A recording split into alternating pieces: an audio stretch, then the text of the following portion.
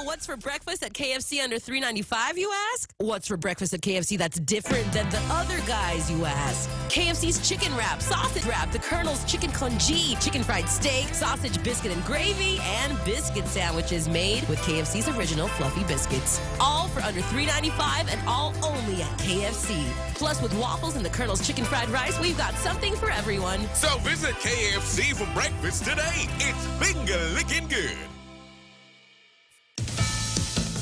The man who commanded U.S. forces in Iraq has passed away. Fox's Kevin Ureski has more. Four-star General Raymond Odierno, who commanded American and coalition forces in Iraq at the height of the war there, has died following a battle with cancer. General Odierno discussed the debate over the Iraq war and military operations in general with Fox during an interview several years ago. That's what makes our country so great in my mind, is that we're able to have open debate, and people should be able to give their own opinions on what's happening.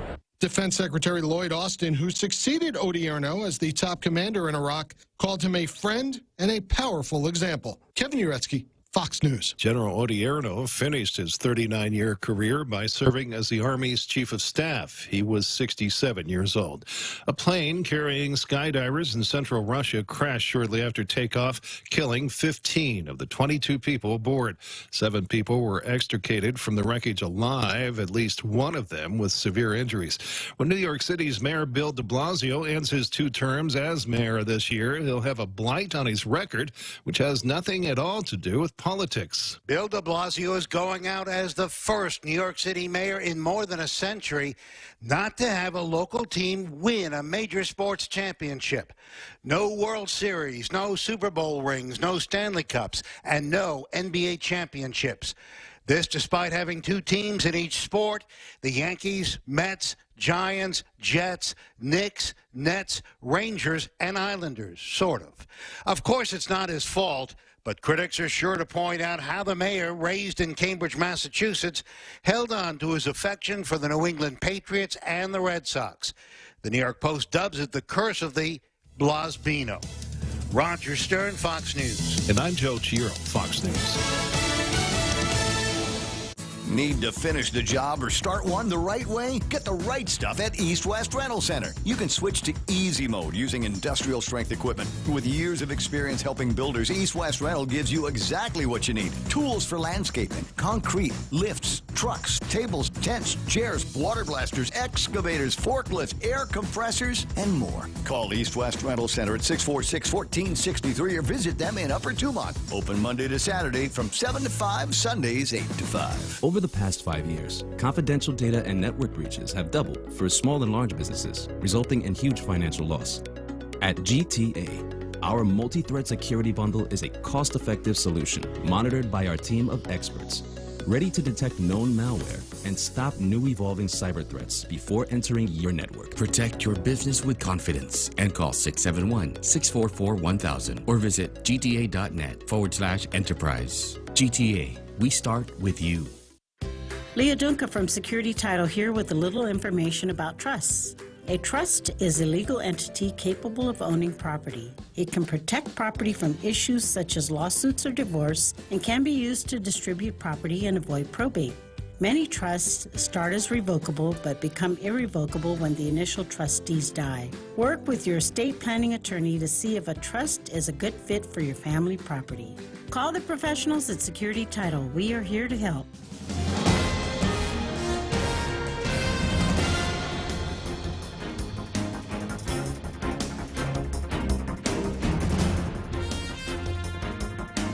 Today at 6:06, I'm Mona Silva Tyron with a look at your local news on the point. A 23-year-old man is dead and 2 people behind bars following a deadly assault early Saturday morning outside of King's Restaurant in Tamuning. Police were called to the scene after a fight broke out between 2 groups of men. When they arrived, they found the 23-year-old man unconscious and unresponsive. He was later identified as former Marine and Guam resident Jerron Wellbacher. The police, through their investigation, along with the assistance of Anderson authorities, arrested 31-year-old Fia Aki and 22-year-old John Michael Maliaga. They were booked and confined on charges of suspicion of aggravated assault, reckless conduct, guilt established by complicity, and criminal facilitation. A 36-year-old man identified as Joseph Kendi Dakity was arrested in suspicion of criminal facilitation. He was subsequently released. Police say the investigation remains open. They are working with the restaurant management to obtain any surveillance footage in hopes of getting more information about what led to the death and who else was involved. Anyone with information should call the Guam Police Department or Crime Stoppers. From the JIC this morning, there were 61 new cases of COVID-19 reported out of 653 people who were tested on Saturday. Additional results, of course, are pending analysis and submission from other clinics from this weekend. There are 52 people currently admitted to the hospital, with 10 in intensive care. None of the hospitalized were children, though. To date, there have been a total of 16,170 officially reported cases of COVID-19 on Guam.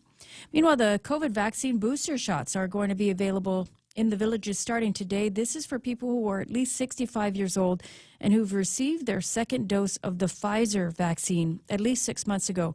Residents are asked to call their mayor's office to make an appointment. Up first is the Sinahanya mayor's office, which will be open from 8:30 to 1:30. And this is for residents of Sinahanya, Agana, and Agana Heights. Tomorrow, they'll open up the University of Guam for residents of Mangilao, Barragata, Chalanpago, Ordat, Mongmongtotomaiti, and Jotnya. The next week, they will target residents of the South and Umatic at the Umatic Mayor's Office starting on Monday. Public Health says no eligible person who will be turned away if they show up at a different village. Well, more news right after this. Always here to help you. This island is our home. Through the years, we've been a friend to the neighbors we have known. Now we're banking on the future. Services to choose. Bank Pacific, where others put branches, we place roots. It was a wet weekend, and the National Weather Service says a flash flood warning will remain in effect at least until tomorrow as that wet weather continues through this week. The flash flood warning means that conditions may develop that leads to flash flooding. A monsoon trough is over the Marianas for the next couple of days, and as a result, there could be periods of heavy rain showers. Residents are urged to take precautions in flood-prone areas. They should also avoid hiking, as this weekend GFD was called to rescue several hikers who were in distress due to the dangers of flash floods in the San Carlos Falls area. GFD rescuers arrived to the trailhead at 2 p.m. yesterday, pulled 3 people from the area. The GFD is reminding the community to heed the weather warnings. And those are your top stories here on The Point. Here's Ray with more weather. Hey, you can die. Easy to die out there in the boondocks. You get into some of these rivers and the water's moving fast, and before you know it, you were over a waterfall and onto something. There's no soft landing in a lot of these places. So you got to be very, very careful out there. Happy to hear that as far as I know, they were none of my hiking buddies were the ones that got hauled out of the boondocks over the weekend. Just in my area yesterday, it was so flooded. The mayor came out and... As a matter of fact, I've got the video of that. Montecillo Tyron sends out the video of what it looked like in the neighborhood yesterday. The Kenyatta River was flowing yesterday, and you can see this. Is this? Yeah, there's video on this. So you've got that's the road. That's Tota Kenyatta Road. Oh wow! Oh wow! Yeah. That's not a river. That's the road. That is the road. So where's your fishing pole, Mana? I know. I was ready to break out my paddleboard and go up and down. So I'm panning through this thing. If you're watching on Facebook Live or YouTube Live, you should be able to see what it is that we're talking about. So that was about maybe, I want to say about 2.5, 3 feet. Because cars, 4x4s and lifted vehicles were going through, and they were kind of right above their tire, mid-door kind of... I don't know if this is the video that captures it. It's the low point of the low point. That's the Kenyatta area, and that's where everything kind of converges. Now there's a house right across from this vantage point where there looks like there's water wants to come out from there, but it actually goes in the opposite direction. There's water coming out of the ground right at the house across the street. Yeah. I don't know if you can see it in the video, but absolutely crazy. I'd gone, and the stupid thing is Guam, right? So I go on Facebook yesterday. I tell everybody to save up their flood videos and flood pictures so we can air them on the show this morning. And you know how it is. Like at your place, It's dry all day long, not a drop of rain. There's no flooding whatsoever. But everybody else, Central Guam, Southern Guam are like, oh, my God, call the mayor. The bamboo's backed up. This is just absolutely crazy. So there are some people going, what flooding? It's not flooding here. Is there a problem, really? Is it raining on Guam today? It floods in our area because, like you said, it's the bottom of the bowl. Yeah. It all comes from uphill. Absolutely crazy times. All right, so there we go here. 6:12 in the morning. We'll get into some weather here today. And again, high surf advisory in effect until 6 o'clock Tuesday along west-facing reefs. There's high risk of rip currents through late tonight along west-facing reefs as well. And believe it or not, I think there's still a flash flood warning in effect until tomorrow sometime as well, because they're not anticipating this weather is going to be going anywhere. Mostly cloudy, scattered showers, and maybe on some thunderstorms. East winds to 15 miles an hour. Highs today 87. That's not your radio, it's my voice. Highs today 87 degrees with a heat index. It might feel like 94. Mostly cloudy tonight with scattered showers and isolated thunderstorms. There's northeast winds up to about 15 miles an hour and overnight lows of about 77 degrees. Same thing for tomorrow and into the rest of the week. I don't know when this is going to be changing. If you've downloaded Landon, we got from Landon, and I tell you what, I was familiar with the software before. I was familiar with the app before, but I'd never seen it maybe the way that you do when you pay $10 and get the pro version of it. But that My Radar, dude, that's bomb. Yeah. It is absolutely bomb. I'm looking at the thing yesterday because I was kind of distressed that it was raining so much, and I was thinking, man, I want to be able to have a sunset on a Sunday. Can something like that happen? And sure enough, there's this little graph on the deal that will tell you what the precipitation likelihood is going to be. And right around sunset last night, it was actually kind of in a dip. So I got in the car and I went to someplace where I knew I could see a sunset, and I actually saw the sunset last night. Score, right? It wasn't absolutely perfect, but it was as close to perfect as you could get, considering the kind of rain that we've had over the last couple of days. 6:14. There's news and weather together. Brought to you by Bank Pacific. Bank on the Pacific for 60. Wait, hold on, because you're going to want to push the button. Don't push the button, because today extra special love for Phil Flores, because they got job openings here. Not for you, Real Joe. Not for you, Montecito Tyler. They have commercial loan specialists. They're looking for folks that want to go out there and help little guys turn into big guys. That's it. We've all got that entrepreneurial spirit, don't we? Doesn't everybody have the recipe for the perfect kind of Chamorro chippy cookie, a replacement for the Chamorro chip cookie? And you're going, I could do this. If only I had some money. Well, maybe these are the guys who can do that for you. And information technology specialists, you'll need to be knowledgeable in the AS400 system and data processing, et cetera. It's able to manage Windows networking systems, technical skill in both hardware and software maintenance, et cetera, and at least a batch in computer science or CSI. So if you got those skills, they're waiting for you to join the family over at Bank Pacific, banking on the Pacific for 67 years. Becoming a homeowner can be a scary process, but it doesn't have to be, especially if you have the right guidance. Break through your fears and go to a real estate professional that will ensure a higher chance of success. That person is Lolita Cammett of RE/MAX Diamond Realty. Lolita also specializes in commercial leasing, land sales, local residential sales leasing, and military and corporate relocation. Don't be afraid. Call Lolita Cammett from RE/MAX Diamond Realty at 688-6743. That's 688-6743. Do you have arm or hand pain that prevents a good night's sleep? Or do you drop things or have difficulty in holding or doing your usual daily activities? Then have Dr. Jerome Landstrom, a board-certified hand surgeon and combat veteran with over 25 years of experience in diagnosing and treating upper extremity and hand problems. Let him provide care to you and your loved ones. Call 671-646-HAND for an appointment and visit his website at www.pacifichandsurgery.com. Thank you, Real Joe, for alerting me to the fact that I have to do a Docomo commercial live read for these guys. And love them. If you pass by the radio station on Thursday, you might have seen a whole bunch of trucks out there with a whole bunch of guys there and their ladders and their buckety things. And I'm like, wow, what's going on? And I actually knew, because I asked these guys to come over. They're dropping a piece of fiber into the radio station. In fact, it's already here. And it's just a pleasure to watch these guys work. Now, there's a kind of scalability for business. I mean, what kind of internet you want? You want something that comes in over cable? They can do that for you. But maybe your needs require something bigger, fatter, like a piece of fiber. They can do that for you as well. Internet, mobile, TV, phone plans for your businesses. The more services you add, the more you save with Docomo Pacific's Business Bundles Plus. Call or visit today. Docomo Pacific Business. Work better together. Ray Gibson Show also being brought to you by APL American President Lines, a global presence with a local home. The Ray Gibson Show. Morning talk that matters. Call now, 888-TALK. That's 888-8255.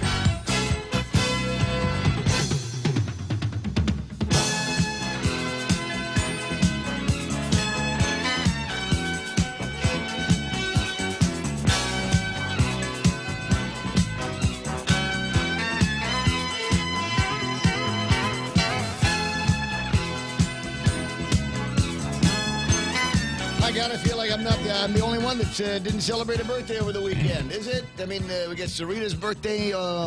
I think for the entire month of October, I think that is the way she's doing it. I mean, it's every time I see her that she's blowing out a birthday cake or drinking a birthday cocktail. I think Baylen Siddell's husband, Dr. Siddell, had a birthday over the weekend as well. And I love the way Baylen notes that here on Facebook. A lot of pictures of her, but none of him.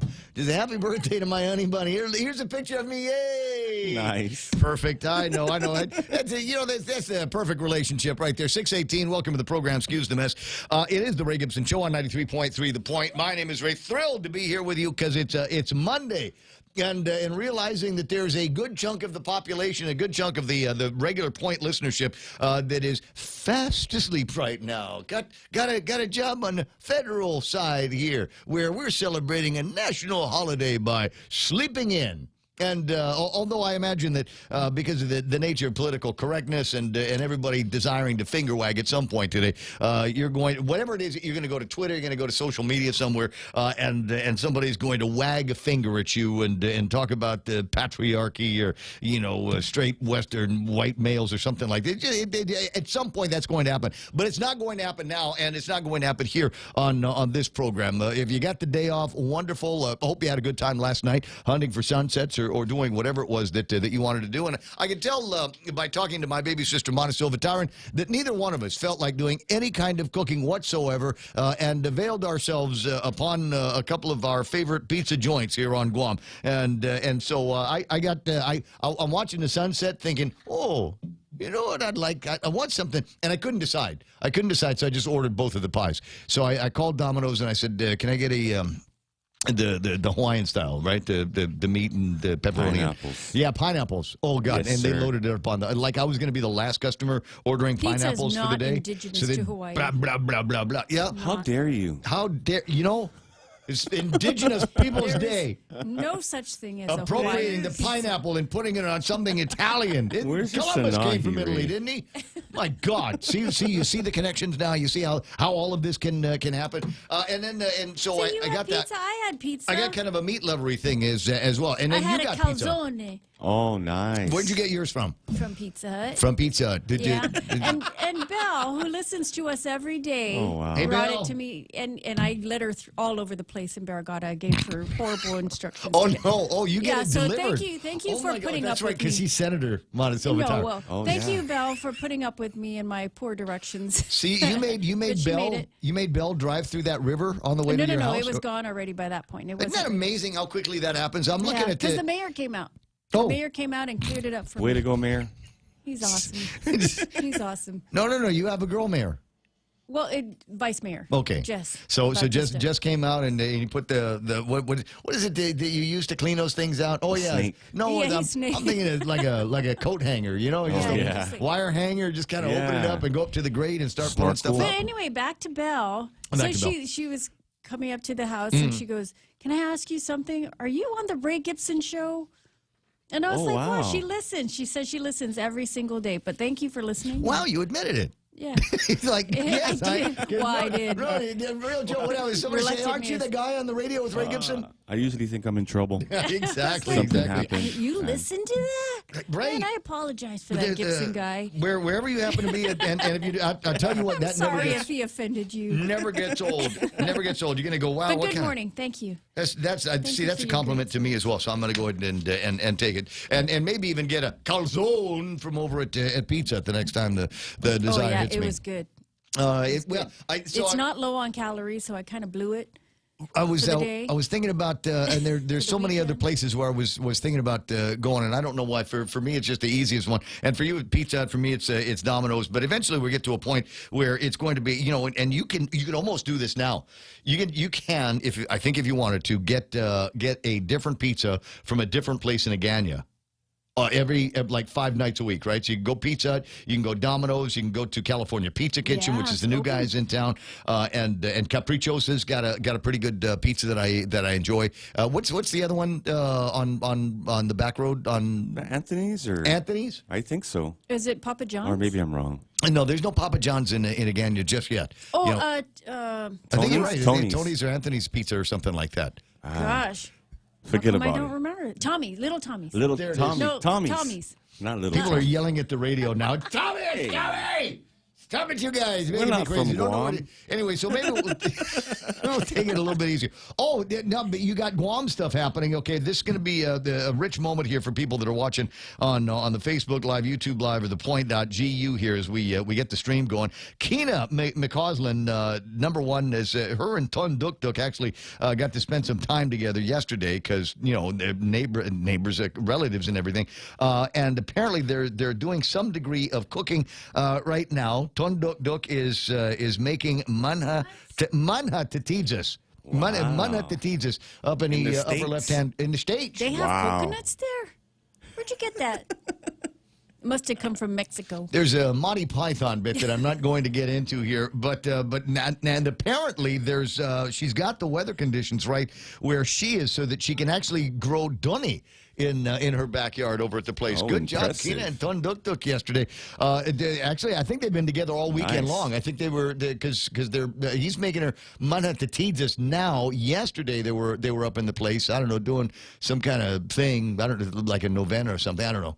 I say it's a novena because she was wearing a rosary in the picture that she sent. At any rate, as I said earlier, welcome to the program. Excuse the mess. Monday morning for a lot of people. If you're making your way to work, good on you. If you're making your way to smack the radio and hit the snooze bar, totally understand that as well. 6:24 in the morning. Lots to get to, and a whole bunch of people we want to say good morning to on this Indigenous tomorrow, not Discovery Day, not the Columbus Day anymore holiday either. So here we go with these guys. Sometimes you want to go where everybody knows your name, and they're always glad you came. You want to be where you can see our troubles are all the same. You want to be where everybody knows your name. You want to go where people know people are all the same.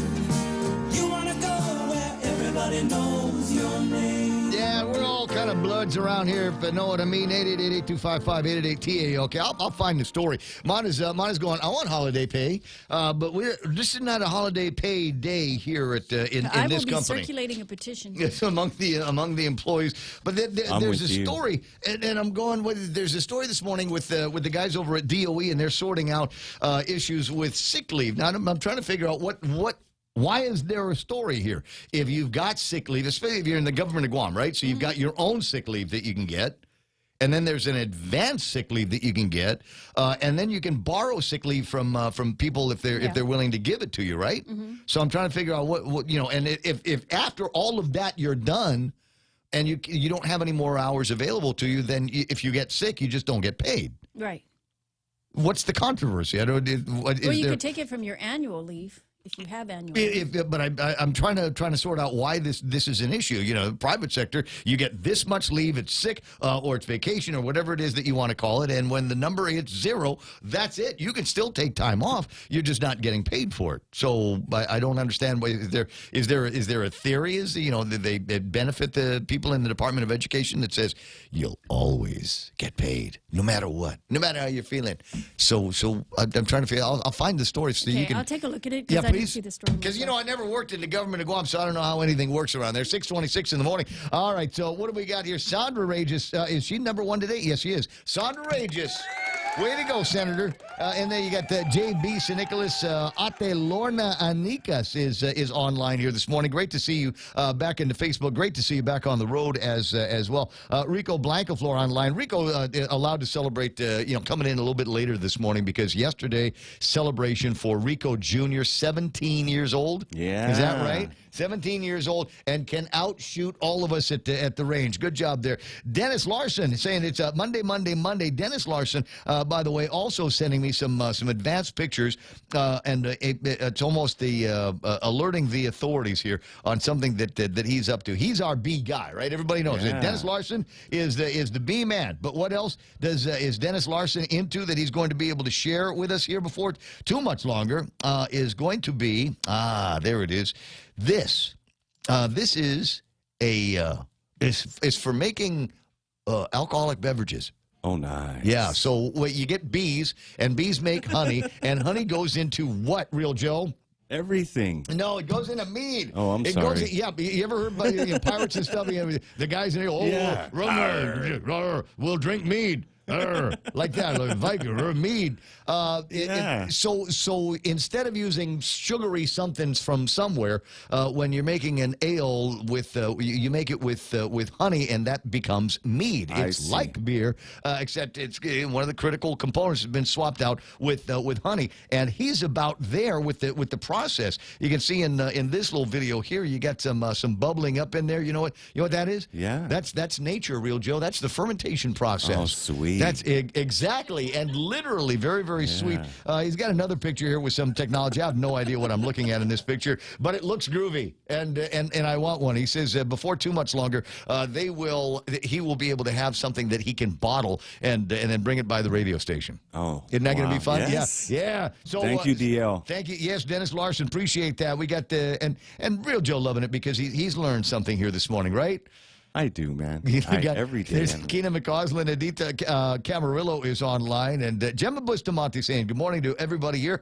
JB is there. Trina San Augustine, who working with the folks over at Varo, want you to run 5K. Well, get signed up for the Varo virtual 5K, then run it, and then you get all kinds of goodies, and you get to help them out at the same time. There's Henry Menglona is online. Catalina Pinal Rios is there. Felix Bumba, Auntie Bennett Lujan Duenas from Family Finance. Kenny Williams is online, waving the American flag. 3 American flags and what looks like a golfing flag. No varmints will be harmed today. Is that what you're saying, Kenny? Sandra Rage is checking in again. There's Sarita Garin saying, good morning, Ray, Mana, Joe, and the beautiful listeners of The Point. Well, takes one to know one. Beautiful. Happy birthday to you, Valerie S.A. Untalan is there. I got Jane Sasai. Happy Indigenous Day. Okay. If that's what we're calling it's not a holiday, is it? Did we change it and then just not do it? I thought somebody clarify this for me and make it. I don't know. Don't ask me how I get to 40-plus years man and boy in the media. You'd think I'd pay better attention. So it's Columbus Day.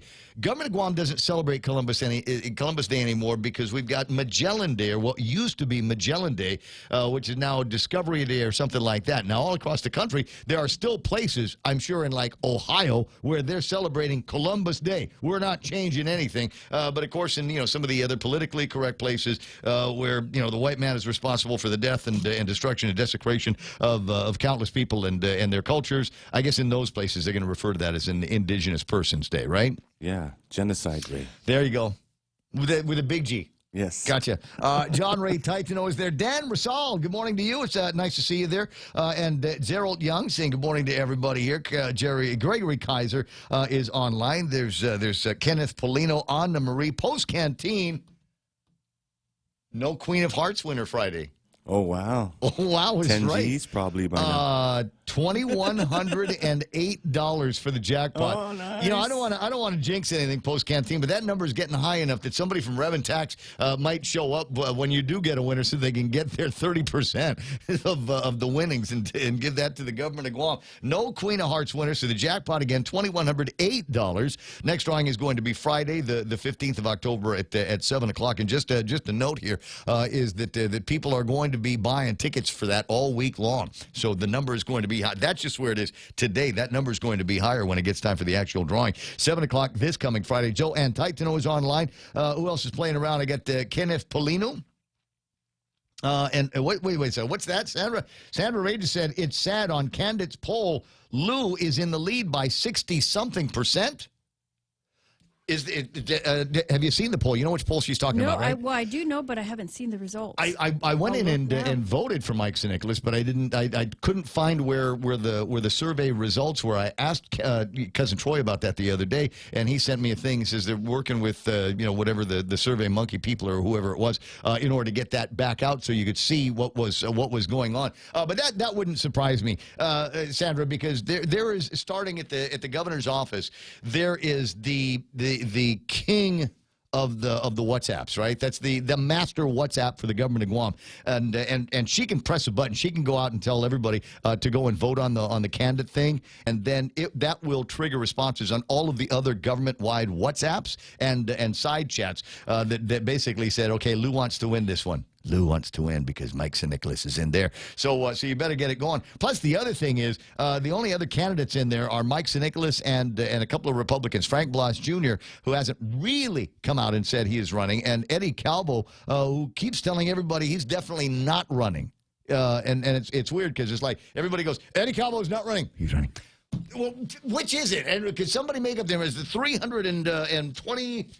Yeah, 320 days between here and the primary election. I got Jess Mendiola's online. Tonduktuk, like I said. Good morning to the Point from Vancouver, Washington. Having fun down here, but now more on the Point. Eunice Mendiola's there, Baylen Sidell. And who else is there? Sarah Lake. Good morning, pretty Sarah Lake. Says Raymond Joe, love the shirt, Ray. So festive. It's Monday, and yeah, we do have classes today, folks. School is in, so get the kids up and moving. Zoe Kitsutsu and Army Lynn online here this morning. Army Lynn, a recent convert to the Point, saying good morning to the Point family. Army Lynn, if you're wondering, she's one of the pretty girls in the pictures with Sarita over the weekend. Anyway, 6:33, lots and lots in the table of contents. As you might imagine, wild woolly weekend when it comes to weather. No storm, it's just crappy weather in the area, just like Landon said it was going to be. And then you got the wild west days. I mean, I haven't heard a fight at King's. How 1987 wants its headlines back. That is so weird. It'd be more when we find out exactly what was going on there. It sounds like, the people went and signed in and went outside and a fight ensued. What was that all about? Was it about a girl? Was it fighting about, who's going to get the good seats? Or was it just, one of those, hey, you're not wearing a mask. Where's your mask, bro? And then the altercation began, but we'll learn a little bit more, I suppose, as more and more video might surface from this. We've got some interesting stories, but I'm surprised that there isn't already video out there. Look, we're in that culture. Everybody's got one of these, and if there's a fight going on, as we've seen every high school, and middle school classes go, somebody starts a fight. One guy might get in to try to stop it. 5 guys are already whipping out their phone to get some videos. So it wouldn't surprise me if there was video floating around on that. We'll see what we learn as the investigation continues, and plenty more. Before we get into headlines, just a note, do me a favor, please do me a favor. There's a share button on whatever it is that you're watching here this morning or listening to. There is a share button. Click on that and let everybody know that this is where you're coming. We got the news, we got the weather, and we got the information, and we got what I like to think are interesting viewpoints of things that are happening on Guam and in the Asia Hood. So help us out with that and let everybody know that this is the spot. Hit the share button for me. And then I've already done mine.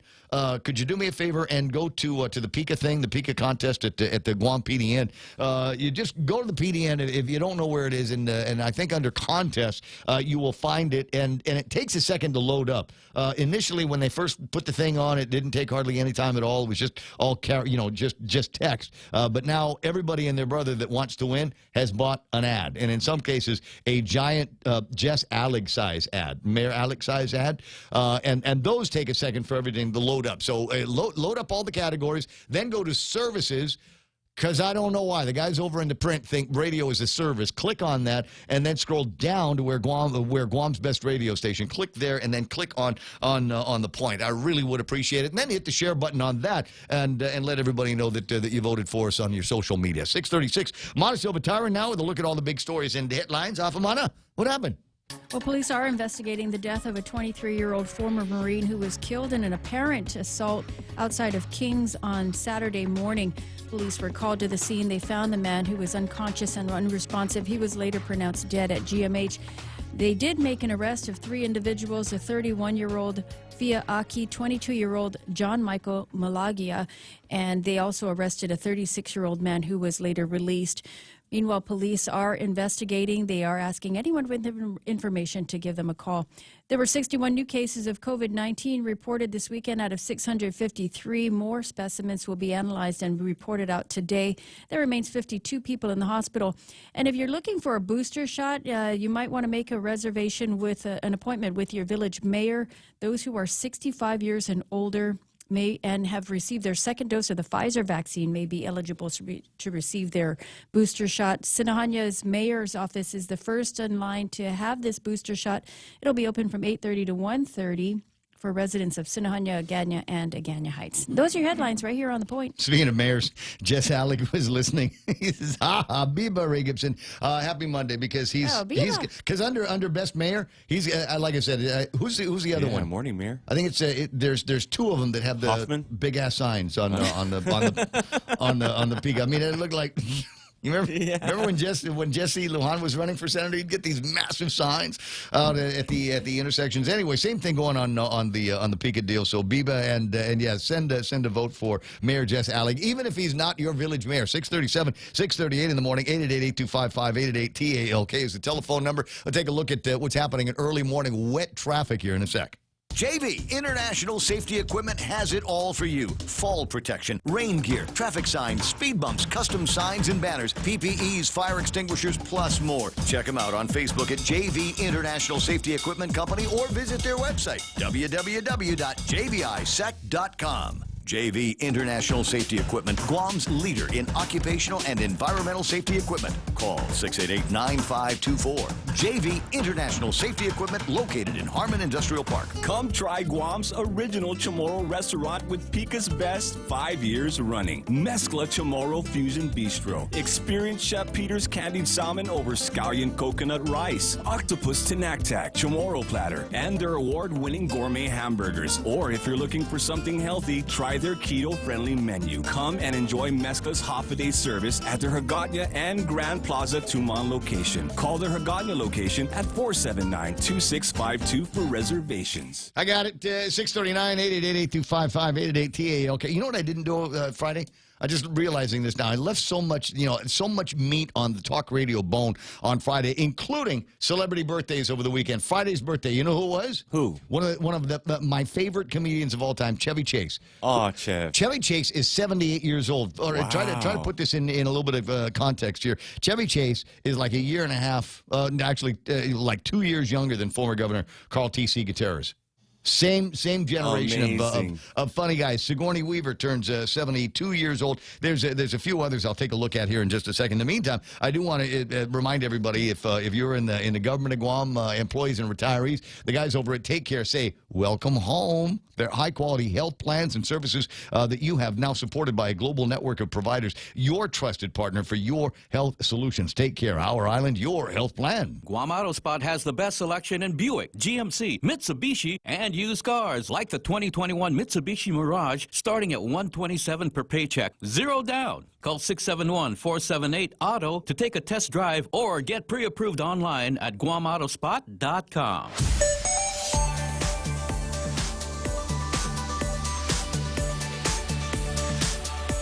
Turn on the machine. Turn on the traffic gizmo. There it is, up on my screen, up on your screen as well. You and I both looking at the same thing. And is there going to be some traffic here today? Let me see. Up north, doesn't look like there's a whole lot happening. Maybe a little bit of traffic on the way into the schools and that area up in Jigo. Making your way southbound Marine Corps Drive. A little bit of intersection traffic here and there. Not a whole lot to write home about. Not a whole lot that's going to slow you down. 8, 10, and 16, that intersection running fairly clear. But just as you get past there, a lot of people trying to get into Teeds, and from that one good entry So that might cause you a little bit of a delay at that intersection. Also looking at traffic starting to slow down at the intersection where people are beginning to line up the kids for car line over at Harvest. And then you get into the downtown Gutney area. Looks like it's running smooth from there. Don't see anything at Polaris Point, but Polaris Point down that way was absolutely flooded yesterday. I think the police even sent out a word that it was flooded and only one lane open in either direction. Cops were down there directing traffic for all of that. It will clear up as it does, and then when it rains, it will flood up again. The water literally has no place to go. Everything is just saturated with water right now. So it won't take any more than a couple of minutes of rain before you start to see some decent puddling action. 6:41 in the morning. There's your Right Now traffic. This is The Point. Half a day, this is Honey. Here at APL, our expertise and extensive network can help you grow your business and reach out to more global markets. As a responsible carrier, APL is also committed to a sustainable future, whether it's protecting the environment or investing our efforts in giving back to the community. Our dedicated teams in Guam, Saipan, and on U.S. mainland are here to support you. Call 588-4651 or visit apl.com. Everyone has a busy schedule these days, and sometimes we forget to schedule our routine dental checkup and cleaning. Don't neglect your dental health. Schedule one today with Dr. Robert Yang and his Smile team, conveniently located at the East West Business Center on Marine Drive, Upper Tumon. Call us today at 647-8702 or 3. Again, that's 647-8702 or 647-8703. We make smiles happen. Now, it's like everybody going crazy for the same thing these days. That is platters and takeaway orders. You can do that over at Applebee's. Your choice of boneless wings and mozzarella sticks, large house salad, and your choice of some really great platters they've got there. St. Louis ribs, miso salmon, island pork chops. There's pot roast, salmon Alfredo, and plenty more. You want details? Call Applebee's 648-2337 and find out what you and your family can enjoy for just $60 at Applebee's. The Ray Gibson Show. Any speaker, anytime. Morning talk that matters.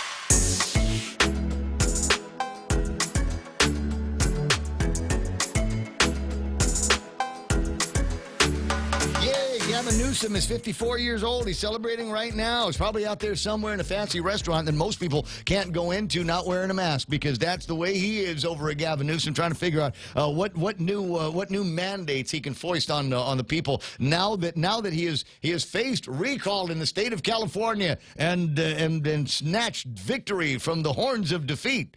Or is it defeat from the horns of it? I don't know. It's one of the two here, and continues to be the governor. I figured as soon as that was going to happen, that's it. Let the beatings begin. We'll have the Inquisition. Who was with me? Who was against me? All you Jenner people, huh? You Bruce Jenner people? You're against me now. And we're going to find a way to get you guys kicked out of the state of California. Ray. Caitlin, no, leave Caitlin. How dare you? Nick Cannon is 41 over the weekend. You know who Nick Cannon is, right? Yeah, Mariah Carey's man. Mariah former Carey, man. I don't know. I'd say we're still trying to figure this out. It's like everybody's baby daddy, and I think currently with a former Miss Guam. What's her name? We talked about this a few weeks back. There is, though, some drama. It's weird. Guam showed up. I'm looking at the big headlines and stories about Guam over the last couple of days. In the Google alerts, and Guam actually showed up as a result of a story about Nick Cannon, who apparently the kids that he's got with Mariah, he gave them the twins. He gave them cell phones. Oh, sweet. And, well, I guess, but Mariah's upset about the idea that, they're giving little kids cell phones. And so we get to watch the whole multi-daddy thing going on and parenting lessons from among people like Nick Cannon and Mariah Carey. And you wonder why things are as screwed up as they are. 6:45 in the morning, 888-825-5888-TALK is the telephone number around here. He might not be talking about that today. He might not be talking about. He might not. You want to bet some money on whether or not Ken Leon Guerrero is going to do the K word? Yeah, we'll see what happens. We'll bring him in anyway. The other governor, LG. That's Ken LG this morning. Buenas de Navide, Gov. How you doing? I hoped you picked the K word side of the bet.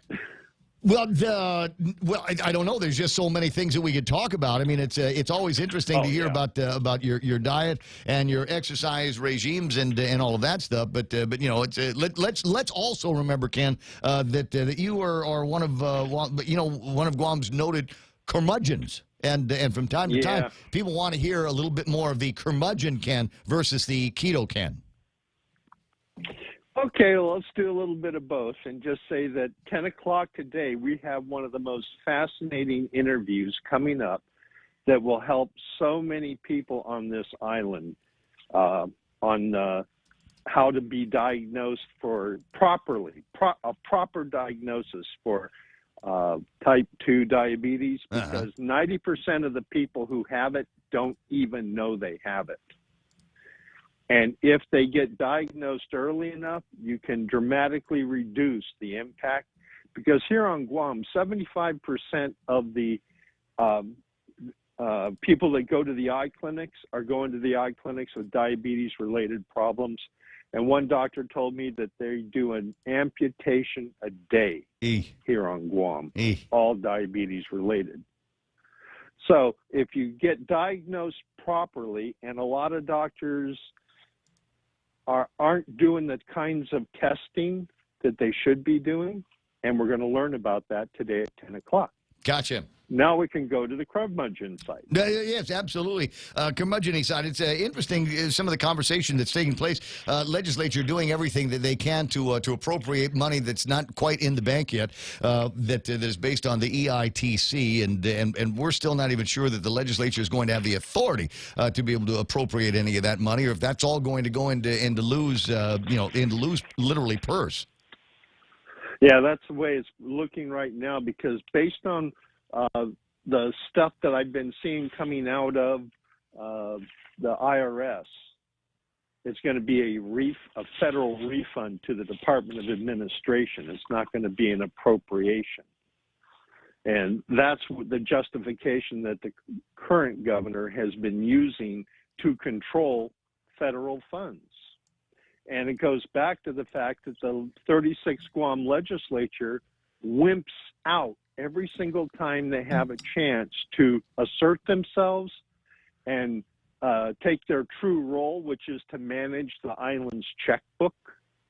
You know, I mean, we saw that when they failed to override the emergency power veto. Oh, yeah. Well, I don't think there's really a strong desire from among the majority over at the legislature to try to assert any authority as the second branch of government and go into what every little kid remembers from civics and even the Saturday morning cartoons. You know, it's that we got three branches.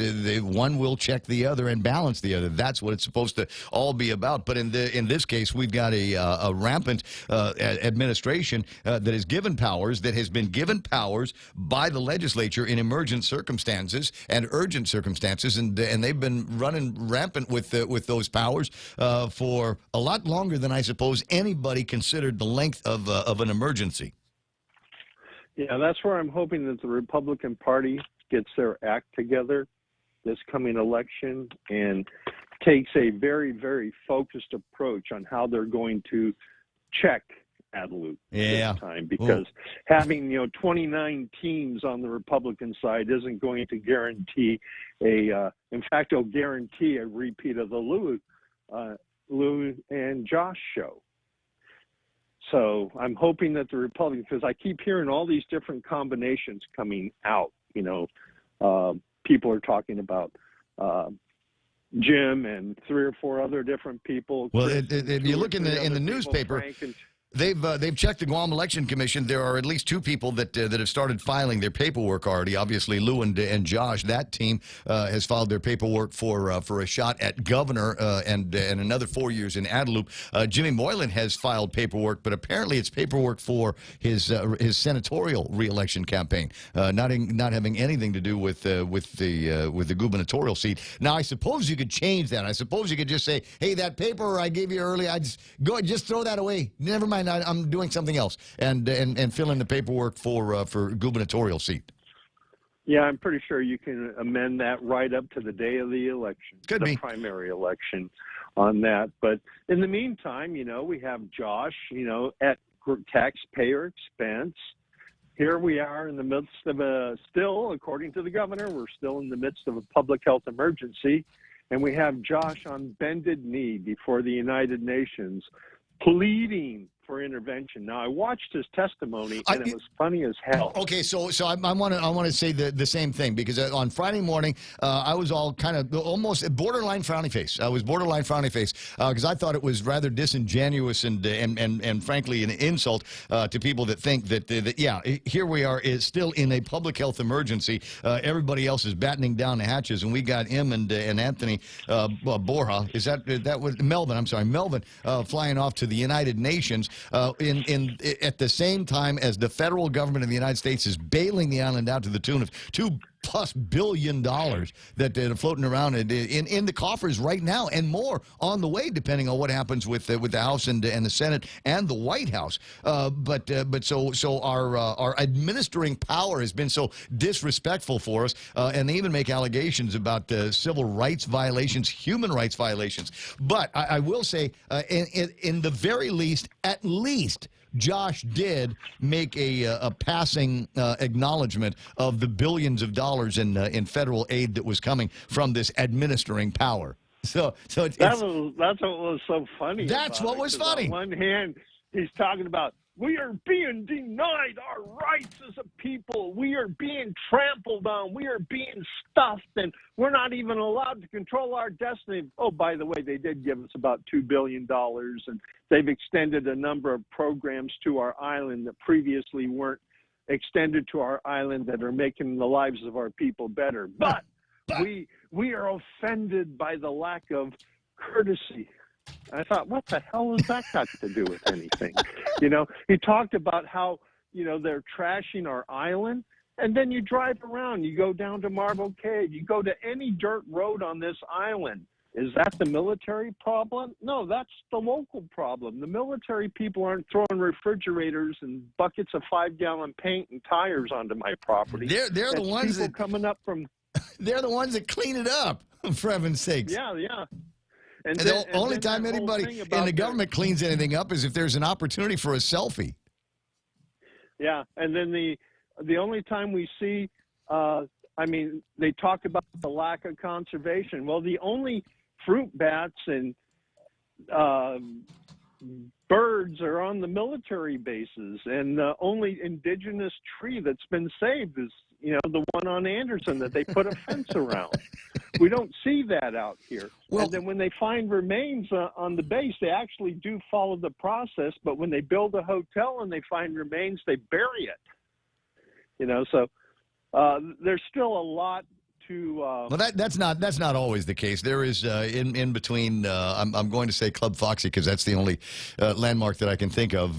That one and the old Okura Hotel. There was somebody that wanted to build kind of a low-rise, kind of a hotel cabana thing, and everywhere they put a shovel in the ground, they hit some ancient Chamorro remains. So nothing going to happen with that property for 1,000 years. So that kind of is interesting. But the other part of it had to do with we're ready to sustain ourselves. We've got that dashboard thing going on, and all of these sustainability measures that so if the administering power all of a sudden relinquished any authority over the island, we'd be able to take care of ourselves. And I'm going, what are we talking about here? Are we talking about that little garden they've got in Agania next to the old police station? I don't know what they're talking about when they talk about independence level sustainability for 160,000 people. Well, it also goes back to the part where they're claiming that they're being denied their right to govern themselves. Well, we have the lieutenant governor right there being acknowledged. He's claiming that we're not being allowed to govern ourselves. He obviously didn't come out here and look at the long list of executive orders coming out saying, thou shalt not drive, thou shalt not breathe freely, thou shalt not shake hands with people unless you verify their vaccination status. Mm-hmm. So, well, then the other part here, and I've read this now in a couple of different versions of trying to understand it, where they talk about the federal the administering power will only authorize foreign labor to support military projects. Now, I'd read that one way that would indicate that the administering power won't let locals work on federal projects, but the way that apparently they meant it was the administering power will only authorize foreign labor imported to support military projects, which isn't true. Which is not true, because the administering power via the Navy authorized foreign labor to help build the Tsubaki Towers. I don't know if anything has been asked of the Navy, because I thought they were going to bring them a whole laundry list of projects on the civilian side, so that the military and the federal government could say, yeah, this is going to have a benefit for the military. Go ahead and use foreign labor on that. I don't know that the government of Guam has ever been turned down on any of those other outstanding requests. So I'd like to see some of that fleshed out a little bit more by our own administering powers at Adelup here before they get on the airplane and go. And can you please stop telling these people at the United Nations that you speak for all of the people of Guam? You certainly do not. 6:56 and change. Ken, always fun talking with you. Remember, 10 o'clock today. Gotcha. Over at on Candid, right? Yep. Can handle, can confirm. All right, and for those of you that are keto curious, unfortunately, I think I already started. Is Sunday the beginning of a new week, or is it the end of an old week? Real Joe, what's your read on that? Man. You okay? Yeah. You seem kind of out of it this morning. Man, whoa. It depends. Sunday is the seventh day. It's the day of rest. It's Sabbath day. It's Sabbath day. But it depends, some because calendars- Saturday could be your Sabbath day. Nice save. Okay, well, I'm just trying. So I'm trying to Which figure would this be out. the seventh day in which the Lord rests. So I'm trying to get this into a keto conversation. So I've been pretending to be keto curious, and I blew it for the weekend, because on Saturday I had steak and rice, and then Sunday morning I had obviously fried rice with steak in it, and then Sunday night I had pizza. So there's no keto-ness in my life on Saturday and Sunday. But now, did I ruin the entire week by having pizza last night? Today's a brand new day. So today can be the beginning of the week. All right. Yeah. So I'll be a little bit more keto curious as it gets to be the rest of this weweek here. 6:58 or so, and a couple of minutes away from the top of the hour. A bunch of items on the table of contents, as I'm fond of saying, even when there's not. So, just it's a confidence boost for me. Items in the table of contents, we said, a wild weekend. The USS Connecticut has pulled it. This is, as far as Guam alerts are concerned, okay, there's two things in there that we're getting a lot of press for today. One of them is apparently we have about the worst soccer team in the entire World Soccer Federation, right? And they're writing about it. And using Guam as an example of just how bad things could be for teams. I mean, there's a lot of teams that are glad that Guam is there so that they're not in last place. At any rate, you got that. The other major story that virtually everybody is writing about is the USS Connecticut, obviously hitting something in the water and limping home to Guam. And I'm wondering, when it pulled in yesterday, I'm wondering if the Admiral gets out of the Admiral car. He's got probably got some kind of Admiral limousine with the flags on it. Yeah. Getting out of it and just kind of like walking around the submarine, like when you got in an accident and your dad's walking around the car, going, "Oh my God, we're never going to be able to get that den out here." What were you thinking? What were you thinking? What were you thinking? You're going too fast. You were on your phone, right? You were on your phone. You were texting somebody, and you let the submarine hit like a rock or another sub or something like that. What was going through your head? I thought I taught you better than this. So I'm wondering if the Admiral was doing that dad routine there at the port when the thing came in. Ponder that, or not. Come at me with whatever you got. Bunch of stuff to talk about in the next hour. Fox News Live is going to be coming up next. Montesilva Tyrant with a look at all the big stories that we're going to be yakking about here this morning. Jerry Roberts in the Extra Point. You made it through the weekend with the inspiration that he gave you on Friday. All right, we'll give you something there. Might be able to help you make it through this week. 888-8255. 888-TALK-KUSG. Got you. That's us. Hit us up on the web if you want to see what's going on with all of that. Right now, Fox News on the point. Away from harmful content. I'm Joe Chiro, Fox News. Facebook's Vice President of Global Affairs, Nick Clegg, says the company's introducing new features, including nudging teens away from looking at the same content that's not conducive to their well-being. Of course, you see the good, the bad, and the ugly, to show up on Facebook.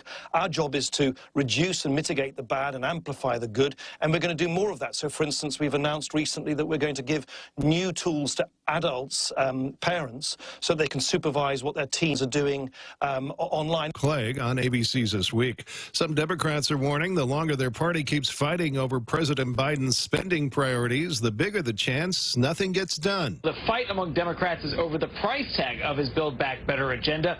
Moderates want to see the price tag reined in, far below the $3 trillion that was originally proposed, but progressives say now's the time to spend big. This debate has already been dragging on for months, but House Speaker Nancy Pelosi insists she would like to see this all get done by Halloween, end of this month, but we have seen those deadlines come and go before.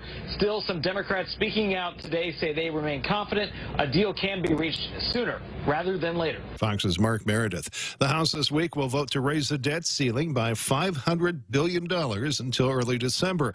Treasury Secretary Janet Yellen tells ABC's This Week it has to be done. Failure to raise the debt ceiling would probably cause a recession and could even result in a financial crisis. It would be a catastrophe. Senate Minority Leader Mitch McConnell says he won't support raising it again.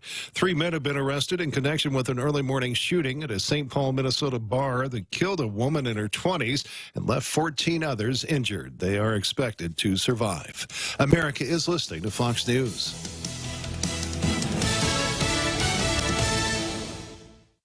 There's so much that's new with the Eat Fresh, Refresh at Subway restaurants that we can't possibly fit it all into one radio spot, but I'm gonna try. There are amazing new toppings like hickory smoked bacon, bacon and smashed avocado. Try your favorite sub on the new breads like the hearty multigrain wheat or the artisan Italian white bread. Not to mention Subway's thicker, juicier steak. That's all I have time for. You gotta refresh to be fresh. Only at Subway. Contact Express Financial for all your financial needs. Express Financial is consumer lending at its very best. They also have a host of dealer service programs with quick approvals. There are 3 ways to apply. Over the phone at 637-9834. You may visit their office in person at 600 Harmon Loop Road across the street from Costuless. Or you can also visit their webpage and apply at myexpressfinancial.com. In most cases, you'll get your money the same day. Outgoing German Chancellor Angela Merkel on a trip to Israel where she visited the National Holocaust Memorial. A remembrance ceremony reflected on the fight against the Nazis. We remember with veneration the fortitude of the fighters who kindled the sublime flame of rebellion among the besieged masses of the ghettos. The heroic and persistent struggle of the masses of the House of Israel on the threshold of destruction for their human dignity and their Jewish heritage. The visit caps Merkel's 16 years in office.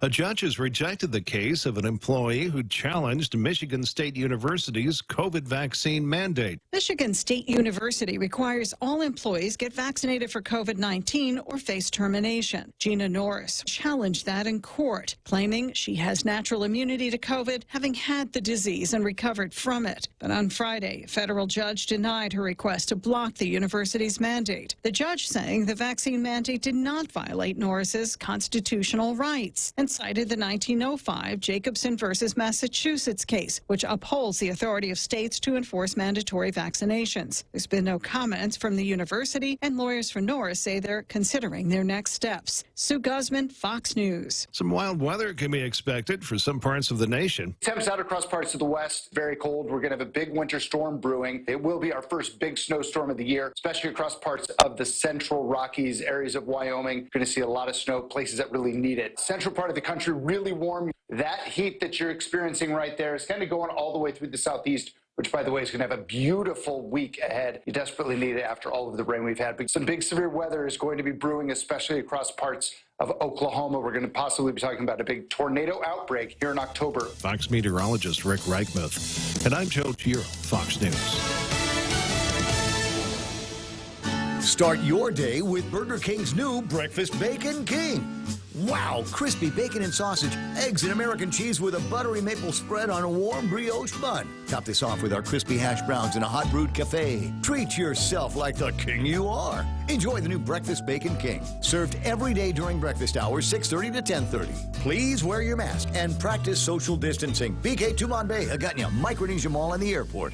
BK, your way. As we get back to business, Docomo Pacific is ready to keep you connected. Introducing Business Bundles Plus. Build a customized bundle with the right internet, mobile, TV, and phone plan for your business. Pay for exactly what you need and nothing you don't. And the more services you add, the more you save. Plus, you can rely on Docomo Pacific's fastest, most reliable network and 24/7 customer support. So build your own bundle and save today with Business Bundles Plus. Call 671-688-2677. Docomo Pacific Business. Work better together.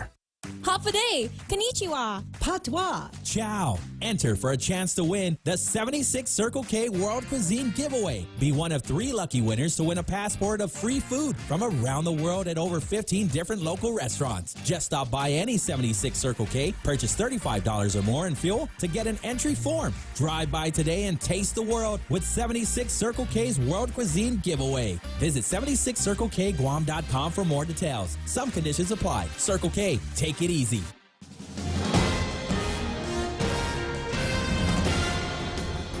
Half a day, it's 7:06. I'm Mona Silva Tyron with a look at your local news on the point. 3 people were placed under arrest after a 23-year-old man was killed in what appears to be a fight outside of the Tamuning King's restaurant on Saturday morning. Police were called to the scene after a fight broke out between 2 groups of men. When they arrived, they found the 23-year-old man unconscious and unresponsive. He was later pronounced dead at the Guam Memorial Hospital. He has been identified as Guam resident and former Marine Jerron Wellbacher. He was 23 years old. Police, through their investigation, along with the assistance of federal authorities, arrested a 31-year-old man identified as Fia Aki and 22-year-old John Michael Muliaga. They were booked and confined on charges of suspicion of aggravated assault, reckless conduct, guilt established by complicity, and criminal facilitation.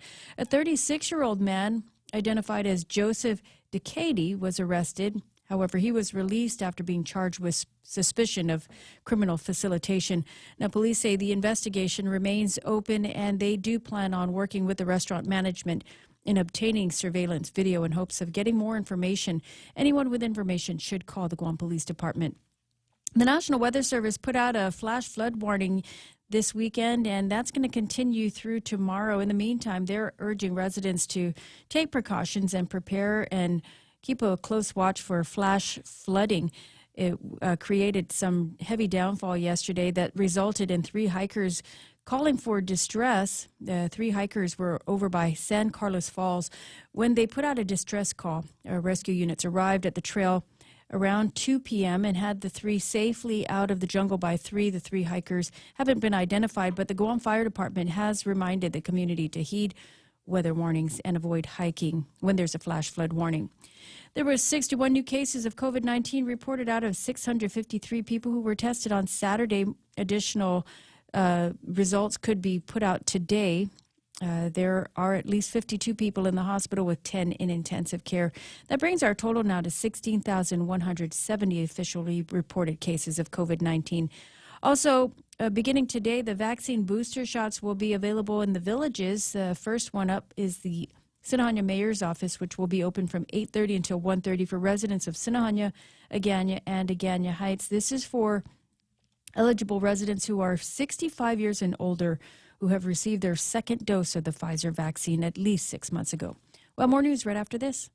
Looking for a seamless medical trip to Manila? St. Luke's Medical Center offers a convenient end-to-end medical travel service and direct access to St. Luke's, Quezon City, and Global City. St. Luke's Medical Travel Service covers patients from the Pacific and provides services such as air travel assistance, airport to hospital transportation, hospital admission, and more. To learn more, call PhilMD 671-637-5433 or visit their office in Tamuning, Guam across Baltej Pavilion. At St. Luke's, we love life. A second homeless shelter should be open in the next couple of weeks with a number of people waiting for emergency shelter. The Guam Housing and Urban Renewal Authority is eyeing the Tamuning Plaza Hotel for the facility. They're waiting flood insurance proof from the property owners. From the Post, Gore Executive Director Ray Chapasnia says that reported at the Interagency Council last week that the second shelter and management of the facility are estimated to have a one-time cost of $1.6 million for a year to be funded under the Emergency Solutions Grant from the USDA. As for one gubernatorial team, so far one gubernatorial team has filed for candidacy and one senatorial candidate filed their papers with the Guam Election Commission. The Guam Daily Post reporting that Governor Lulian Guerrero and Lieutenant Governor Josh Tenorio have amended their organizational chart for their 2022 re-election campaign, naming Tony Sanford as their campaign treasurer. Senator Jim Moylan also filed documents for his re-election campaign for the legislature. They are so far the only teams that have filed organizational reports with the Guam Election Commission.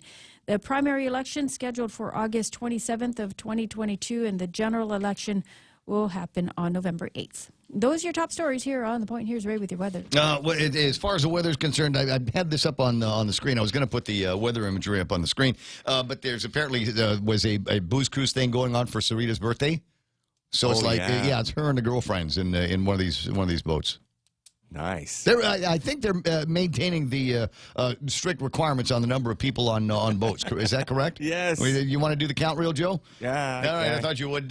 I'll get the weathery thing up on the screen right about now. High surf advisory in effect until 6 o'clock tomorrow along west-facing reefs. Same deal through late tonight. Rip currents along west-facing reefs tonight. Mostly cloudy with scattered showers and isolated thunderstorms right now. East winds 10 to 15 miles an hour. Highs near 87 degrees. Now, we're going to get less rain if the radar systems are working right now and the predictions are working. We're going to get less rain here in the late hours, mostly cloudy, scattered showers and isolated thunderstorms, and lows about 77 degrees. And then tomorrow, the amount of rain should diminish as well to about, I want to say about 40% chance of rain for tomorrow. Mostly cloudy, still with scattered showers and isolated thunderstorms. Now I'm looking at the My Radar thing, and it's got a week-long forecast. And if it works out right, I'm not going to say grill marks, but I will say Wednesday might be the driest day that we're going to get this week. So we got hella rain today still, and then it will dissipate tonight and tomorrow. By Wednesday, should be fairly dry, and then Thursday and Friday will begin to ramp up to more clouds and scattered showers. So be on the lookout for that. Sunrise this morning was at 6:11. I think I've got some pictures from Pirates Cove on what that looks like, but then I've got the pictures of Sarita and her girlfriends on the boat. I just don't know which way I ought to go here. Let me see if I can get these up here real quick so you can see what sunrise was looking like on a Monday morning. Not as bad as you might think, given all the rain that has fallen over the weekend. Nice. Actually can make out some sunshiny details in some of these pictures. Let me see if I can get some contrasting ground shots here as well. There it is just before sun coming up this morning. Absolutely gorgeous on the eastern side of the island. West side pictures are looking good as well. Sunset tonight is going to be at 6:04. Hashtag tell the others. That's news and weather together. This is The Point.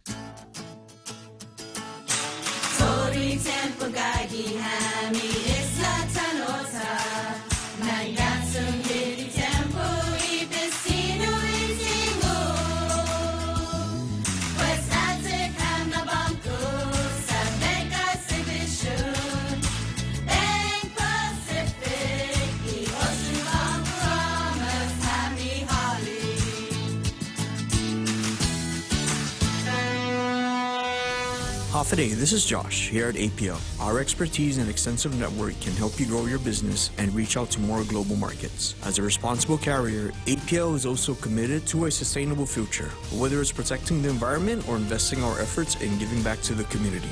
Our dedicated teams in Guam, Saipan, and on U.S. mainland are here to support you. Call 588-4651 or visit www.apl.com. Right on, can do. Got to shout to the guys over at Nissan and especially Brian. Brian's helping me out here. I got a buddy coming in, and he's looking for he wants a nice ride, and he's thinking, maybe a little like a mid-size SUV or something like that. So me and Brian working on getting this guy into like a Rogue or the Sport Rogue deal over at Nissan. So I'll let you know how that goes. In the meantime, if you're looking for a ride, the 2022 Nissan Frontiers should be here any second now, completely redesigned inside and out. Apple CarPlay and Android Auto and all kinds of other cool technological advancements. I mean, they got stuff in a pickup truck now. That's what it is. The Nissan Frontier is a pickup truck. They got stuff in there that you're going to find in Pathfinders and some of the other high riders that they've got over at Nissan. Check it out. Test drive as soon as you can. Incredible horsepower, towing capacity. You're not going to believe for a truck in that class. Reserve yours at Nissan Guam today. It's the Ray Gibson Show. Call now, 888-TALK. That's 888-8255.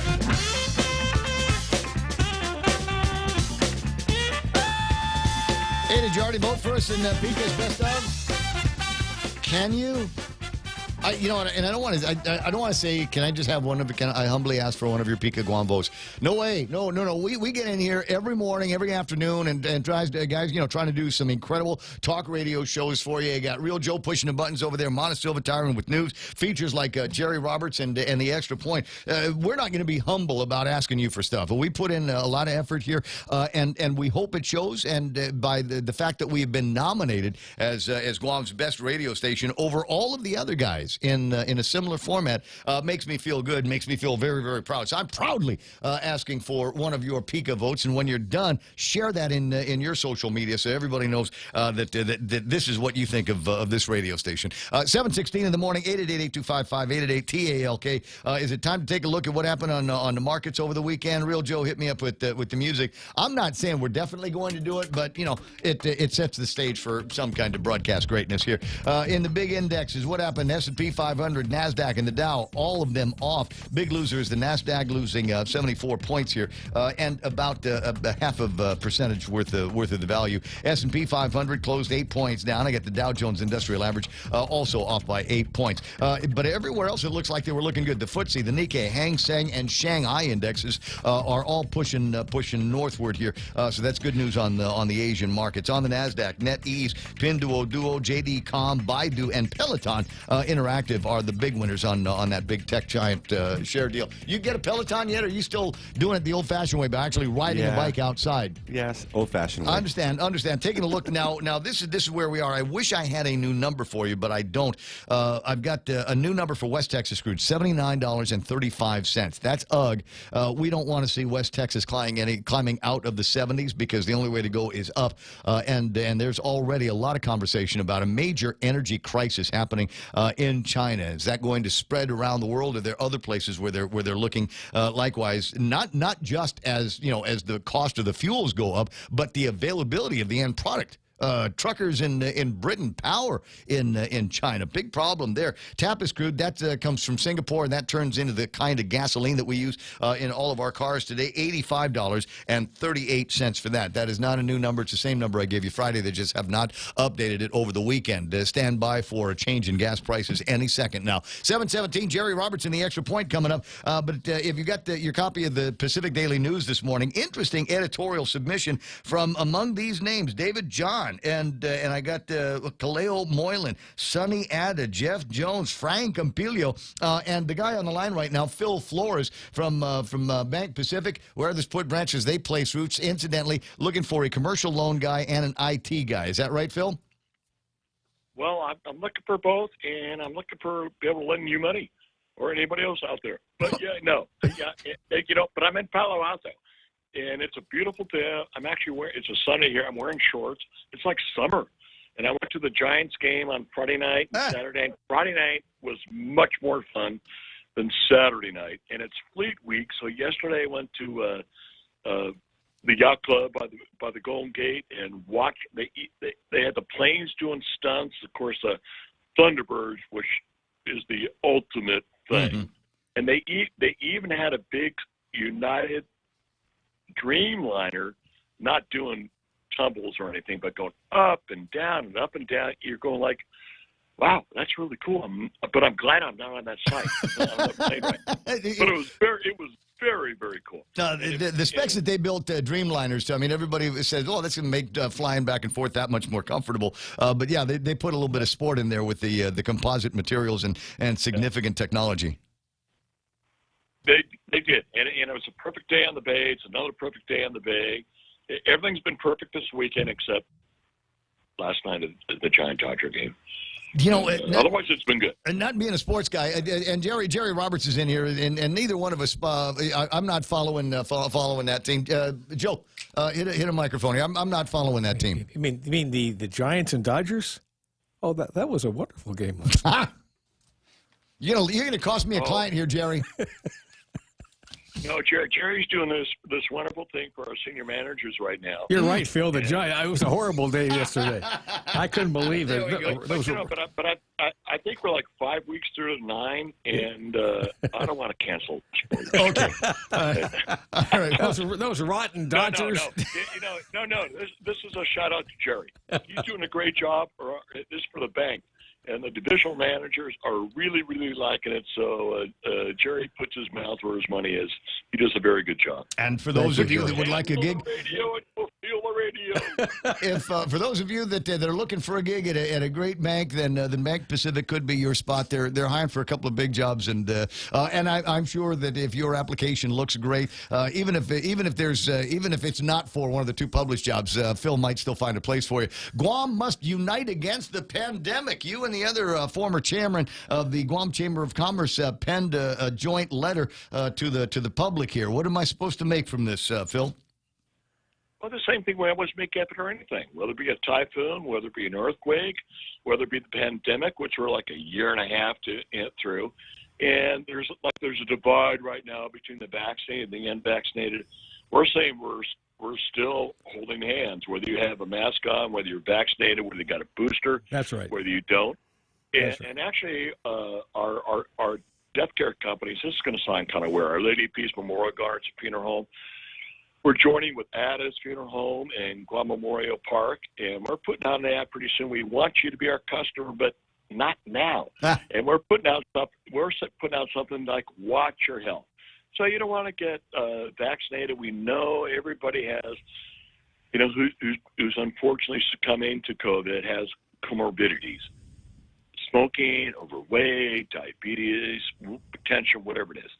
And we're saying too, like those of us who got together in this letter, and David John was the energy behind that, David and Sonny, God bless them. It's like, if you don't want to get vaccinated, fine. We wish you would. But if you don't, just take care of yourself so you protect yourself and you protect those around you. And it's your choice. You don't refuse to take the vaccine. You decline to take the vaccine.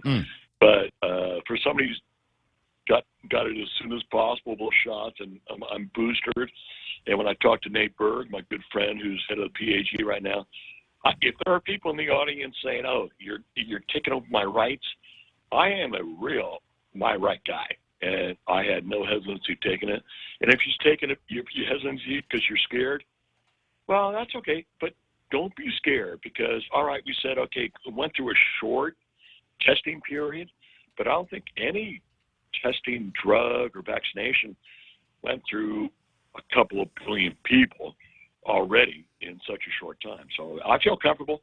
My daughter said to me, if I want to see my granddaughter, which I did last week in Connecticut, I have to have it. And I said, no sweat, honey, I already have it. And she's a doc. And all of her doctor friends have taken it. But anyway, so I think the unity thing is just like, sometimes we're going vaccinated versus unvaccinated, red versus blue. No.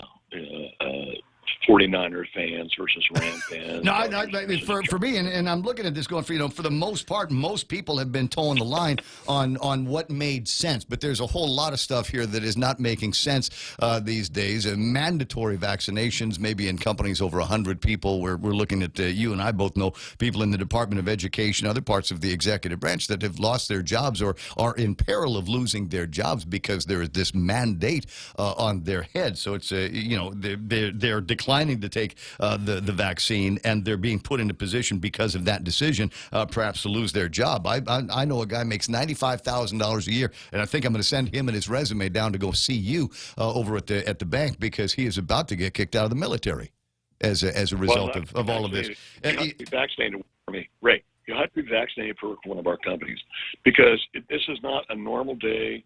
This is not 1776. And again, it's a declination rather than a refusal. And if you want to take it, that's fine. But if you don't want to take it, it's really fine. But you can't come amongst our groups of people. We've got like 1,000 employees of different companies.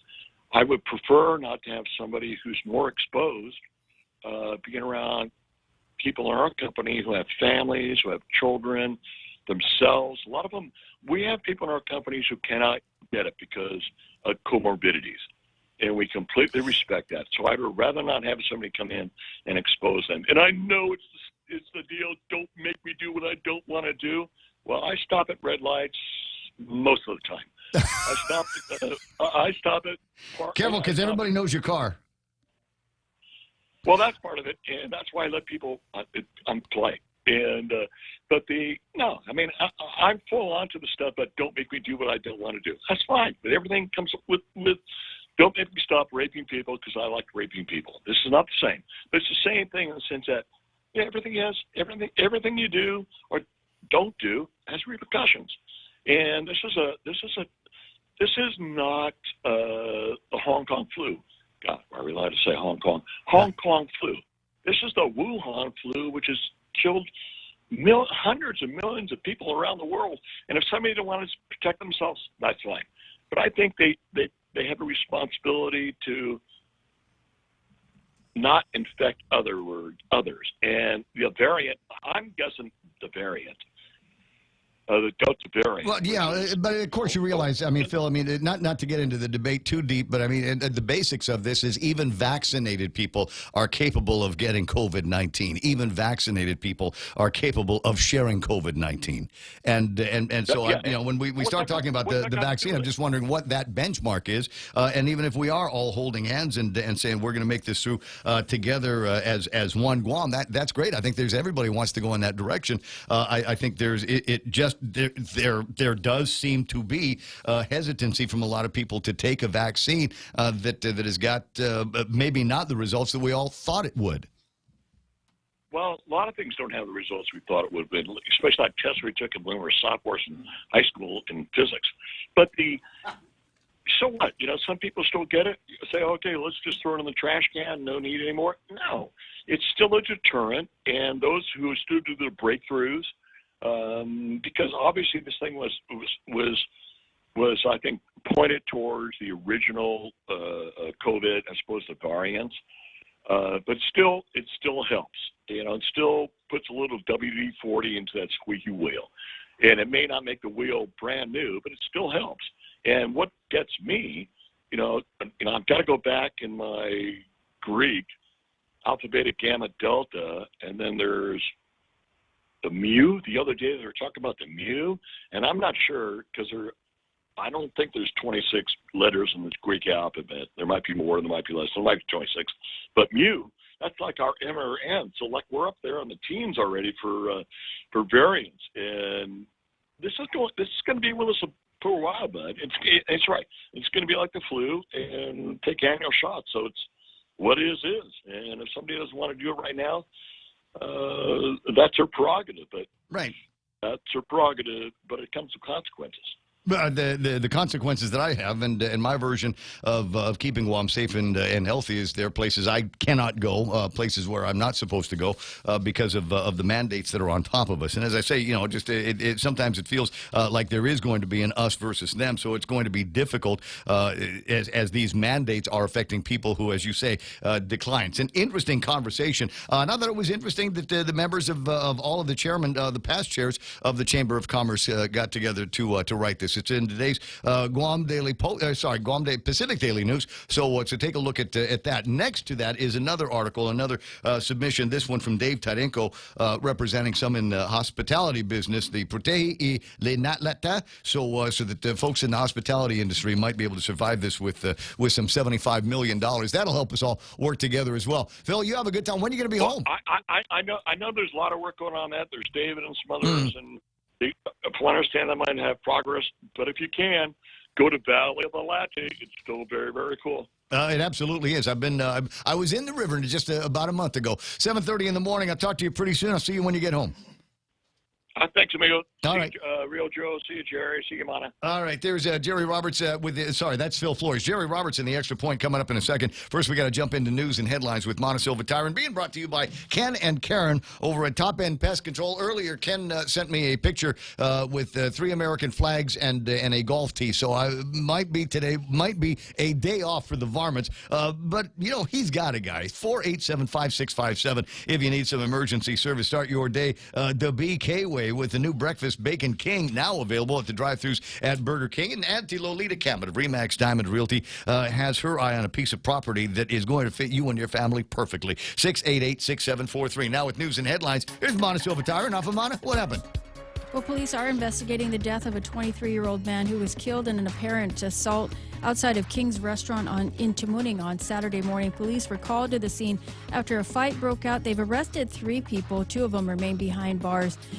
Police have identified the victim as being 23-year-old Jerron. Gosh, I forgot his last name. Wellbacher, excuse me. There were 61 new cases of COVID-19 reported out of 653 people who were tested on Saturday. More results will come out today. Meanwhile, there are 52 people in the hospital. And the COVID vaccines being made available in the villages starting today. They'll be in the Sinahanya area, Sinahanya Mayor's office, and this will be available for Sinahanya, Aganya, and Aganya Heights residents starting from 8:30 until 1:30 in the afternoon. Tomorrow, it'll be the University of Guam that will open up for Central residents from Manila, Barragata, Chalanpago, Ordat, Mongmongto, Maiti, and Jotnya. The National Weather Service has put a flash flood warning, and they say residents should be cautious of areas that are flood prone. They also say avoid hiking, as 3 individuals were rescued out of San Carlos Falls area yesterday. Rescuers are called about 2 o'clock in the afternoon. They had the hikers safely out of the jungle by about 3. Those are your headlines right here on The Point. Hey, it's today's holidays. Go back in. Oh. Let's go finish the hike. Come on. Don't be shy. No, the water doesn't last all that long. It's a flash flood. I mean, it comes in, gets high, and then it goes away. And it's supposed to be a nice day today. We'll go on Wednesday. Tell you what, we'll go on Wednesday, and we'll go with a couple of guys that I like to hike with that know of 5 or 6 different ways to get to the cool parts at San Carlos. 7:31 in the morning. Jerry Roberts in the Extra Point, again being brought to you by the folks over at Guahan Insurance Services and First Hawaiian Bank. We already went over some of the numbers. I don't have a new TAPIS number today. You don't? It's been delayed over a couple of days. 8538 is where we left off on Friday. Okay. All right. Now with today's Extra Point, off of Jerry. When is a good time to ask for a pay raise? Is there a preferred time? If you're the former global head of PepsiCo, the answer is never. Well, we'll talk about her feelings on that topic, and why I think that any time is a good time to ask for a pay raise. That's coming next on the Extra Point. When's the last time you looked at your homeowner's insurance? We buy a homeowner's policy and never give it another thought until something happens. Life brings changes, and our coverage needs can change. The smart thing to do is get the answers and level up our insurance to make sure we're totally protected. That's the Insurance Extra Point. Get out there and make something good happen today by calling Guahan Insurance Services at 475-1162 or visit us at the Camacho Landmark Center in Tamuning. Raise your glasses for a toast, because First Hawaiian Bank now turns your meals into a reason to celebrate. Every dollar you spend on dining purchases, including fast food, earns you up to 3 times United miles. Simply use your First Hawaiian Bank United credit card and start reaping the most rewarding credit card experience on island. Terms and restrictions apply. Don't have a First Hawaiian Bank credit card? Visit any branch or FHB.com to apply today. With First Hawaiian Bank, it all starts with yes. Indra Nuyi, the former chairperson and CEO of PepsiCo, has said that she has never, ever, ever ask for a raise, as she found it cringe-worthy. That's her word, cringe-worthy, and cannot imagine working for somebody and saying, my pay is not enough. Nguyi, 65 now, led PepsiCo for 12 years, stepping down as chairperson and CEO in 2018. Her comments on pay issues are included in her recently published memoirs entitled My Life in Full. Critics have pointed out that Nguyi's compensation in 2017 alone was $31 million, so she can afford to not ask for more. However, she points out that she didn't always have that, and her opinion on raises has always been the same. I began pondering this, and some thoughts and questions came to mind. Number one, is there a preferred time to ask for a pay raise? Well, yes, there is.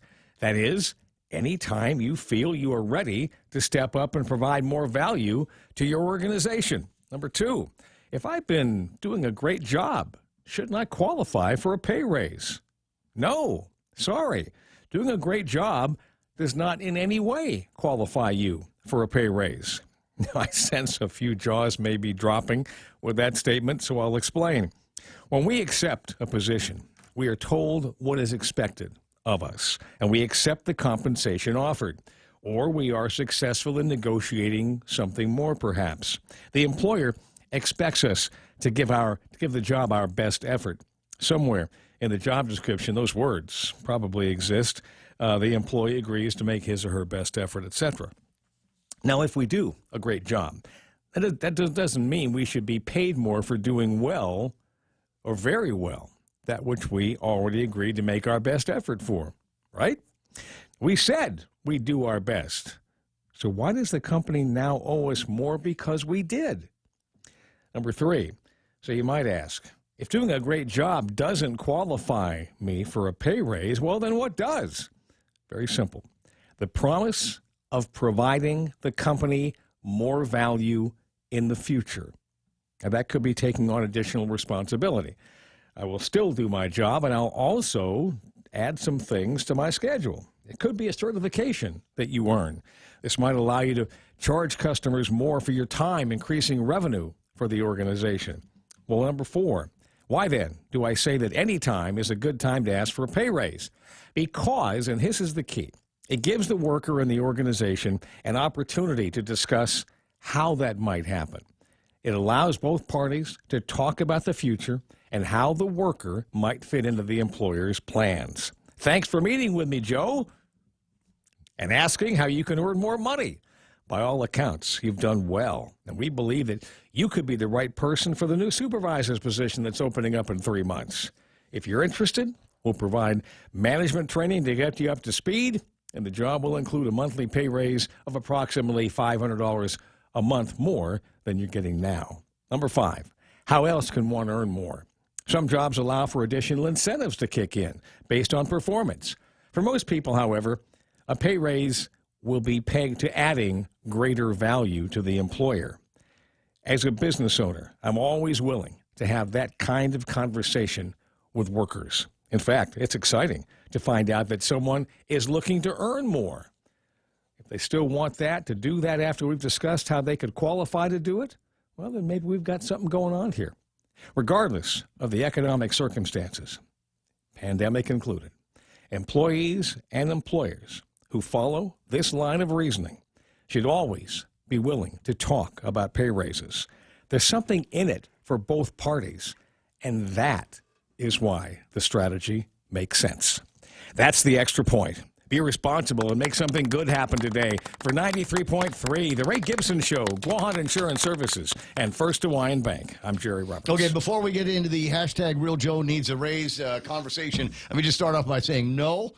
Wait until we're wait until we must first make Guam safe and healthy. Do your part, get vaccinated, and make this one Guam deal that all the big shots in the newspaper are saying today. Before this has got to happen before we can start talking about some of the other things. It will always be the boss's prerogative to say, well, that's an interesting conversation, but not right now. I have brought us one step closer. You have? Yeah, I'm vaccinated. And? So I should get a raise. I I don't know. Go ask John. Go ask David John if he can see your way. Maybe we got to do that. If Monty gets a raise, but the advertiser's got to pay for it. I mean, directly. Okay, there you go. Now, but it would lead into another question. Do you want cash? Because you have to share that with Daphne. PayPal me. Or would you like services or product?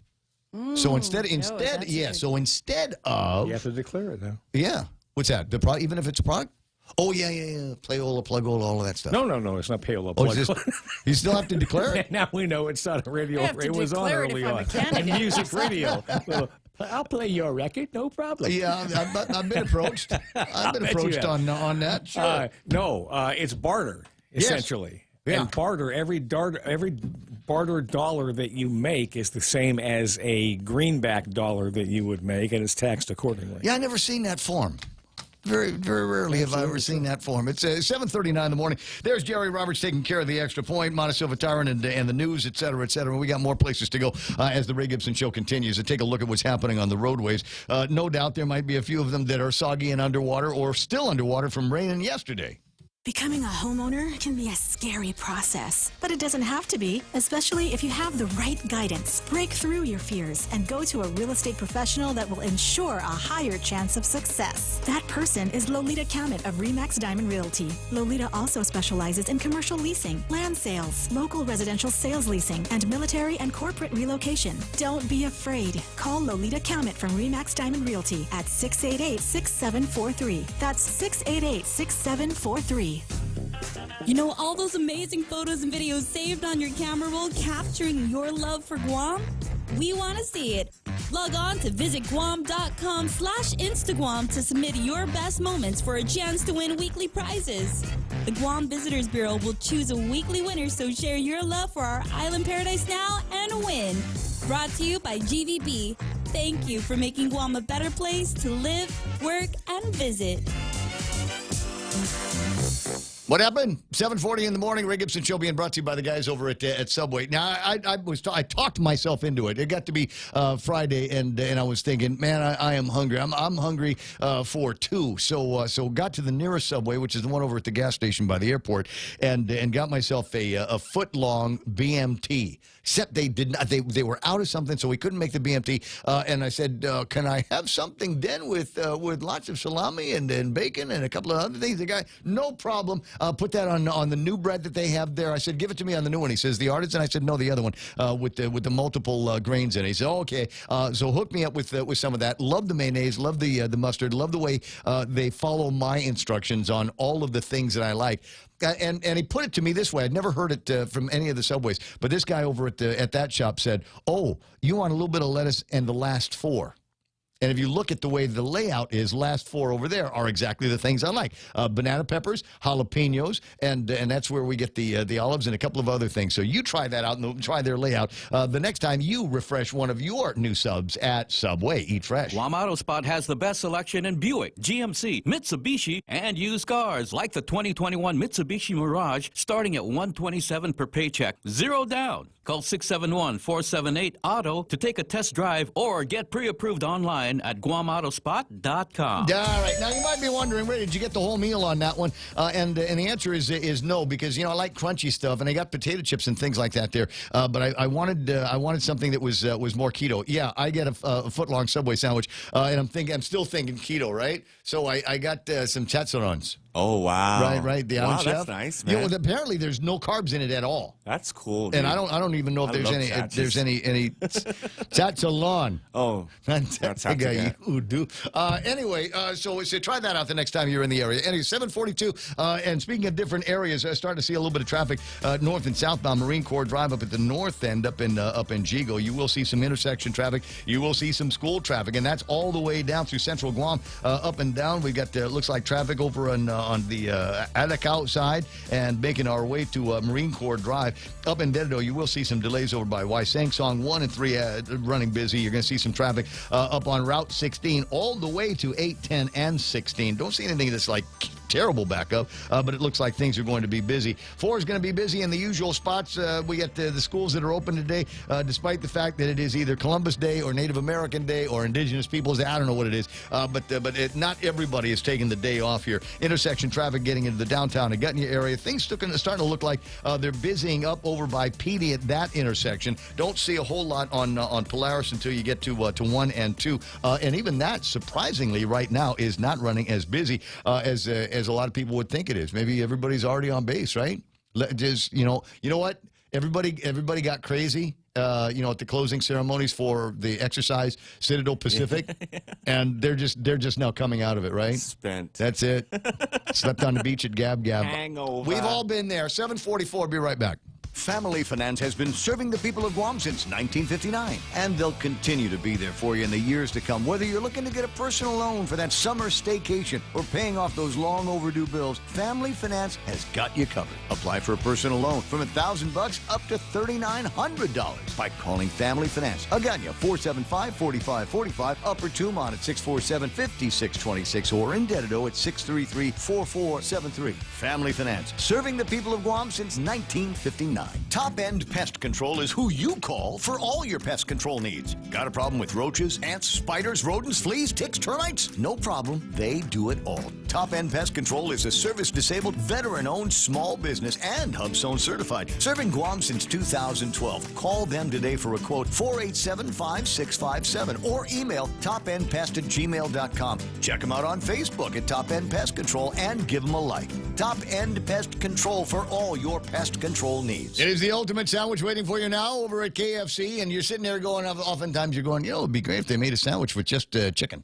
Right? And so they kind of did. They got some great bread that they've wrapped this thing around in, a quarter-pound worth of incredible KFC fried chicken, and we've got crinkle-cut pickles down at the bottom. Now, you can have this in a couple of different ways. We get the really, really good Colonel's mayo, or if you want something spicy, they've got the really, really good Colonel's spicy flavors that you can have that, and a variety of other great chicken sandwiches, including the baked one, that you can only find at KFC. Plus, they deliver 300 FAST for your chicken needs.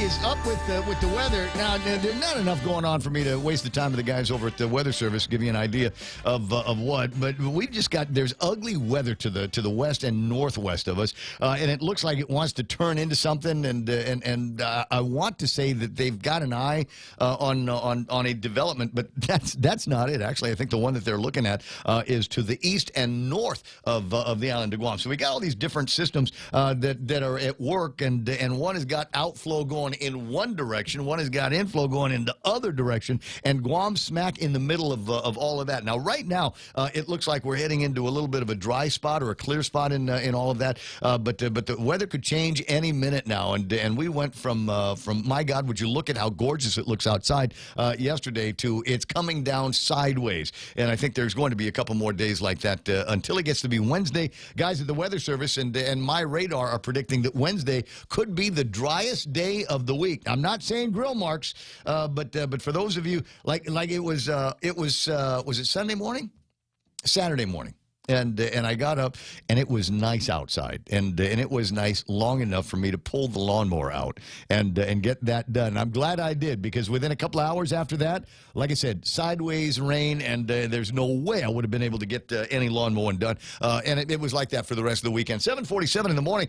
Interesting things going on weather-wise around here, but interesting things going on in the Department of Education. And Mark Mendiola from the Ed Board is online. We like to split up the talking on the radio responsibilities between the superintendent of the Department of Education and the guys over at the Ed Board, although it seems to me that they all got to chew on the same problems one way or the other. Good morning, Mark. How you doing? Hey, good morning, Ray. Good morning, Mona. Good morning, Joe. So now down over at your place, are you prone to any kind of flooding down in that side of San Pago? No, actually, my kids and my wife actually bush cut the side of the road yesterday, when it was the peak of sun. So I'm sorry. Now who did the bush cutting on the side of the road there? Oh, my wife. My wife, she does the bush cutting, and then I clean the gutter, the drain. So there was no flooding by the bridge down in Chowit. So there's no there was water standing there for a couple of days, but we were able to clear that up. So water's Nice. ready now. So this is why we love Mark. Why bother calling the mayor? Just call Mark, and him and his wife will come over. And do you guys do roof water blast? Can do, possible. If this education thing doesn't work out. At any rate, there's a bunch of stories and some of them are hitting me one way or the other. But we've been talking about the quality of the education the kids are getting these days, and now there's a concern that if we stay in this cohort plan for too much longer, there's no way we're going to hit 180 days. Now we talked with John Fernandez about among the other items. This one was among them that came up in the last conversation that we had. Just kind of looking at the numbers. The Department of Education's got their own dashboard that they're going to be looking back at now. And at which point do you guys on the ed board say, just take a chance, John? Just go ahead. Just go and just go 5 days. Hurry up.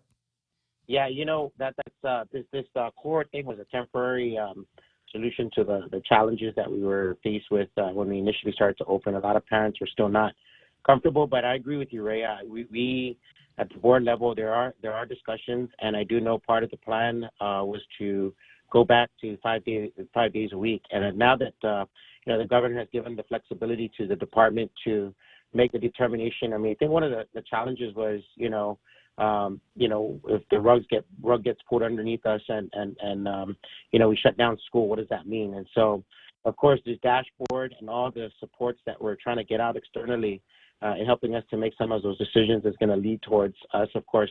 And our kids want to go but you guys weren't really involved. Let me just back up here, because my recollection is the Department of Education wasn't really involved in the conversation about shutting down. It was one of those decisions that was made outside of your offices, and I think without your direct consultation. So we would need to have the assurances from the administration or the physicians advisory group that no matter what happens now, we are not going to be shutting down the schools. Schools can modulate attendance as you wish, but there won't be any edict coming out of public health.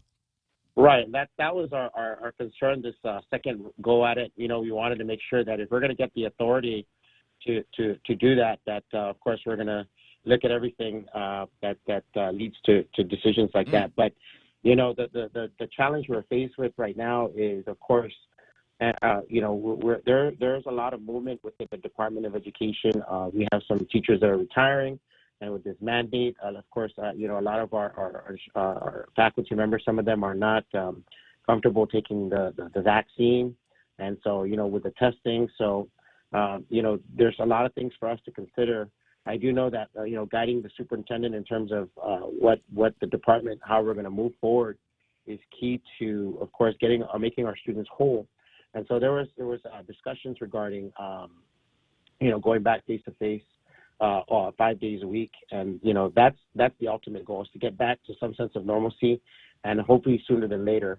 I know many parents that want to see you move in that particular direction here, Mark. I know a lot of people that would love to get the kids back in 5 days, and there's a lot of people that as you point out, are still hesitant to talk about doing that with their kids. Get them vaccinated if you want to, if you feel that that's going to be the appropriate security measure that you need to take to get these kids back in. But for the rest of them, for parents who don't share that hesitation and need the ability to be able to work 5 days a week as well, so that they're not going back and forth with their kids on the cohort basis. Then we've got the 180 days. Do you have the utility money to support education all the way through the summer? Do you have the number of teachers that are going to be required to handle summer classes or a full load as it gets to be summertime? I know you guys got a lot of questions on that. I would take a step here and provide my opinion, but if you're going to be asking them to drop service learning for the school year, may I make a suggestion? You drop it, period. I've always thought it was akin to slavery for the kids, holding their diploma over their head if they don't go out there and help Pam pick up trash. Right. It's mandated by law, so, that's one of the things I think. I don't know. We've got more important things for our kids now over the next couple of years to worry about, especially juniors and seniors going in this year. They don't need the added burden of going to school 5 days a week for an entire year with COVID-19 mitigants and all of that, and having to worry about this service learning. So I'd see if you can get an exemption from that for the foreseeable future. Yeah, I think that's the direction that the department, at least from when I heard from the from the deputy, Joe Sanchez, in charge of curriculum and instruction, is still looking at getting that waived. And if it comes around again, Ray, the discussion of removing it completely, then absolutely. I mean, we as a community, we gotta ensure that whatever mandates that are being put on the Department of Education is to benefit, the students. Yeah, it's great to get these kids out there volunteering, but I can't tell you how many times I've seen the case where the kids are just sitting around counting the hours, looking at their phone, waiting for somebody to come and sign a paper. It's always easy for legislators and administrators to have other people do things that make them feel good. You want to pick up trash, administrator and legislator, go pick up the trash. Don't make the kids do it for their diploma. That's just me talking. At any rate, you got that. And there's this new dashboard that Michelle and some people are talking about at DOE. I haven't found that. Is that up yet already? Is it the website? Yeah, no, I haven't seen superintendent usually. We used to have a dashboard that the superintendent will brief the board and the community, and I think there's some stuff that he's going to need additions to it in terms of the numbers, and then how things are reported out. Because really, Ray, it's the narrative, right? I mean, you see the thing coming out of JIC, and we see all these things coming out, but rarely is it explained to some folks out there. How are these numbers? What do they mean for us?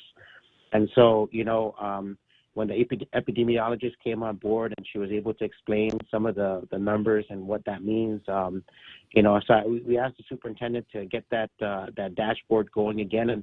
And I always make the case. I said, it's time that maybe he stand up his own physicians advisory group made up of pediatricians and the epidemiologists and folks that understand, kids' health, and perhaps maybe give us, insight as to certain things, especially when it comes to the sciences of this whole pandemic. Wow. And so, you think Guadalupe would let John do that? That's asking a lot there, Mark. I mean, I kind of like the idea where and maybe get the epidemiologist to identify how many cases have come from the students in the Department of Education. How many of these, is there super spreader events that we don't? Oh, wait, there are none. So why are we shutting things down in the schools? Why are we going into this cohort situation? Why are we putting so much pressure on teachers and faculty and staff to deal with getting themselves vaccinated or tested? I meant to ask you, do you have a number on that? How many folks in the Department of Education have decided, you know what, I'm not getting vaccinated, and you're going to have to test me? Yeah, you know what? I do not have that number, but that's a question I can pose to the superintendent and get that number out to the community. I mean, that's the thing, that the mandate came from of course, executive mandate came to the executive branch of government. And so I haven't been tracking those numbers within the department, but I do know that, especially the mandate for, or not the mandate, but the age in which, now we have school-age children that are able to get the vaccine.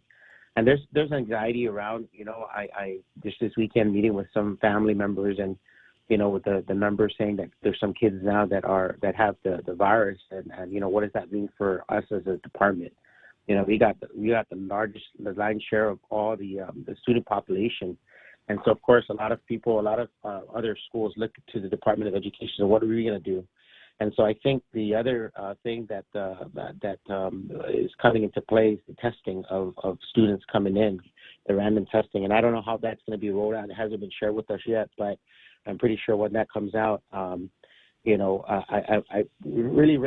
really want to push for the opening of school, and I'm pushing 5 days a week and getting our kids back into the schools. I think there's a lot of people that they're likewise thinking exactly the same thing. Although, as you say, there is a narrative out there, and they're trying to. I'm not saying that they're trying to. It just feels like they're trying to. It's like every other day there's a reason for parents, for people to be squeamish about doing anything with their lives. We're worried about the people that are dying in their sleep. That was one panic moment that came out a few weeks ago. And what was the new one is now we got 1- and 2-day-old babies that are coming down with COVID-19. Really? Yeah. Really? Is that, how the hell does something like that happen, is the interesting question that I have. I think he speaks for many parents in the Department of Education school system.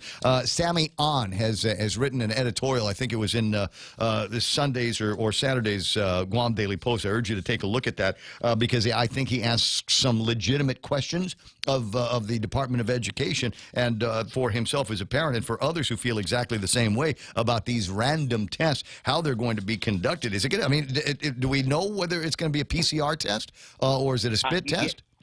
Yeah, that's actually interesting.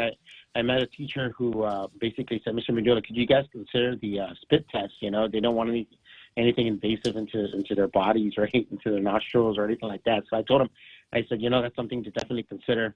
I do know we have a work session coming up, and those are questions definitely I've been listening, and we'll ask those questions, and we can get a response from public health and also from the industry experts, so to speak, right, to kind of just letting us know. But at the end of the day, you know, our schools are you know, somewhat open. When I say somewhat open in terms of the cohorts, I just dropped my kids this morning to school, you know, and you know, they're getting some form of education. I'm continuing to push and advocate for you know, that we go back as quickly as possible. So having said that, you know, just stay tuned, as a community, stay tuned. But I will ask those questions, Ray. I think it's important that our community is made aware of what the school system is going to look like living with this pandemic. I appreciate the fact that it's going to be a dialogue, and I think the Department of Education has done a fair job of communicating that and doing Zoom meetings with concerned parents and things like that in the last couple of months. I wish I had more time as usual, because otherwise, you know, we get some telephone numbers. I got some retaining wall work in the back that needs to get done. So, you know, if you're not available, can you give me your wife's number, and maybe she can come and help with the backfill, right? You know what, man? Tell the truth, Ray, I keep my family busy, active. You know, I think that's one of the ways. You are the man. You know what I mean? And the Marcus, you're the man. All right, bro, I'll talk to you soon. Closing in on 8 o'clock in the morning, Mark Mandiola from the Ed Board right now, Fox News Live here on The Point. Republican criticism about the economy. I'm Joe Chiro, Fox News.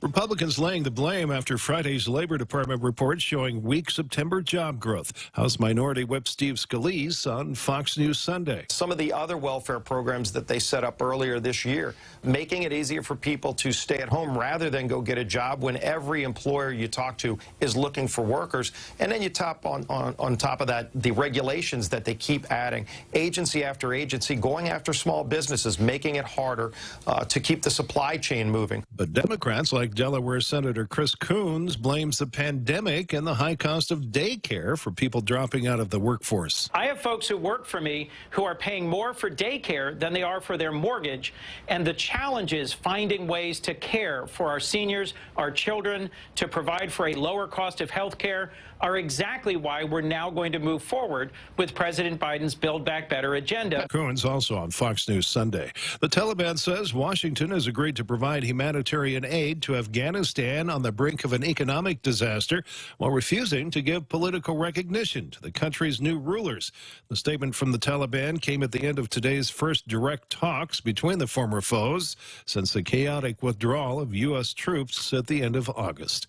Still, no sign of Brian Laundrie. Fox's Steve Harrigan reports. They've searched that large nature preserve, 24,000 acres. No physical signs that Laundrie is there. Law officials saying they're not sure whether he is dead or alive. Laundrie, of course, a person of interest in the killing of Gabby Petito, but also now wanted for debit card fraud. Gabby Petito's family retrieved items from a temporary Northport, Florida memorial. The city says it's looking into replacing it with something more permanent. America is listening to Fox News.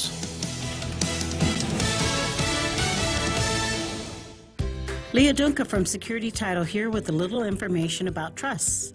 A trust is a legal entity capable of owning property. It can protect property from issues such as lawsuits or divorce and can be used to distribute property and avoid probate. Many trusts start as revocable but become irrevocable when the initial trustees die. Work with your estate planning attorney to see if a trust is a good fit for your family property. Call the professionals at Security Title. We are here to help. Over the past 5 years, confidential data and network breaches have doubled for small and large businesses, resulting in huge financial loss. At GTA, our multi-threat security bundle is a cost-effective solution monitored by our team of experts, ready to detect known malware and stop new evolving cyber threats before entering your network. Protect your business with confidence and call 671-644-1000 or visit gta.net/enterprise. GTA, we start with you. Former President Trump giving his first rally in Iowa last night since the election, telling the crowd in Des Moines that Republicans need to be united against President Biden's political agenda. Congressional Republicans must stand strong. This is not a time for Republicans to fold, to walk away, to quit, to be afraid. Whatever happens, happens. They have to be strong. Don't worry about being impeached. Don't worry about anything. The former president won the key battleground state of Iowa in 2016 and in his 2020 defeat against the then candidate Joe Biden. The latest polls show a tightening race for Virginia governor. Early voting's been underway in Virginia since mid-September, ahead of the November 2nd election date, and the latest polling has the Democratic candidate Terry McAuliffe losing a bit of ground with 49% support. The Republican Glenn Youngkin had 45%. The campaigns have focused on topics surrounding police, abortion, and education. I don't think parents should be telling schools what they should teach. That was McAuliffe at their final debate at the end of September. Virginia's become more blue in recent years. The current Democratic governor, Ralph Northam, has been able to operate in the state with Democrats in control of both the state House and Senate since 2019. Jessica Rosenthal, Fox News. Retired Army General Raymond Odierno, who commanded American and coalition forces in Iraq at the height of the war there, has died following a battle with cancer. Fox's Brad Kilmeade interviewed General Odierno several years ago about the debate of the Iraq War. Do you think it's right for people who aren't physically fighting these wars to judge how long we should be there? It's important to have open debate on these issues. And that's what makes our country so great in my mind, is that we're able to have open debate. And people should be able to give their own opinions on what's happening. The four-star general was 67 years old. I'm Joe Chiro, Fox News. Come try Guam's original Chamorro restaurant with Pica's Best 5 years running. Mezcla Chamorro Fusion Bistro. Experience Chef Peter's candied salmon over scallion coconut rice, octopus tinactac Chamorro platter, and their award-winning gourmet hamburgers. Or if you're looking for something healthy, try their keto-friendly menu. Come and enjoy Mezcla's half-a-day service at their Hagåtña and Grand Plaza Tumon location. Call their Hagåtña location at 479-2652 for reservations. JV International Safety Equipment has it all for you. Fall protection, rain gear, traffic signs, speed bumps, custom signs and banners, PPEs, fire extinguishers, plus more. Check them out on Facebook at JV International Safety Equipment Company or visit their website, www.jvisec.com. JV International Safety Equipment, Guam's leader in occupational and environmental safety equipment. Call 688-9524. JV International Safety Equipment, located in Harmon Industrial Park. Half a day, this is Honey. Here at APL, our expertise and extensive network can help you grow your business and reach out to more global markets. As a responsible carrier, APL is also committed to a sustainable future, whether it's protecting the environment or investing our efforts in giving back to the community. Our dedicated teams in Guam, Saipan, and on U.S. mainland are here to support you. Call 588-4651 or visit apl.com. Your local news is brought to you by Nambo Insurance. Skip the line, pay online. It's fast, it's easy, and it's secure. Visit nambo.com for more information. It's 8:06. I'm Mana Silva Tyron with a look at your local news on the point. A 23-year-old man is dead and two people behind bars following a deadly assault early Saturday morning outside of King's Restaurant in Tamuning. Police were called to the scene after a fight broke out outside of the restaurant. Two groups of men were involved. When they arrived, they found the 23-year-old man was unconscious and unresponsive. He was later pronounced dead at GMH. He's been identified as former Marine and Guam resident Jerron Wellbacher. Police, through their investigation, along with the assistance of Anderson authorities, arrested a 31-year-old man identified as Fia Aki, 22-year-old John Michael Muliaga. They were booked and confined on charges of suspicion of aggravated assault, reckless conduct, guilt established by complicity, and criminal facilitation.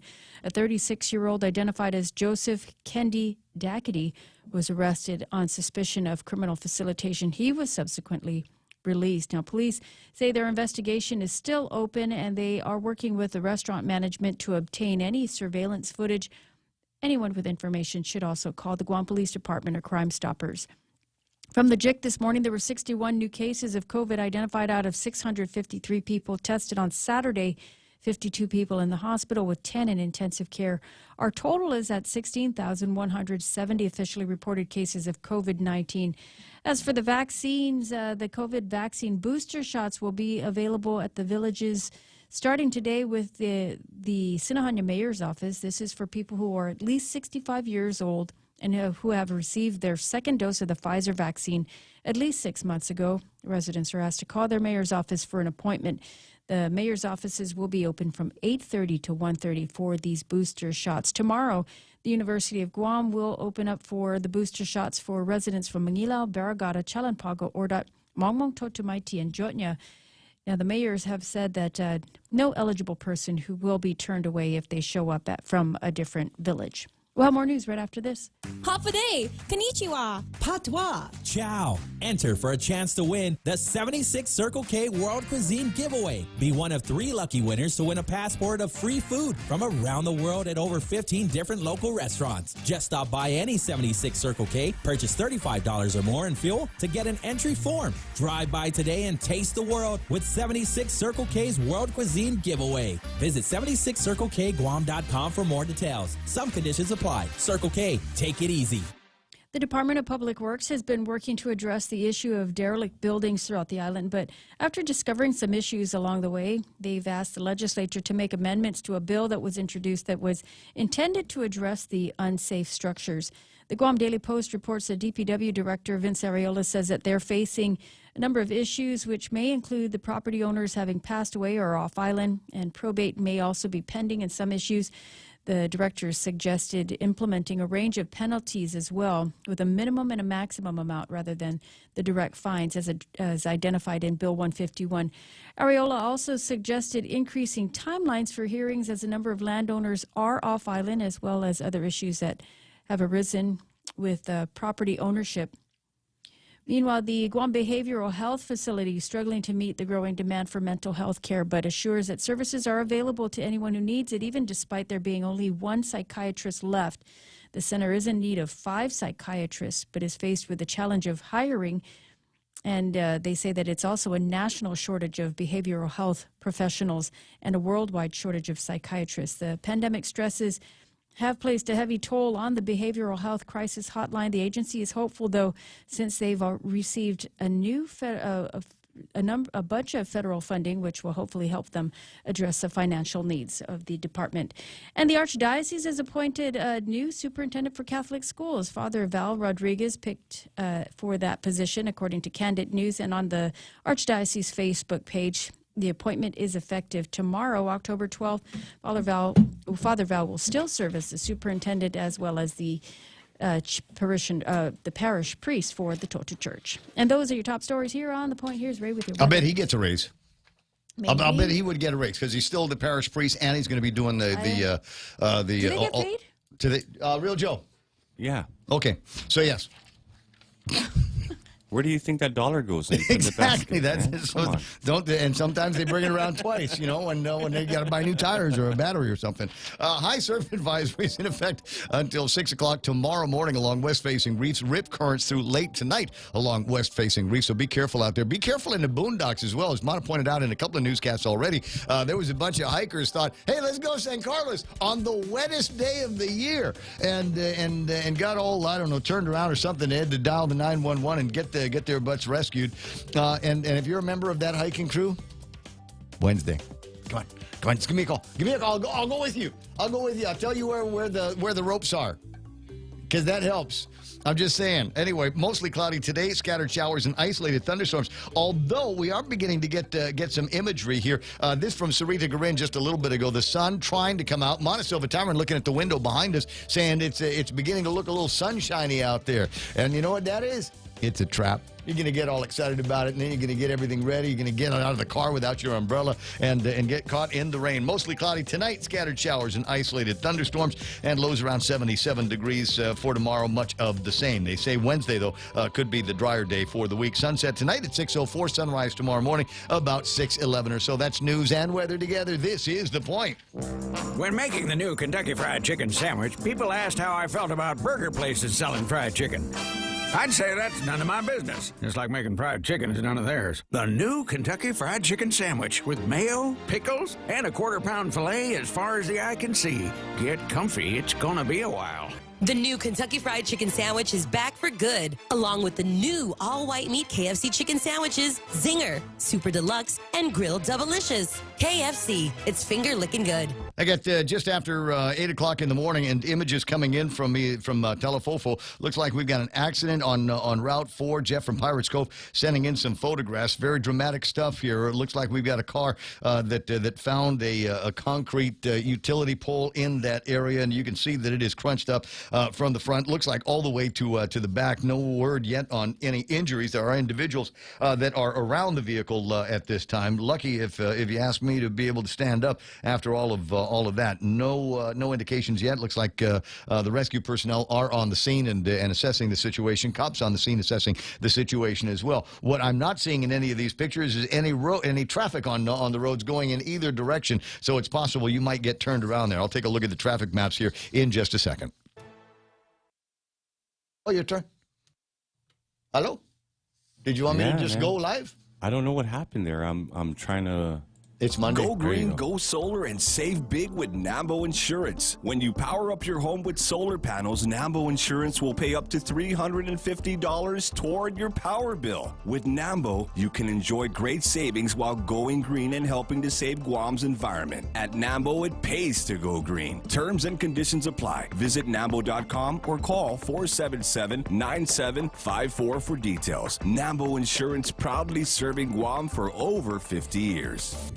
I see it. Montecillo Tyron talking about maybe one of the slipperiest spots on Guam. Anybody that knows the area knows exactly what she's talking about. So southbound, let me get this up on the screen so you can see exactly where that accident. If you're listening to me right now on Route 4 and you're making your way up towards Pirates Cove from that side, and you have not yet hit the Pirates Cove area and expect some delays as you make your way up there. I can see traffic already going slow, headed northbound on that side of the island. Southbound traffic looks like it's come to about a standstill just south of Pirates Cove, where the accident is that Jeff sent pictures of just a few minutes ago. So expect some delays through there. If you can, you might want to just go ahead and turn around. If you're already over Pirates Cove, you might be able to make your way back to the intersection and take Cross Island Road and head off in the other direction if you absolutely positively. I don't know.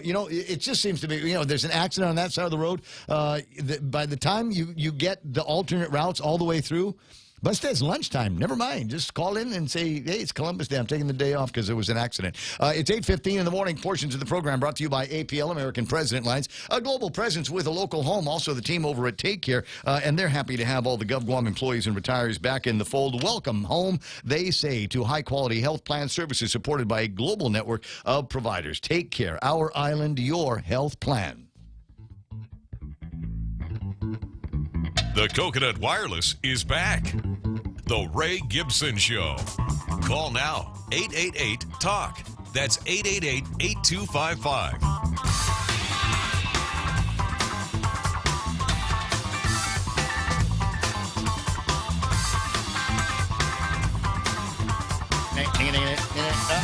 Here we go.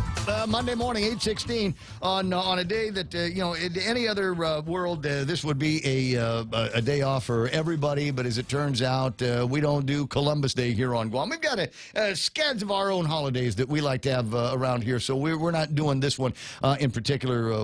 But there are members, federal family, et cetera, and others that don't have quite that kind of politically correct holiday schedule. For whom, they got the day off. They had to party late into the night last night, sunset and beyond. Did I tell you about my sunset adventures? No, you remind didn't, me. Remind me. Well, okay. So because I got Jimmy's on the phone, Senator Jimmy's on. I don't want to make him wait, but maybe Senator, I like to go hunt sunsets, right?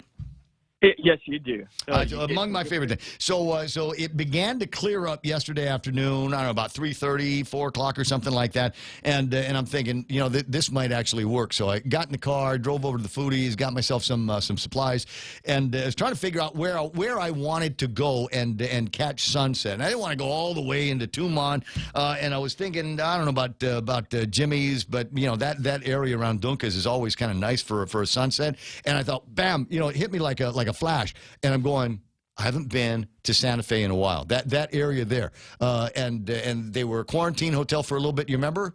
And then you don't really hear too much about Santa Fe on the Bay. So I parked the car and I start walking down the hill, and I hear noises coming from the hotel. I hear noises coming from the bar area, and apparently they're like a barracks or something. No, I did not know that. So the bar's open? No. There is no commercial activity. I think that's just where they go and maybe take their dinner, and then afterwards, you know what these guys are doing after they're done with their dinner?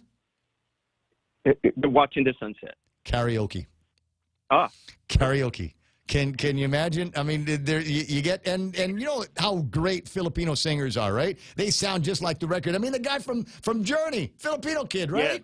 And but that's not all of them have that talent. I just want to say right now, I'm sitting there on the big Adirondack chair, the big lifeguard chair out there, and they got the karaoke system all cranked up, and I'm listening to, you know, when I first got there, sounded like the record, and it's funny because the more beers I drank, the worse it sounded. But I just want to say, but it was a great addition to what would normally have been a rather quiet sunset. 8:19 in the morning. So the Guam Daily Post today reporting that you've got your re-election paperwork in at the Guam Election Commission.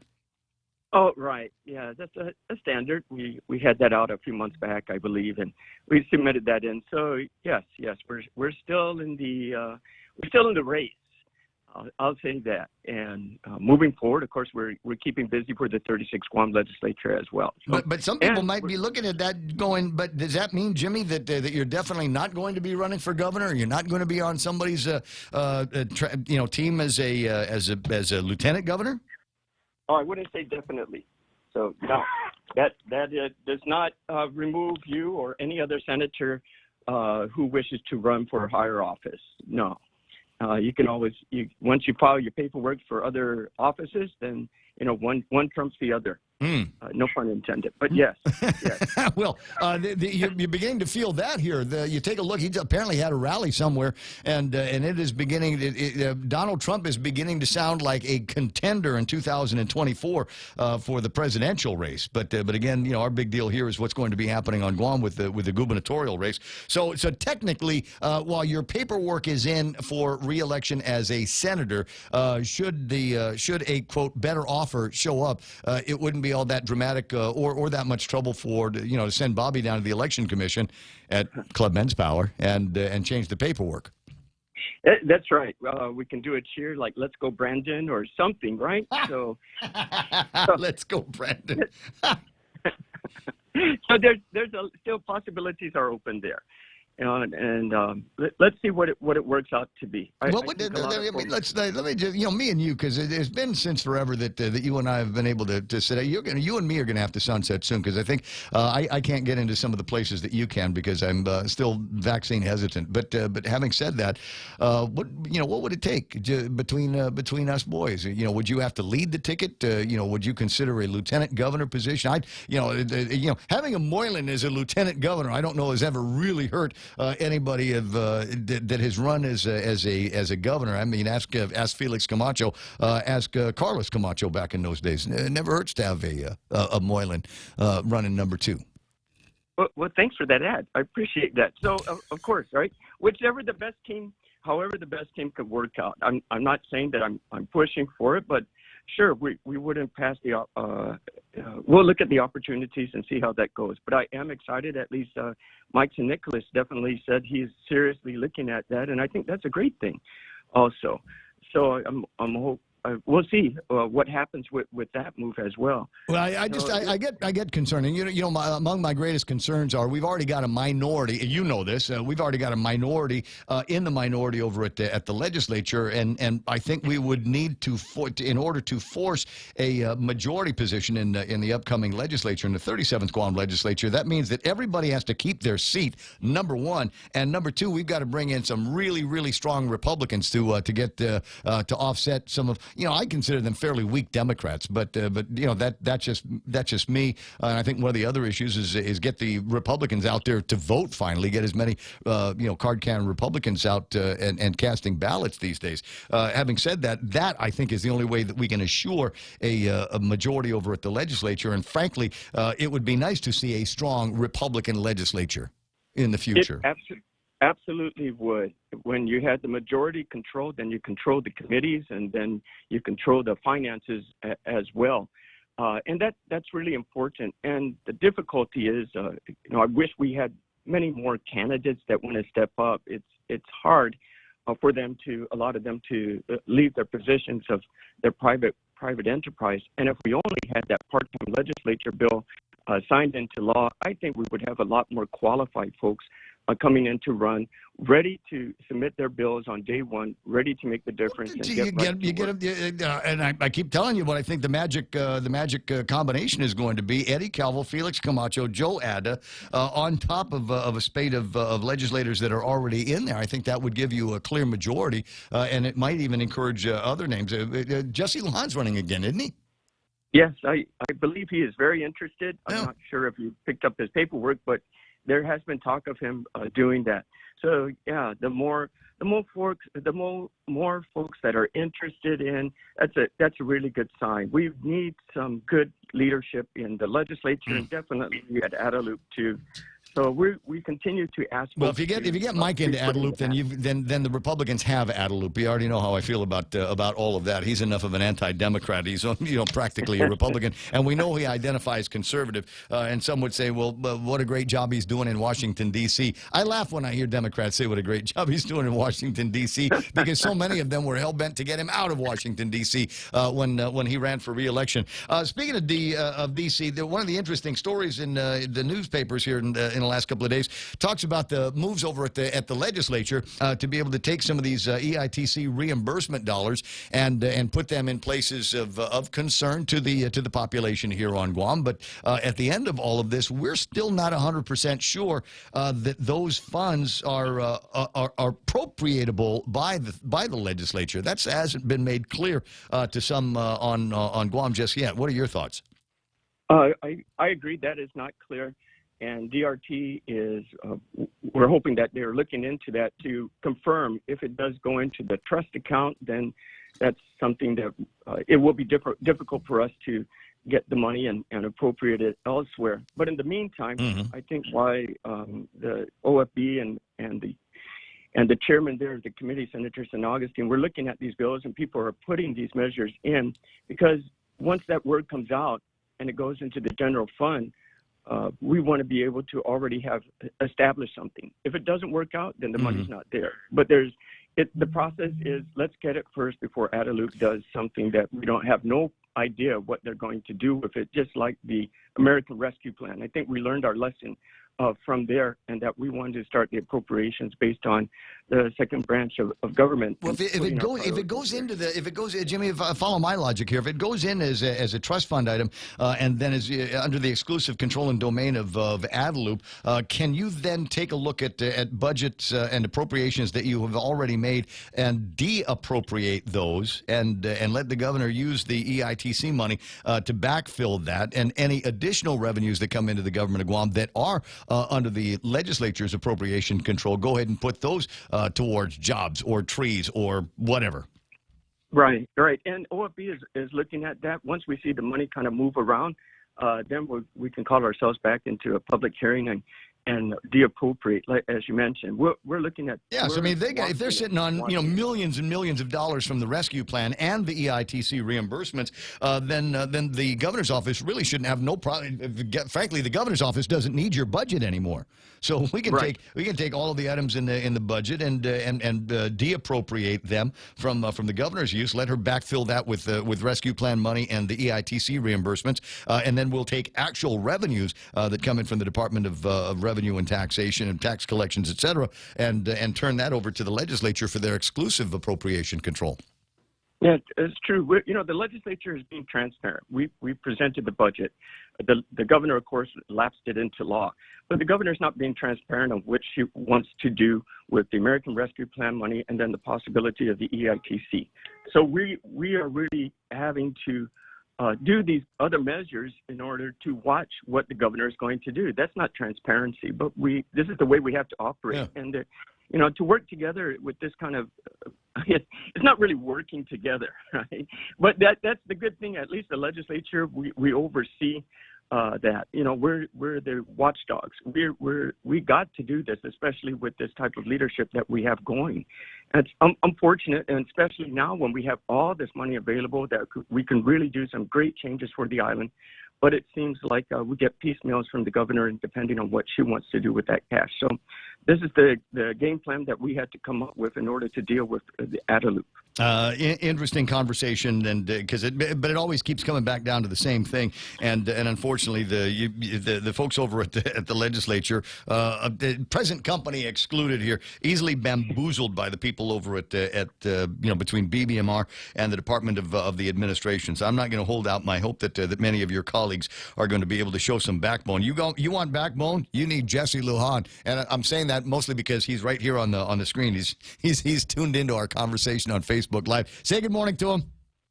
Good morning, Jesse. Looking forward to seeing you waving on the side of the road with me one day soon. Are we doing that? Are we going to have to do that? Yeah.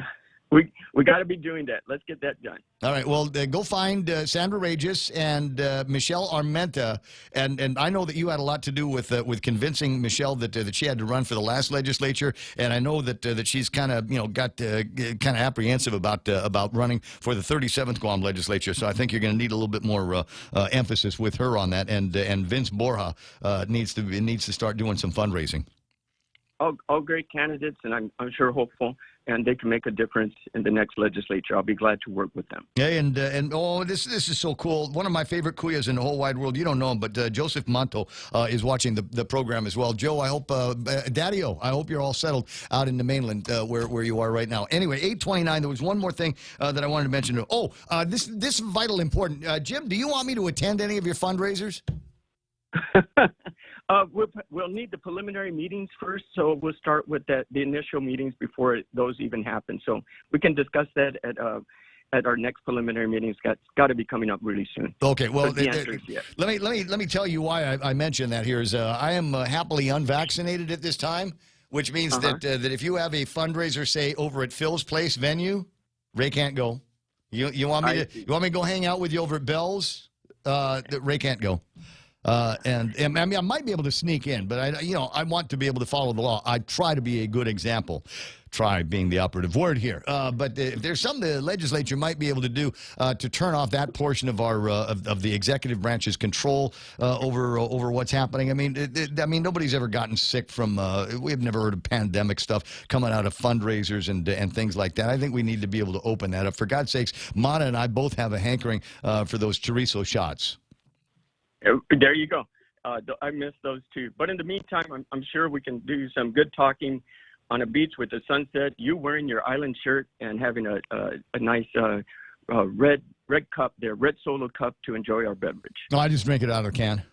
I got nothing. Don't vote for me. It's all true. It's 8:31 in the morning. Senator Jimmy Craig Moylan, I appreciate your time, and we'll see what happens one of these days when it's funny. I think both sides between the legislature and Adelup trying to figure out how to spend that EITC money. But near as I can tell, none of it's here yet, right? I mean, it's not like we've gotten a check from anybody yet with EITC at the memo part. Right, as far as I know, not yet. There is another piece of the pie that we're going to have to try to fill in before too much longer. It's 8:31, Jimmy. I'll talk to you pretty soon. Have a great Monday, bro. You too. All right, amigo. 888-8255. Oh, man, just hung up. I was going to ask him, what did he get for Trina J for her birthday? Oh, yeah. Happy Thanksgiving is coming up, bro. Just saying, amigo. Tell you what, 8:31 in the morning, Mana Silva Tyrant is going to get us all lined up for our last look at big news and headlines on the other side of these important messages. Contact Express Financial for all your financial needs. Express Financial is consumer lending at its very best. They also have a host of dealer service programs with quick approvals. There are 3 ways to apply. Over the phone at 637-9834. You may visit their office in person at 600 Harmon Loop Road across the street from Costules. Or you can also visit their webpage and apply at myexpressfinancial.com. In most cases, you'll get your money the same day. There's a steak with your name on it at the new Longhorn Steakhouse. Flo's Filet is an exceptionally tender center cut. The New York Strip is a steakhouse classic, and Longhorn's famous outlaw ribeye is well marbled and fire grilled. Longhorn is ready and waiting to pour you a margarita and make you a steak. Longhorn Steakhouse is open daily from 11 to 10 p.m. Guam Auto Spot has the best selection in Buick, GMC, Mitsubishi, and used cars like the 2021 Mitsubishi Mirage starting at $127 per paycheck. 0 down. Call 671-478-AUTO to take a test drive or get pre-approved online at GuamAutospot.com. I know you're digging the shirt. It's all right. It's all right. Not going to make a big deal about it. Actually, that's not true. Hi, Ray Gibson Show. So it's opportunity for me to make a big deal about something. Is Color Fleet one of my favorite shirts to wear? But there is it's got a unique feature. It's got a pocket inside the pocket, and I'm trying to figure out what that utility is for, right? Yeah. You know, like Levi's jeans. Yeah, the tiny pocket. You got a little tiny pocket. What is that for? That's where I put the check that I get from you, man. A little tiny little piece small. there is just the right size for a piece of beetle nut. But what is that little pocket for? And so it's the same thing. I got in this. It looks like just a colored man here on the top, and that's what it is. But there's a little pocket inside of the pocket, which screws me up because I keep trying to put my cell phone, which would fit in the big pocket, but it wants to go in the little pocket. It's just messing with my life here, and I just feel like I need to point that out to you. 8:34 in the morning. Montesilva Tyron's going, hurry up. It's time for me to go. Good morning, Montesilva Tyron. Good morning. You want to take care of that last look at news and headlines? All right, here it comes with Mana. What happened? Well, police are still investigating that fatal fight that happened on Saturday morning at King's Restaurant in Tamuning. A 23-year-old man was killed in that assault. He was pronounced dead after he was found unconscious and unresponsive outside of the restaurant. Meanwhile, police have arrested 3 individuals. 2 of them were confined. Meanwhile, the vaccination clinics continue today, but going to the village mayor's offices, they're offering booster shots to eligible residents who are 65 and older and who've received their second dose of the Pfizer vaccine. The JIC report also reporting that 61 new cases of COVID were reported out of 653 people who were tested on Saturday. And the National Weather Service putting out another warning that flash floods could be possible through Tuesday evening. People should take precautions. They should also avoid hiking. Rescue units were called to San Carlos Falls yesterday after 3 hikers were called in a report of distress. And those are your headlines right here on The Point. I got you. Let me see here. It's 8:30, and it was still daytime when they went to go get those guys, right? Yeah. That must have been tricky. I mean, you can get turned around pretty easily in that part of the island, and you know you've got the rivers, and you got the Sakati, and you got Tangan jungles, and all that stuff.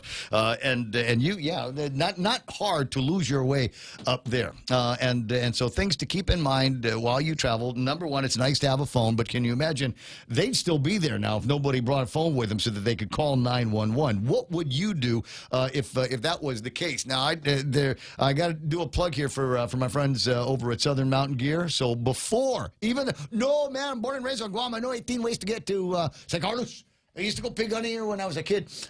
Here's the sad truth is that you forget a lot, and the terrain can change from time to time. Certainly does when it gets snotty and rainy like it is now. Southern Mountain Gear, and get yourself a Camelback that will hold as much water, or soju as you can carry. And then you talk to Dan about trail lights, and you're going, but I was hiking during the day. Yeah, but what if you get stuck in there? Sun goes down at 6:05 these days. What if you get stuck in there and the sun is down? You can't see nothing in front of you. So it's good to have a trail light. They've got one that'll run all day, all night on a AAA battery. And so what did I say? Hydration and the other thing. Now, you should be able to get it at Southern Mountain Gear. If you don't get it there, go to Hornet and buy a whistle. loudest whistle that you can find, and they've got a whole bunch of them that are good for law enforcement. They got a lot that are good for coaches, and they've got one that is measured in the number of miles it will carry. So if you do get in trouble and you think you hear somebody coming to rescue, you blow on the whistle, and that's the way that works. Now, I'm not like perfecto expert hiker, but it's also worth thinking about while you've got that little backpack with the deal.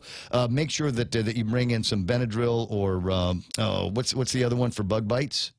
Do you know what I'm talking about?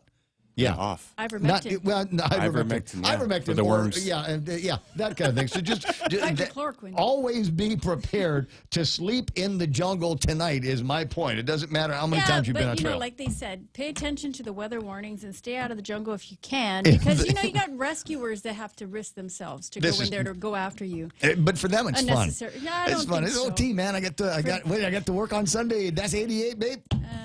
Hey, guess what, honey? Go ahead. We're by the flank tonight because I had to work on a Sunday. It's 8:37 in the morning. That's Mana. I'm Ray. Real Joe's going to push some buttons. Be right back. If you're a veteran and have upper extremity and hand problems that's interfering with daily function, have Dr. Jerome Landstrom, board-certified hand surgeon and combat veteran experienced in combat and civilian traumatic injuries, treat your injuries and hand impairments to improve the use of your hands in your activities of daily living. Call 671-646-HAND or visit his website at www.pacifichandsurgery.com. Choosing health insurance for my family is difficult. I need to know our health insurance will protect us now and in the future. Take Care members have access to the island's largest offering of free fitness classes and health education programs, and a high-quality credentialed network of on- and off-island healthcare providers, including the convenient one-stop FHP Health Center and urgent care. My family choose Take Care. Your family should also consider choosing Take Care. Call 671-647-3526 for more information. Take Care, our island, your health plan. Oh, you're going to love this. Chili's has got this two for dining, and we all have that one person, or maybe not. Maybe there's a whole library. There's a card file system of people that we like to watch eat, if for no other reason, just because it's a great adventure to go out with somebody. Great conversation, and so we get started. When you go up to the second floor of the Tumon Sands Plaza, that's where you'll find Chili's. We've got a great deal. So $35. We'll start with a couple of Coca-Cola beverages, appetizers to share, and then 2 mouth-watering entrees. These guys, this Chili's, they invented the sizzling personal fajita. That's one of them. Honey chipotle steak and shrimp and steak. Are you getting this? Or the fall off the bone baby back ribs. 2 for dining, available for a limited time. And if you're thinking, but I want to eat outside. I want to eat where Ray Gibson saw the sunset on Sunday night. You can do that. And the guys over at Chili's have perfected the way to make sure that the food tastes just as good when you open it 20 minutes away from Chili's as it does when they bring it to your table. 648-7377.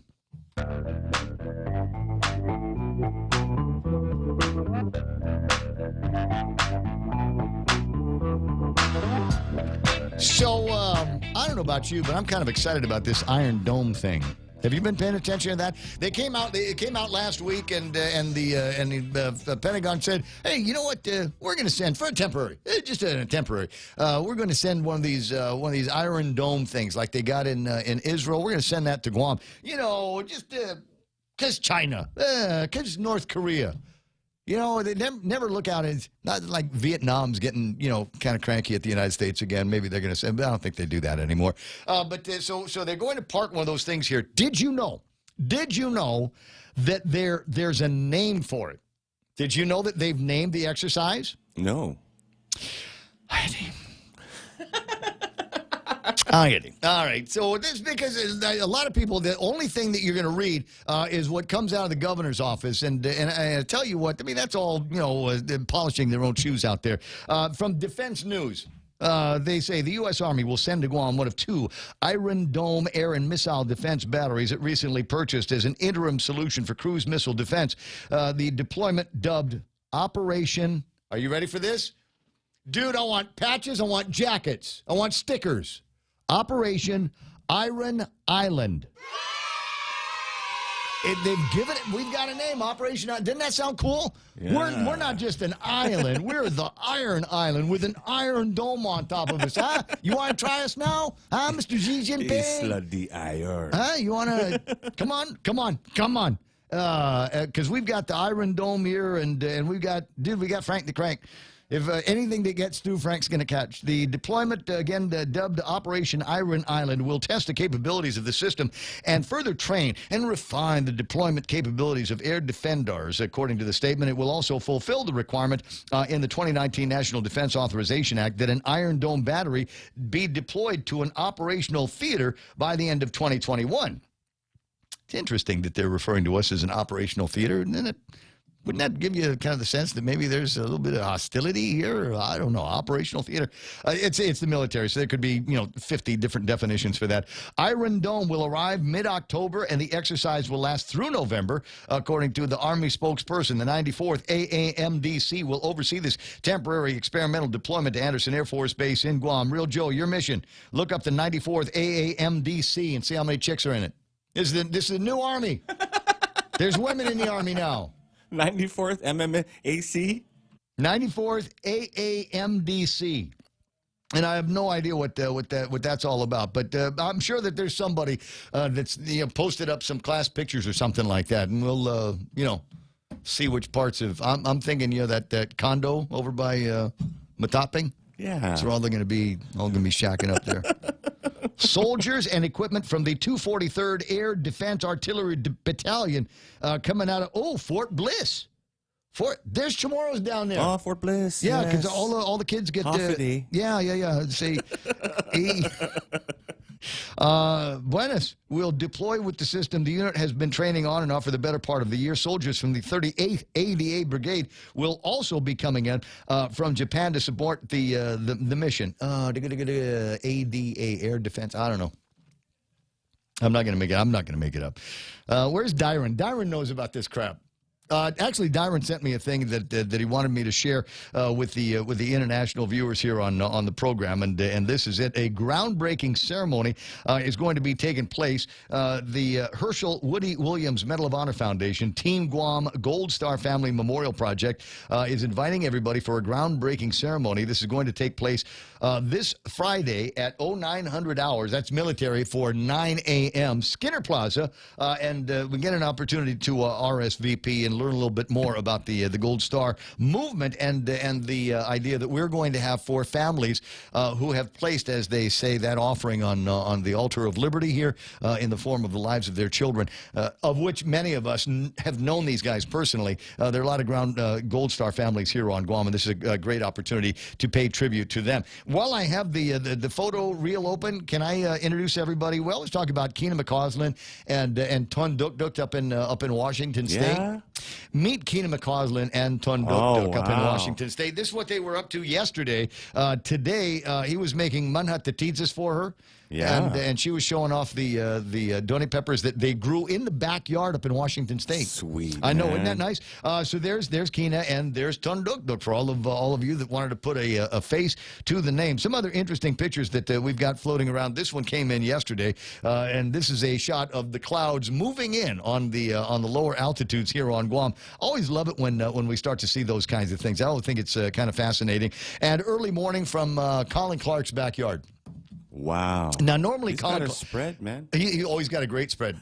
He's got, no distinction from where his house ends and the GICC golf course begins. Oh, yeah. Which is cool. So we can go up there, and if I'm shooting my 1-iron, I can actually get it on the green at GICC. Can you hit balls from his house? Yes, you can. Yes, you absolutely can. But there's a great shot there. He normally would not be taking an early morning sunrise picture, but did you ever meet that orange cat that moved in? No. It started off as just kind of a cat that was lurking in around the house, and then it was lurking a little bit more towards the house, but not an inside cat. Well, the most recent picture that he sent me was a picture of one of these little cat towers that he's got in the house. So apparently the cat locked him out this morning. Cats will do that. They'll take over the house. They know about doorknobs and things like that. So Colin Clark goes outside, gets a sip of the coffee, and the cat runs up there and hits the lock on the door. Colonizer. Good luck there. Good luck with the animals there. 888-8255. Brandon Fausto online. Dave Quit is watching. So is Kennedy Robinson. I got Cody James who says the little pocket is for a condom.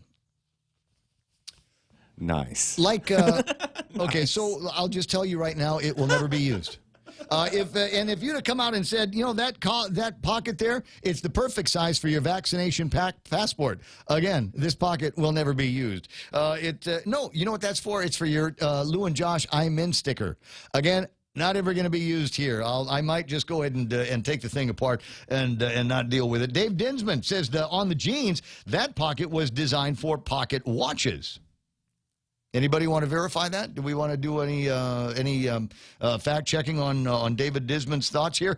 As I said, Ike Iseki is there, Joe Monto, Affadadio, Simon Sanchez from the Consolidated Commission on Utilities there. Dennis Benzer saying soju in the Camelback. LOL. Dennis, you know better, Dennis. I learned that trick from Macy, and I think you're the one that taught it to her. I got Mike Grace Bloss online, William Cruz, Travis Vincent's there, Juanita Machi, and Senator Jess Lujan. Pat Saho, good morning to Mike Grace Bloss, Dorothy Jesus, Sandra Regis is there, and who else? I got Brennan Fausto, Naomi Titano is watching the program. See, I say a girl's name, and everybody automatically right-clicks. Billiam says the blast radios for China and North Korea nukes launching all at once. That is kind of interesting. Carmen Sablan Garrido, Tahadzi online, Mercy Wenzel, Peter Santos. We're going to get sued by HBO Max Iron Island from the Game of Thrones. As he says in Chamorro, though, it's pronounced Game of Thrones. Hello, Chung Lee. Nice to see you. Jessa May Borja, Air Defense Artillery. That's what it stands for. See, I knew it stood for something, but I wasn't completely sure. Thanks, Jessa May. I appreciate that. Chech Uggan, Dave Duenas is hanging out. Ismail says Air Defense Artillery, everything from Patriots and Stinger missiles to even Vulcan machine guns. Well, it's going to be kind of interesting. And he says, no Star Trek pun. Oh, come on, there should be. Sherry Iriarte, Panduval House is smelling so good right about now. Is it from something that she's cooking, or is it from something that's cooking her? Inquiring minds want to know. Keena says, well, that's a terrible picture. Get out of here. I love that picture of you guys. Anyway, there are a bunch of other people online here this morning. Do me a favor. Go to Pika and vote for The Point for Guam's best radio station. Frankly, I already consider ourselves winners. You know, there are only 5 in the bunch, and we're the only one that does anything like talk radio. And there's a whole lot more talk radio guys doing it these days. And if you guys, if the nominators thought that we were the best, I appreciate that. 2 of my other radio stations, I don't want to say my other radio stations, but, you know, my partners are fairly silent, so I will. We've got The Point, we've got Star 101 and Boss 104 in the competition as well, and I'd be happy if any one of our stations won. But what the heck, you know, I'm sure like it'd be the one that I'm on all the time, right? Yeah, Daryl's nice, Straight Up Jed's cool, Shanzi and et cetera. But I'd sure love it if we ended up winning this thing. 8:49 in the morning. Brother Patrick's on the line. Good morning, Pat. How you doing? Hey, good morning, Ray. Buenas. And I wanted to find out one thing before I say what I want to say. Joe there, right? Your assistant, the real Joe? He's my number one. He's the administrative, he's the executive administrator for the Ray Gibson Show. Yeah, I give you, you know what? I tell you what. Thanks for reminding me. Real Joe, you get a big new title. I can't give you a raise, so I'll just give you a title. Looks really impressive. You go to the bank and try to get a loan, and they say, "What do you do?" If you say, "Oh, I produce a radio show," they're going to go, "Yeah, whatever." But if you go, "I'm Ray Gibson's executive, dude, right there. That's it." Yeah, I know he's a musician, right? And I think he's got a couple of nice songs that pretty much are legendary, right? He can whistle. That song from Hawaii that I think he was staying in Hawaii at one time, right? Yeah, Joe's he's humbly saying yes.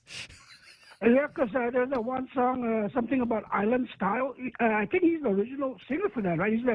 He composed that song, right? What, Jesse and Ruby's Island Style? No. They call it island style. It's a slow song, and it's nice. It's very popular in Hawaii and anywhere on the islands.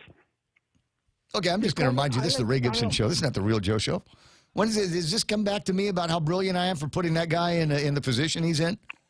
Well, you know what? You guys have an all-star cast. You, your sister, what do you call that? Jerry Roberts? Jerry Roberts. What do you call that? J.Q. Finney, man. I remember that guy back in the old days when I used to get ready to go to school, and every morning I'm listening to a show, and there's nothing but, he's interviewing all these Hollywood stars and everything. I even remember a conversation he had with Chuck Norris, and he was asking him about what it was like working with Bruce Lee when he was alive. Right. No, you're absolutely right. It is a star-studded cast, and I'm very, very proud of everybody that calls this home, and everybody that listens to the radio station. And frankly, we're in here, and yeah, it's a business and it's a profit game, but nothing is more heartening than to have there's a chat group. There's a Facebook chat group, and it's all point listeners, and they frankly they don't even care about me in this chat group. There's such a big camaraderie among just themselves. They don't need me. They got each other, and I'm just glad that we got everybody together. But anyway, I'm gonna be humble about it for a couple of seconds, and then go, yeah, I'm that good. Yeah, you were popular in the 80s. I mean, the 80s wasn't the 80s without your radio talk show. Thank you very much for saying so. I had a great time doing it. Playing my favorite records and talking to chicks on the phone. And right. many of them I've managed to stay friends with, and it's kind of amazing how many of those old girlfriends are grandparents now. But let's there's one act where you were sexy hot mamas now. Yeah.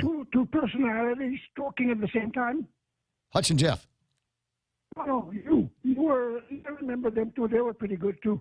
But you had this one routine where you would speak from a different person. You were acting like you had a sidekick, but that was just you. Yep. Well, everybody knew that, though. But, so is there anything of a political nature that you want to talk? It's getting hot in here. My armpits are starting to sweat in this conversation. Very, very political. Okay. I'm starting to hear this, that, a January 6th incident in Washington. Yes. It wasn't really an insurrection. What they were trying to do was trying to protect the Constitution, because a lot of people weren't aware that if you get the jab, you lose your constitutional rights because you're injected with a GMO, and now makes you a registered patented piece of property of the government. So once you become a possession of the government, you no longer have rights. So they can just go in, take your guns, take anybody.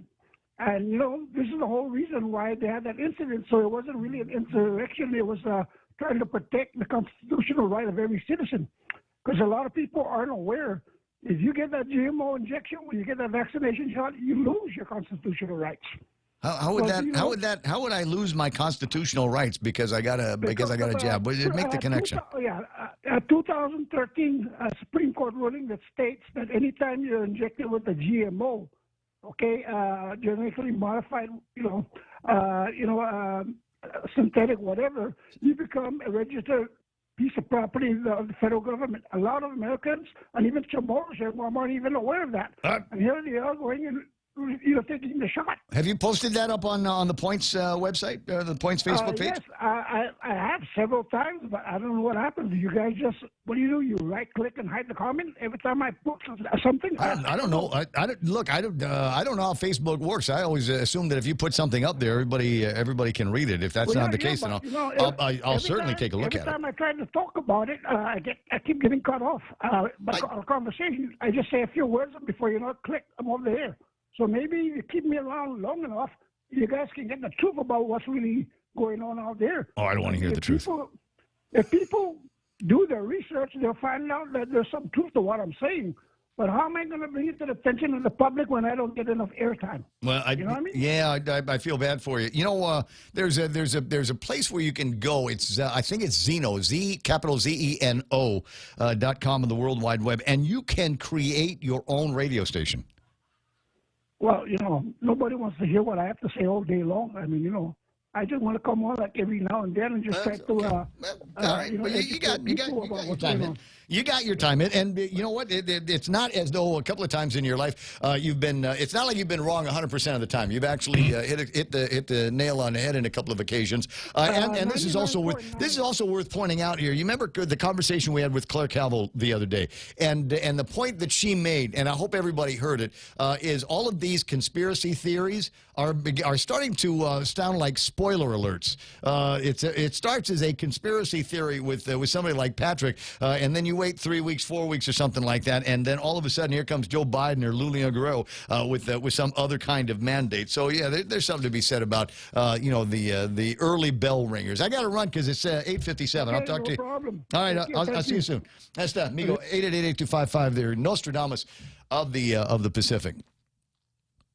You know, there's a lot of people that used to listen to me a lot at K57, and you know, for as far as they know, I'm just gone. They haven't discovered. It's like they're like so locked in on AM radio they forgot that there's like a FM. Yeah. That's one of the reasons why I always ask you to share when you hit the outward button on your social media. That way you can go and make sure that somebody that might have been listening to me 6 years ago goes, oh, he's still on.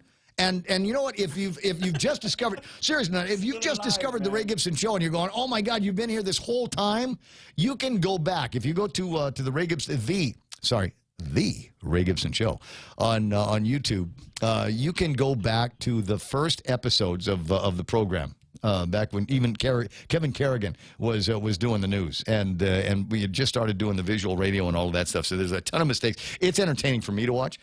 So as you can go and get caught up on where we are and figure out what the brilliance is. 888-825-588-TALK. Laugh now, cry later, says Mike Grace Blas. Show, says Bill Cruz. Pat's got gems, says Mike Grace. Jackie is watching the program. Looking to see if there's a couple of other fun names. Break out the tinfoil boys, says Pedro Lizama. Yeah, I know. But what are you gonna do? What are you gonna do, everybody? If I watched every single video that people sent me on either side of COVID-19, I would not have time to do anything else. If I read every single article that I saw about COVID-19, I wouldn't have time for anything else. There's so much that's in there, and I'm worried. This is the thing. What I'm mostly worried about is that while I'm sitting around and we're all hissing like cats at each other over vaccination or unvaccinated, or what's a covered business, what's not a covered business, where can I go, where can't I go? While we're hissing at each other like that, you got the Chinese, and they want to unify with Taiwan. Did you read the story in the news? Now they say they want a peaceful unification. I know we've been flying sorties in there, 150 sorties since July.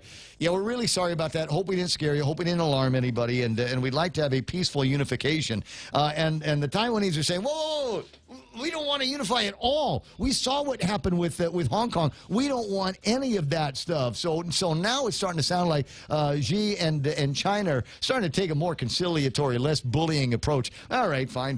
Tell you what, we're not going to go for any kind of armed invasion of Taiwan from the home islands and the home country. We'd like something peaceful. And Taiwanese are going, wait, we don't want anything to do with you guys other than the same relations we have with any other of our neighbors in this region. I just worry it's all going to eventually come to bullets and tears, and our children will be their slaves. That's what I'm hoping against here. It's just after 9. Here's the Fox News. To make its platform safer. I'm Joe Chiro, Fox News. A Facebook executive says the company will introduce new measures to prompt teens away from harmful content. And he says the company is open to some form of regulation. Facebook is hearing increased calls for regulation of content some have called dangerous to its users. Nick Clegg, Facebook's VP of Global Affairs, said on ABC's This Week, protecting privacy is what Capitol Hill must do. In the end, we can't make all of these decisions and provide all of these societal solutions on our own. That does mean, or does require, lawmakers to act as well. Some members of Congress say it's time to get rid of the misinformation that can be spread on social media, and it will take legislation to do it. Gernal Scott, Fox News. U.S. officials and Taliban leaders have wrapped up 2 days of talks in Doha about the future of Afghanistan. The Taliban says Washington has agreed to provide humanitarian aid, but will not give political recognition to the country's new rulers. They were the first talks between the two sides since the withdrawal. Rising prices for consumer goods keeping concern high about inflation. Gasoline among the things people are paying more for. Industry analyst Trilby Lundberg. Gasoline prices moved up 6 cents per gallon to $3.31. It is $1.07 higher than it was a year ago. Lundberg adds that crude oil prices have increased substantially, which means there may be further gasoline price hikes. Authorities say a man suspected of gravely injuring a Metro Phoenix sheriff's deputy has been shot and wounded by a homeowner with whom he had a history of conflicts. Maricopa County Sheriff's officials say 30-year-old Clinton Robert Hurley is hospitalized in critical condition while the deputy remains on life support. America is listening to Fox News.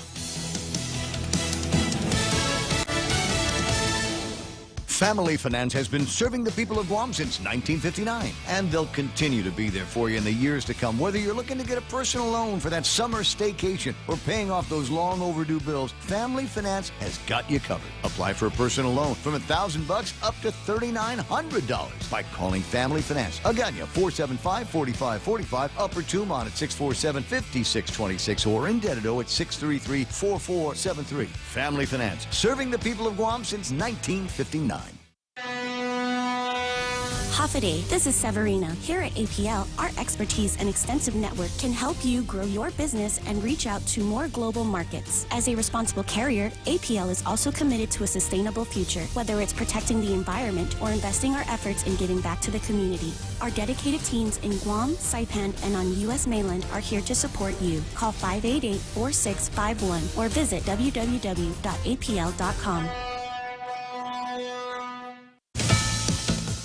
3 men are under arrest in connection with a shooting at a St. Paul, Minnesota bar that left a woman dead and 14 other people injured. Police spokesman Steve Linders. Officers rushed to the scene. They got there quickly, and they walked into a hellish situation.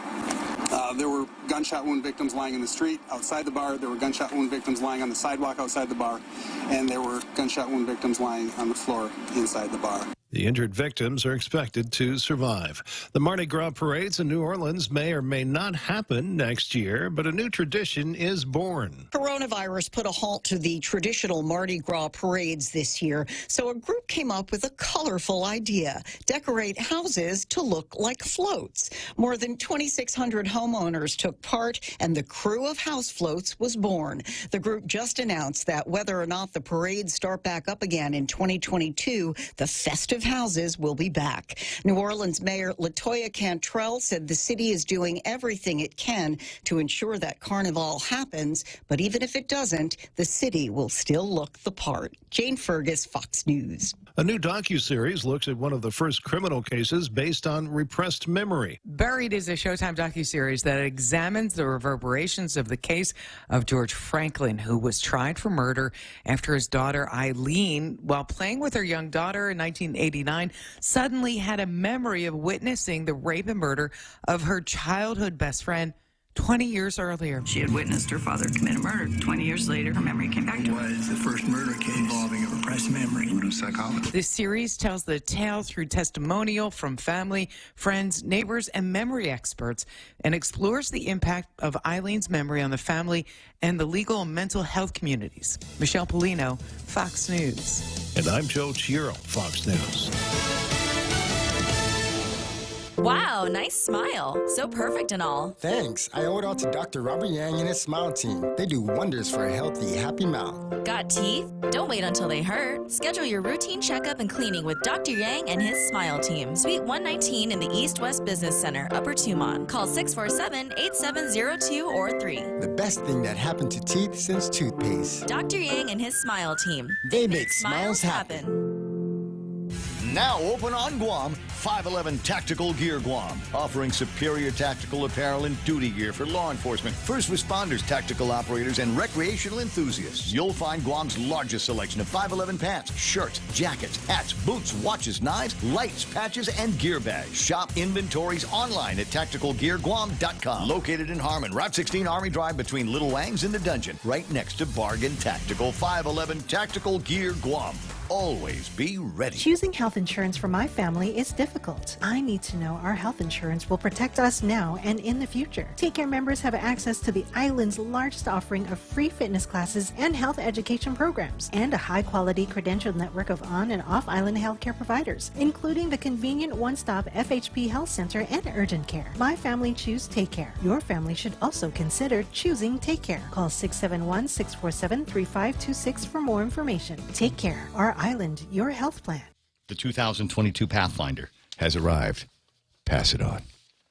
I've seen this ride. I've seen every version of the Pathfinder, and there's a bunch of different ones. There's one that's like super luxuried out, even comes with the driver, and then you got one that's like, okay, we're going to do the ranch, right? Okay, so we got a Pathfinder for just about everything, super reinvented from the ground up, redesigned exterior, interior. But I tell you what, even the ranch one. There are lots and lots of technology, lots and lots of push buttons, and lots of really cool things that you can do with your iPhones and all the other stuff. 9-speed transmission, so it's a super smooth ride. Safety, tell you what, it's got all of the same safety genetics and DNA as some of the other great Nissan models. That it's all just kind of built in there to make it one of the best cars that you are going to want to drive. You're going to want to drive this thing. This is going to be the one where they say, hey, you know what? My relatives are down in Molesto. They say, come on by. We're going to go eat some crabs that I caught out in the front yard. And you're going to go, I'm driving. I don't care. You live up in Jigo. What's it going to take? 45 minutes, an hour to get down there? You're going to be. That's going to be all about you behind the wheel of this Pathfinder. Get a test drive, see what it is I'm talking about, and then make your deal at NissanGuam.com. News to fill your mind. Talk to get it out. The Ray Gibson Show. Yeah, maybe that was a little bit extreme. While we're hissing at each other over vaccine status, we got the Chinese and the North Koreans doing what Chinese and North Koreans are up to these days. You know, I just worry that our eyes are on the wrong thing, and before we know it, we're going to be talking about how they're going to enslave our children if we don't start thinking and moving in the right direction around here. But then that's just me.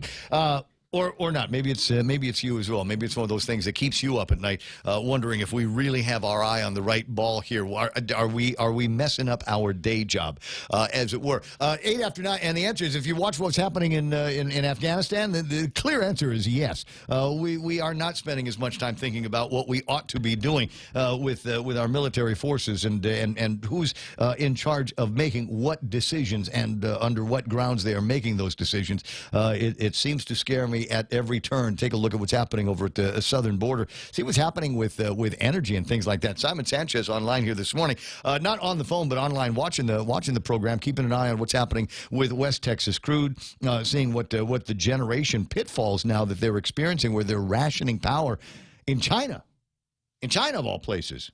All kinds of energy. Look, they don't have to, can you imagine if the Chinese needed to right now, build more capacity, they could go ahead and build any kind of power generation they wanted to, use any raw materials they want to do. You want to put oil in there? Okay, we got oil that. You want to put coal in there? We'll coal it. You want solar, whatever. They can do whatever they want to.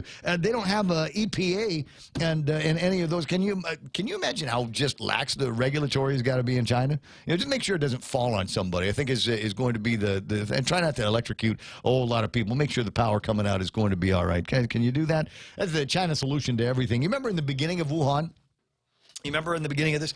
And one of the things that they did to flatten the curve, and again, what was the idea? So that we could give our men and women at the front line, the same ones that we're firing now for not being vaccinated, we're going to give them time to ramp up their facilities and ramp up their capabilities, just in case we get some ugly surges here in the numbers.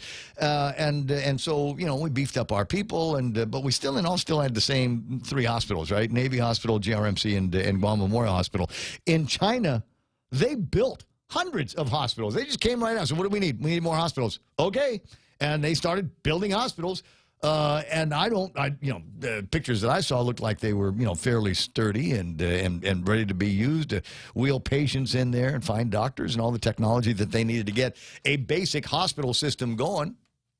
I'm sure it ain't Grey's Anatomy in there, but my guess is it was also had all the tools that you need to save lives and take care of the people that also got sick from things that weren't necessarily COVID-19. So, you start talking about these guys having, hey, we can't make enough electricity. Build more plants. Oh, yeah. Okay, let's do that. Anyway, 10 after 9 o'clock in the morning. You got the Ray Gibson Show until it's not going to be on anymore. Mark Cruz online wishing a happy 3rd birthday to Aurelia. Everly Cruz says, love, Papa and Grandma. That's nice. I got Carl Meyer watching the program. Roman Ramirez, or Roman Ramirez. Some people pronounce it differently. Michael Jordan McCleary is there. His honor. It's one of my favorite Catholics. Stephen Martinez is online. He's known for other things, but like I said, it's one of those things. Guy knows his way around Catholics, so he's pretty cool. Carl Meyer is there. I was going to say Michael Jordan. It's McCleary. It keeps throwing me off. I'm thinking, wow, Michael Jordan is watching the program. This is the best day ever. Tony Duenas Jr. is there.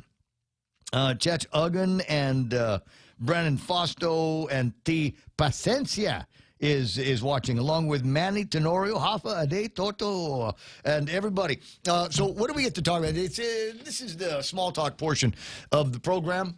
And, it can go in any different direction.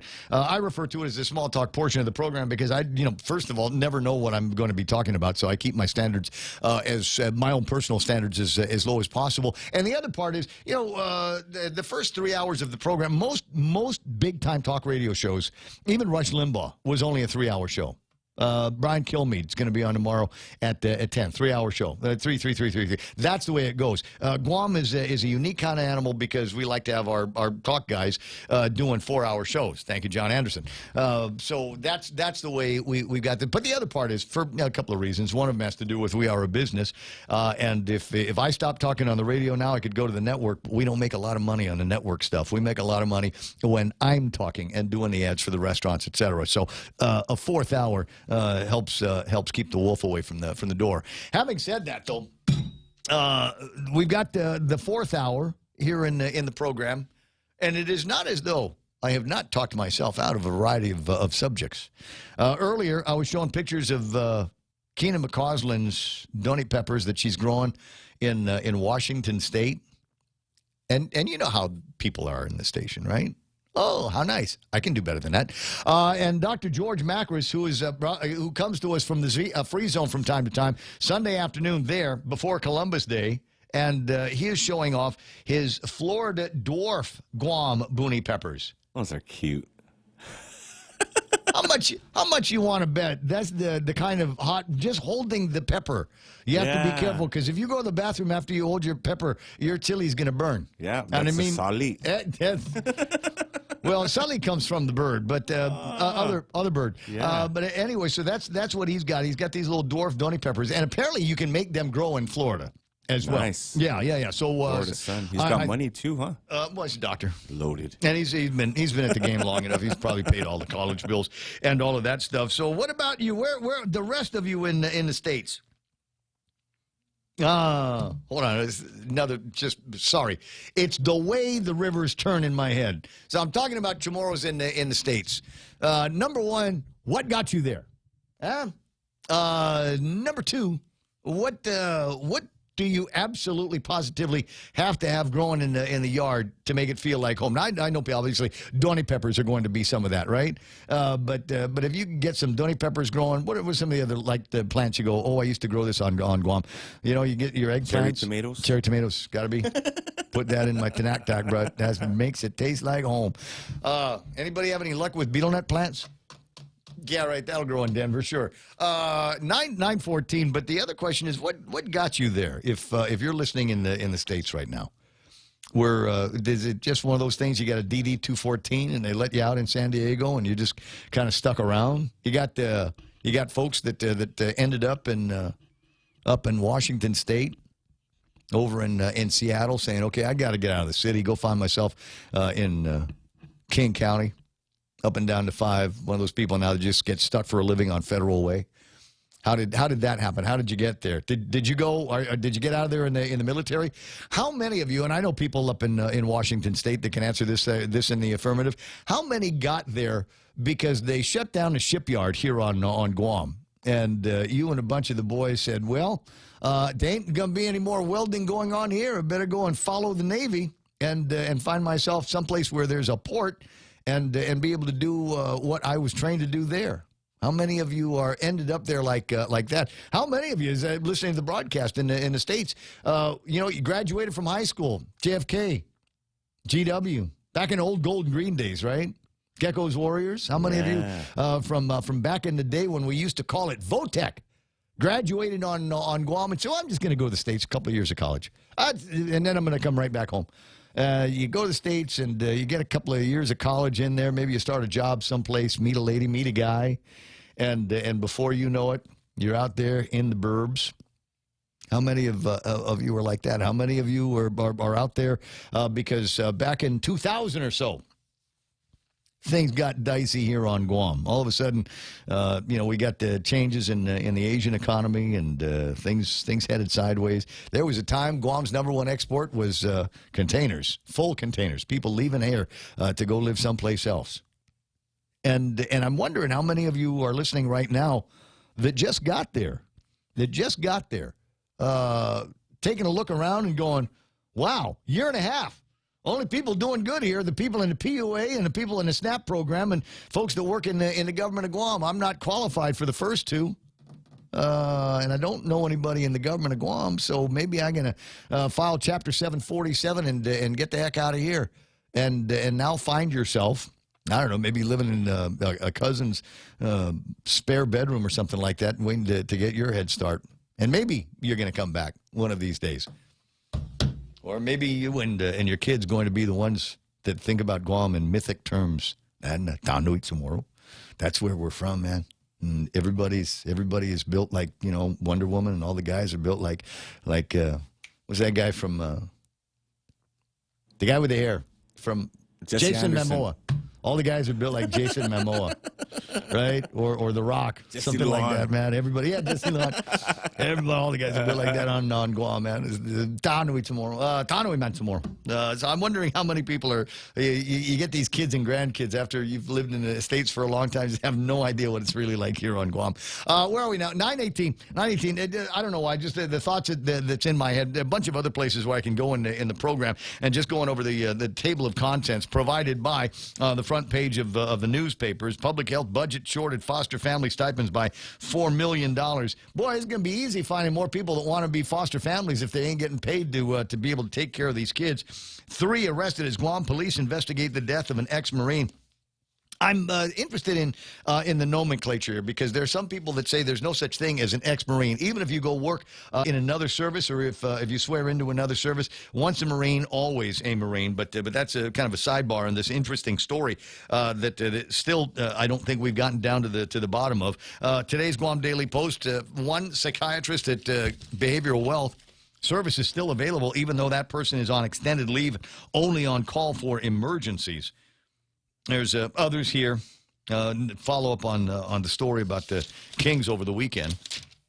But the other interesting stuff is in, if you ask me, is in the letters to the editor. What? Who's that? You got a big smile on your face. Oh, it's Pat on line 2. Again? She said that you didn't say everybody. You just said Chamorros who live out there, not Guamanians. It's Indigenous Persons Day. It's me getting myself out of trouble. Good morning, Pat. Good morning, Ray. Hi. Hi. Oh my God. My daughter. You're Chinese. Sorry? You're Chinese tomorrow. My daughter is not Chamorro, but she's most definitely Guamanian. Oh, that's a fact. She lives out in Brooklyn, works in Manhattan, and she has a calamansi shrub, bush, whatever, little pot of calamansi growing in her apartment. Oh. She bought it at the farmer's market in Brooklyn. So I'm sure it grows there. Well, you can control the climate. Calamansi is it's excellent. It's a very sturdy plant, as a matter of fact. And you need the taste of home. You put some of that stuff in your marination, and you are back in downtown Tumon and barbecuing with your friends. Now, I've known your daughter since she was in middle school, and now you're telling me she's all grown up and working in Manhattan. All grown up. No, she lives in Brooklyn and works at Manhattan. Oh my God, what is she doing? I mean, I went to college, right? She went to college in Philadelphia. She went to UPenn. She is now working for Hinge.com, Hinge, which is a subsidiary of Match.com, and she manages Hinge. Well, Match.com is in the singles, online singles service? Really? Yes. But Match owns Hinge. No. Does Finch do the same thing as Match.com, or just, is it? So basically, it's another one of these singles things. Yes. So could she might know somebody, right? Could we put together a profile that could get? I'm thinking about Real Joe, but first, if we're going to do a challenge, let's do a real challenge, like our friend Colin Clark. We'll see. Can we see if we can massage the database and the subroutines in the Finch.com so we can get him a solid relationship? Oh, I don't know. No, I don't think Colin likes me. So he's not. No, if you're friends of mine, then Colin's gonna like you. At least he'll give you a second chance here, another look. That's fun. Well, tell you what, tell your baby girl that Ray says hi. I remember her when she was a competitor in the Rotary Club Spelling Bee so many years ago now. Spelling Bee, Academic Challenge Bowl, all of them, math counts, basketball, soccer, cross country. I've lost count. You know why? Volleyball. Okay. So without racial profiling, I'm going to say something here. But you're a dragon mom. You are a dragon. No, there's every Asian mom. Everybody, a lot of people think that it's the mom and dad that go to work on the kids and get them good grades and just drill in, work hard in school, study hard. It's usually the moms, and we refer to those as dragon moms. They're generally Asians, and they've got these kids who that's all they do is study and get good grades and make moms and dads proud. So good on you. Well, my kids don't have a dad, so it was just mom. Oh my God, Immaculate Conception. Not quite that way. But there was dad was never involved. God, this is a fun conversation. You and I need to get drinks together again soon. Back when we can socialize again and not have to worry about all of that crap. But just a thought while I got you on the line here. Number one, roll up the window or close the door. Number two, your thoughts on the real estate game out here. In particular, what's happening with real estate for single families? What's going to be happening with that? Man, I tell you, Ray, I don't dare answer that. You all know what's going on. Yeah. Well, it seems like there's a frenzy going on. And I'll say this, okay? I normally do not work on Sundays, and but I had to make an exception last night for a young couple. What's the market like for locals? What's the market like for locals? I mean, there's even the lieutenant governor, flapping his gums over in front of the United Nations, says, one of our big problems here, and it's impacted the cost of construction, is the military housing, which is dominated, or the residential rental market, quote, dominated by military housing.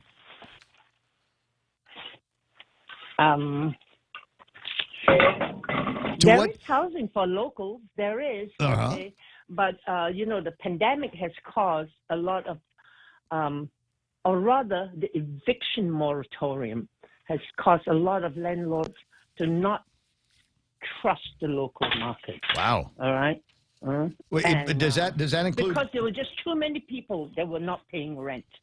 Just too many people. I have a client who had to sell his duplex because his tenants, there were four adults in that household collecting poor, and they never paid a single penny of rent for more than a year. So then they disappeared in the middle of the night and actually took the stove and refrigerator with them. Oh my God! And they totally damaged the place. He ended up having to sell it. Oh, that's sad. Yes. A sad testimony. So everybody just kind of took him for a ride. They collected money from which they could have set aside for renting on the property. They didn't. They bought a new car and they bought a truck. They bought a new car, a new sedan, and a new truck. Wow. And so when the landlord was finally able to evict them after the governor lifted the moratorium, they were already gone. They were gone before that. Yes, they were gone. Literally, like in the middle of the night, with the stove and furniture. Oh my God! refrigerator. Oh my With God! the What stove and refrigerator. What a terrible story that is. So what you're saying is there's an opening. No, the guy sold his duplex. Now he sold the thing. He had to sell because he was so much in debt with the bank. Yeah, bank's not going to do anything. They're not the collection agent. So he didn't foreclose. He didn't let the bank foreclose on it. He's selling it, trying to get whatever he can out of it. Is there an active market for that? Are there people out there that are liquid enough right now to be able to take a look at that duplex, and notwithstanding any of the damage of the fact that they're going to have to? Not really. Not really. I think a lot of landlords just no. I don't know. No. A lot of the landlords are upside down? Personally, I have, yes. Personally, okay. That was the only client I had who had to dispose of his property because he owed the bank so much and his tenants did not pay. Well, so a year plus. A year plus without being able to cover the mortgage. Yep. Wow. Well, that's sad news. But there are properties for sale. I was interested. I was looking at a piece of dirt. I want to say it was a couple of acres or full. No, was it a full acre? I think it was 2 acres that somebody was trying to get rid of for $6 million. Absolutely no other improvements. It's just dirt for the tune of about $6 million. Does that sound about right to you? Depends on the location. As usual. Right? Yeah. Yeah. I mean, if you're Marine Corps Drive, okay, in Tamuning or Agania, okay, or even Dedido, yes. Interesting. Pat Fury, always a pleasure talking with you. Hope we get a chance to see each other again soon. All righty. See you later. You know I will. 888-8255, 888-TALK. She's one of my go-to people. Her, Lolita Cammett, et cetera, in the real estate game, just because I'm curious to hear what she's got to talk about. So I'm talking about Dragon Moms, and so Dr. McNitch will probably take a degree of credit for Athena and all the great things that have happened to her academically, but it's also worth pointing out that Athena has a Dragon Mom, too. And so good morning, Dr. McNitch. How you doing? Hey, how's the day, Ray? How's it going? So to what degree was Athena's mom instrumental in making sure that she got really, really awesome grades and studied hard and summa cum and whatever? Well, when Athena was between 13 and 16, her mom homeschooled her all through high school. And if you ask Athena, what you learn from your mom, she'll say math and science and whatever. And you ask her what she learned from me, she'll learn karaoke and how to go out and eat good food. How to sleep in church, that kind of thing. Perfect. Yeah. And by the way, the answer is if all of a sudden you wake up from sleeping in church, just keep your eyes closed, make the sign of the cross, and say amen, and then walk out. At any rate, so that's what I thought. A lot of people think that's profiling, Ray, and you shouldn't ought to do that, and I wouldn't, except it's real. 928, Dr. McNitch on the line. Interested in your thoughts on a few things that have crossed my media desk. Are you ready? Oh, go ahead. All right, page 16. Pacific Daily News, under opinion. Guam must unite against pandemic. And David John, who I believe works for the governor either with the governor's family at the bank, but also works on the financial rebirth of the economic council at the governor's office. Got the other chairman of the chambers of commerce, past chairs, like Kaleo Moylan, Sonny Atta, Jeff Jones, Frank Campillo, and Phil Flores, to ask the community, and especially those in the business community, to unite. Team Guam versus COVID-19.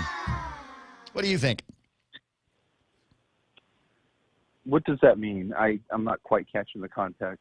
I think the context of it is they're going to say we've all got to get together. The current state we find ourselves in is not a private sector versus government, Republican versus Democrat, or vaccinated versus unvaccinated.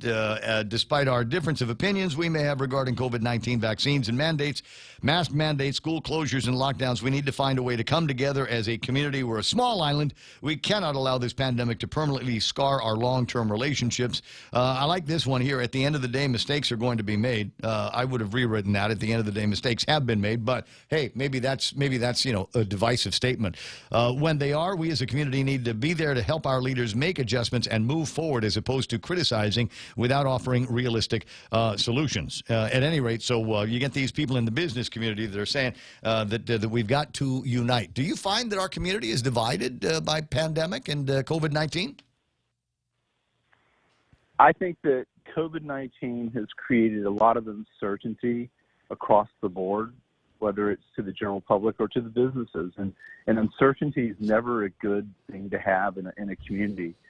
On the other hand, I think that we need to rethink how we do some things. And that's the hard part, is not deciding that we're going to do something, but then changing our minds and making adjustments. And from a political standpoint, it's often hard for political leaders to change their mind, because then they're afraid the public will think that they're wishy-washy. But in terms of emergency management and pandemic response, you want leaders to change their mind. You want them to make adjustments according to current conditions and circumstances. And that's not a sign of weakness. That's actually a sign of strength when you do that. Unfortunately, right now, and this is the reality, we have a tourism economy. The pandemic has limits. We know what those limits are. We know who gets infected. We know what happens when people get infected. Based on all the facts and considerations, there's no reason we can't restart at least parts of our economy in a very healthy way. I know that Governor Gutierrez and Jerry Perez have mentioned this. There are ways for us to do it, and we need to commit to doing it and to making progressive steps to doing it. And I think that nobody would really be opposed to that. The problem is a lot of the businesses that are not really affected by the pandemic, they don't always see things in the same sorts of ways. Now, I haven't read Mr. John's article. He always writes very well. I know him. I have a lot of respect for him. But in terms of uniting, I think what we need to really do is say, as a community, we know COVID exists. We know we have to take certain steps to address COVID, and let's move forward, and let's move in a way that can bring our economy forward. You know, it's going to be really hard for us to reboot our tourism, and getting our tourists in the planes to come here, getting the airport charged back up, getting all of the elements that need to be active is a big part of that process. And so much of that is dependent on our source markets. We can do whatever we want to here, but I was watching the sunset in the backyard of the Onward Agana Beach Hotel, and there ain't nothing going on there. Normally at sunset you'd be able to hear music coming from the speakers over at the swimming pool things that they've got there, and there was just nothing. It was all quiet on the Western Front. So many hotels in Tumon, they're likewise dark right now. There's not much we can do until the South Koreans start moving, until the Taiwanese really start moving, until the Japanese finally decide that things are safe enough for them to travel, not just in their own country, but out of town as well. So that becomes a problem. But there's still so many people without jobs, and all we've got here is the local economy and the benefits that are going to come from a continuing to work federal government, local government, military. Having said that, we've got to figure out how to get some of the rest of these people back to work, and I don't know that some of the decisions that they have made are able to do that. So you get these restaurants that thank God they're making do right now, but arguably there's a lot of them that are having a hard time because there is that mandate that these covered businesses can only be working with vaccinated employees and only entertaining vaccinated customers. Yeah, I think that to me, the whole vaccination question is pretty much over, and a lot of the things that you hear related to the vaccination issue is just basically echoes of previous anxiety. I mean, we have such a large number of people here who are vaccinated, correct, and then every single adult possible that you can imagine, outside of a few, are vaccinated, and they readily admit that they're vaccinated. I got my booster last week. No big deal. Well, and good for you. You still feel that you need. I'm not there yet. I'm not traveling. I don't live with anybody. There's no requirement, and until it is made very, very clear to me that this is something that is going to be very, very safe. I don't have to worry about any unexpected side effects from the vaccine. And everybody's going to say, well, I took a shot and it didn't hurt me. Well, that's you. I'm different. I'm not you. I've got a different metabolism. I got a whole lot of different things that are going on in my body. Like I said, I know a guy, and he has multiple vaccinations, but then because of years of service, has any number of other injections that have been put into his body, and we still don't know what the contraindications could be for that. So at this time, out of an abundance of caution for his own health, he's decided that he probably isn't going to need the vaccine right now. Yeah, and then I've had like 5 heart attacks in the last 8 years, and so it depends on which. Oh, you get the vaccine by all means. Yeah, so it's worth the risk for you. Yeah, and so we all have our own individual conditions. But on the other hand, I know for a fact almost every person who lives in one of our source markets would, in a heartbeat, get the vaccination if it were available to them and if it were readily, accessible to them. Sure. And so once we get to that point, and I was talking to a good friend who works with the Taiwanese market, and they would line up to come here for vacation in a heartbeat if they were able to. And so I think that aligning all of those that are willing to those that can and that can meet our requirements.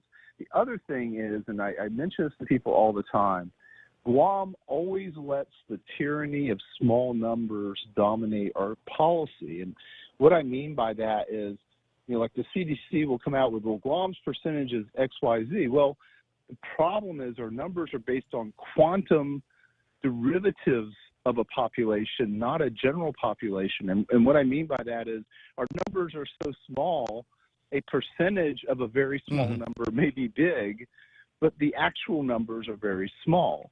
And that kind of can give our markets a false impression that we have a lot more of an issue here than we actually do. And on the other hand, we do have, and I was in the hospital for 4 days in the last month, we do have issues with our medical system in terms of capacity that we need to be aware of.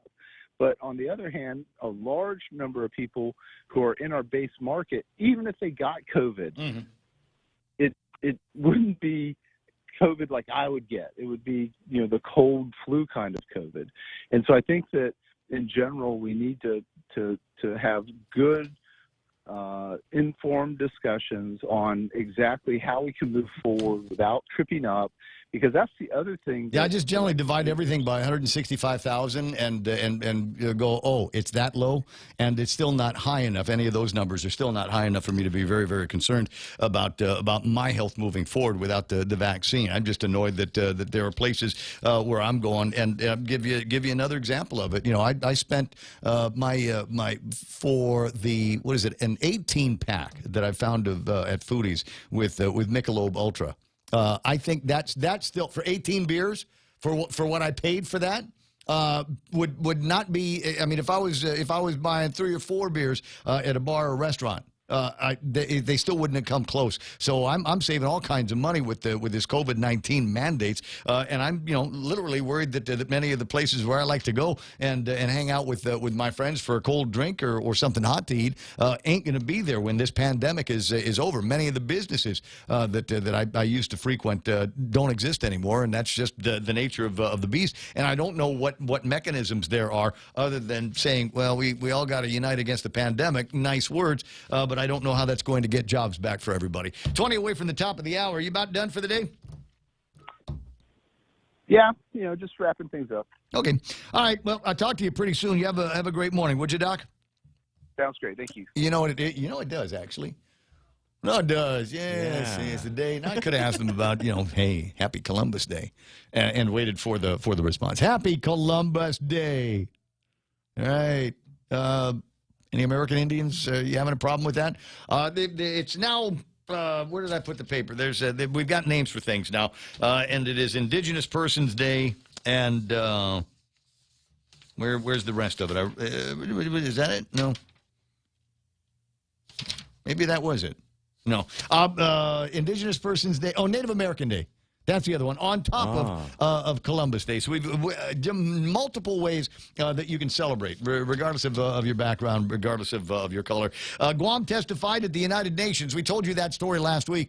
And to the degree that I felt bad about things, I said, oh, my God, all of this federal money coming in, and there we go, flying our lieutenant governor off to the United Nations to throw shade at our administering power. While these guys are bailing us out to the tune of billions of dollars, what was not in the paperwork, what was not in the press release that came out from the governor's office, was the fact that he actually brought the numbers up.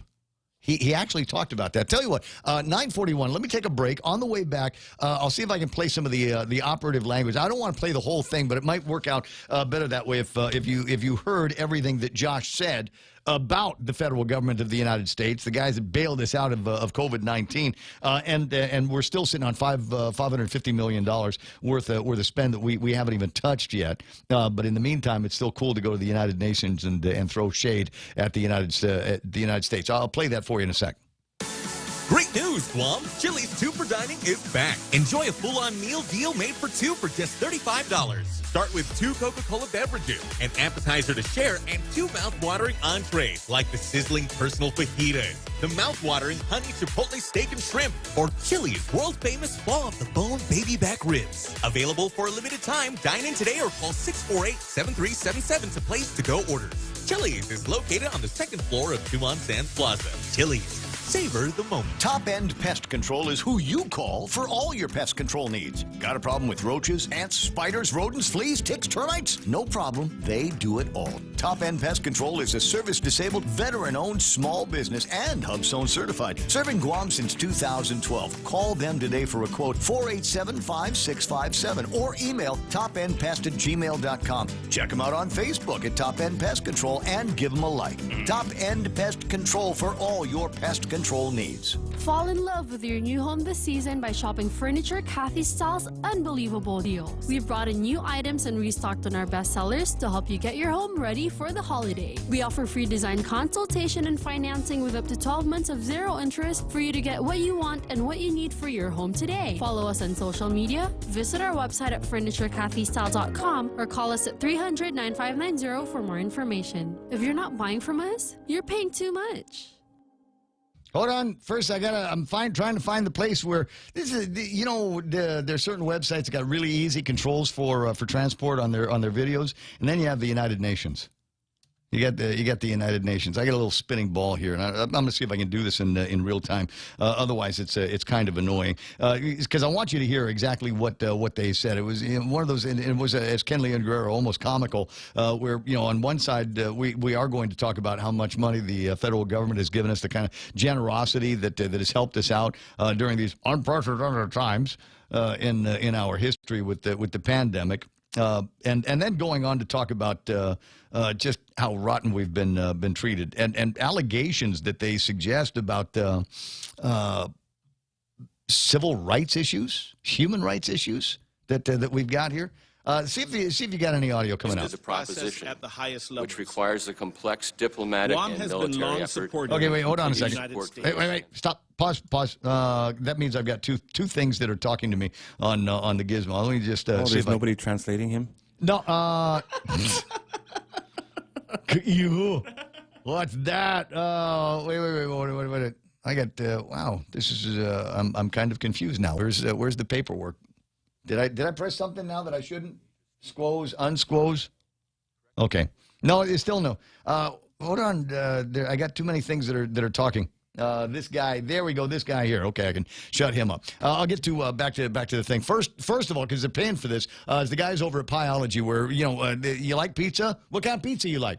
You know what I like? I like my pizza. I like my pizza. I remember once, many years ago, my stepfather, Dave, got a great recipe for a pizza crust. And so he made a whole bunch of pizza crust and then came out with all kinds of different toppings and cheeses and sauces. And we're all in the kitchen table making our own little pizzas, our own little personal pizzas. And it was the greatest day ever. And then they opened up Pieology, and it was the same thing, except there was a whole bunch more by way of choice on the toppings and the cheeses and the sauces and all of that stuff. You really, truly can make a totally customized pizza. In fact, you can make 2 different pizzas on the same one. You go, okay, give me half of this, and give me the other half is going to be all of that stuff. So you can do that kind of. Yeah, I'm vegan friendly or vegan curious on one side, but give me the meat lovers on the other side. Absolutely give that a shot. And if you're absolutely not doing crust, you can take all of the different toppings that they've got and have that with, I don't know, make a little salad. They'll do that for you as well at Pieology.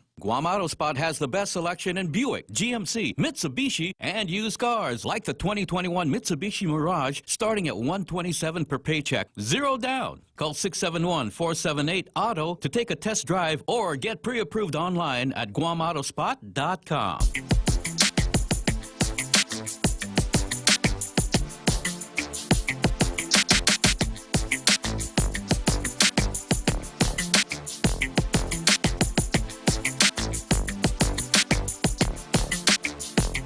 Okay, I think I got a real Joe.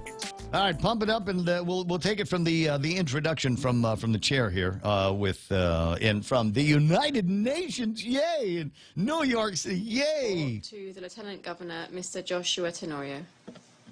Madam Chair, thank you for providing me with an opportunity to present testimony on behalf of Governor Lourdes Leon Guerrero and the Government of Guam on the status of our decolonization efforts.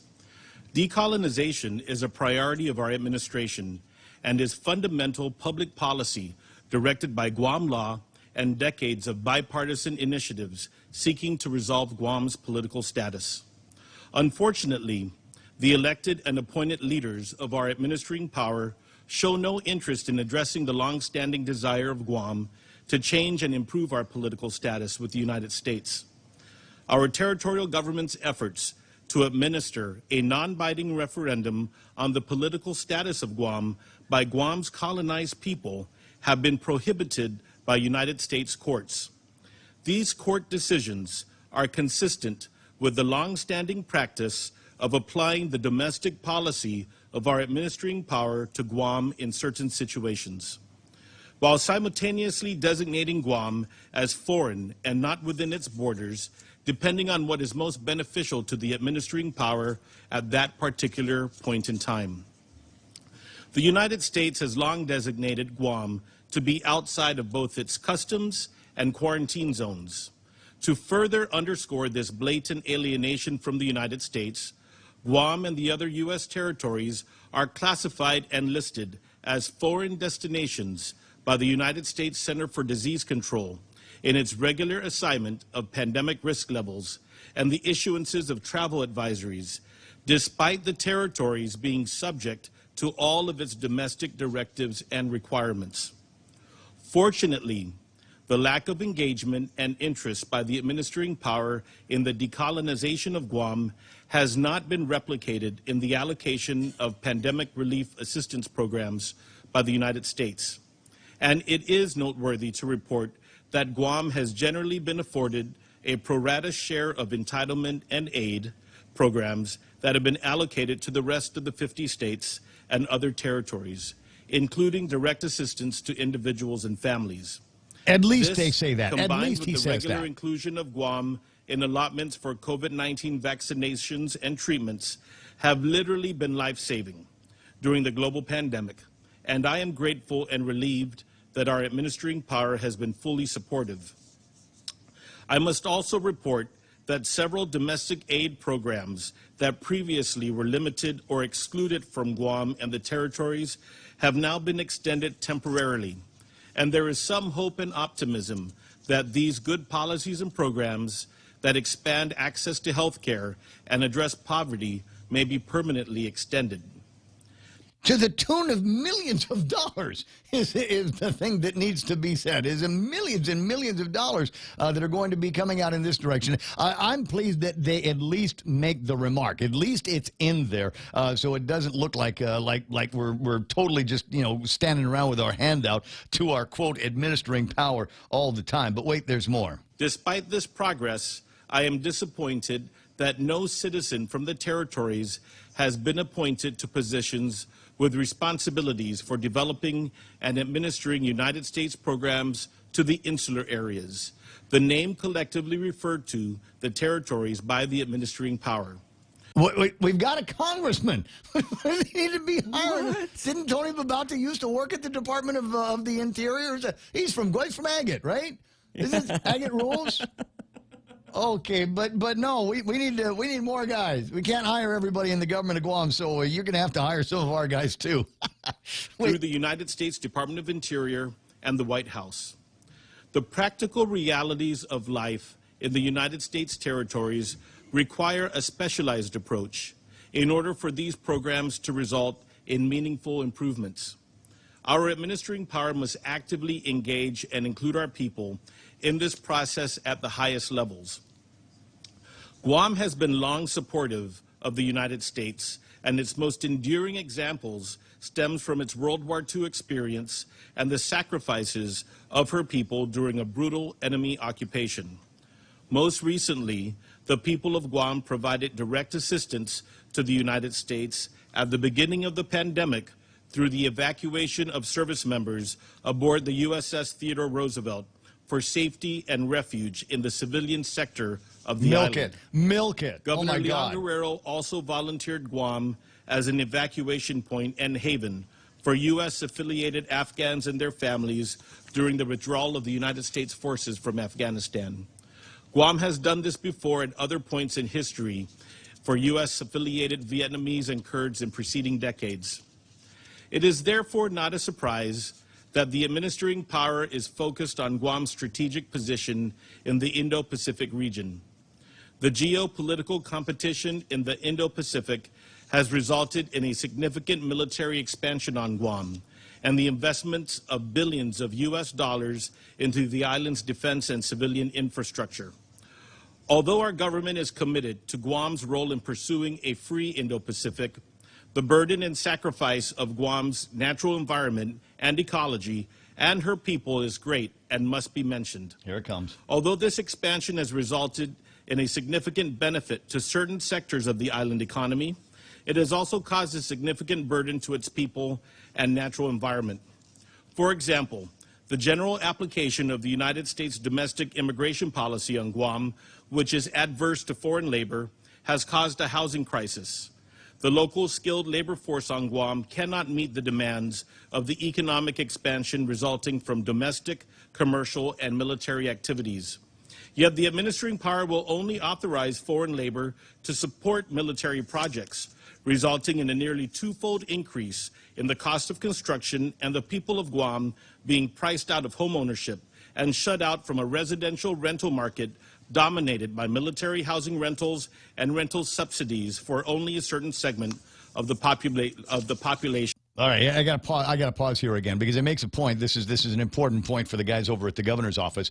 Is that the foreign work can only be done on military projects? That's not true. The Tsubaki Tower was granted an exemption, and as far as I know, there should have been a few more other exemptions for all of this, including some of the road construction that takes place around here, because it was all deemed to be of the military benefit. I am unaware of any major projects that the federal government has said no to, or maybe we just have done a lousy job of asking for more of these things, because it seems to me really any construction, whether it's a hotel or a restaurant or a road or something, is going to be of the military benefit because we all use, at the end of the day, the same infrastructure.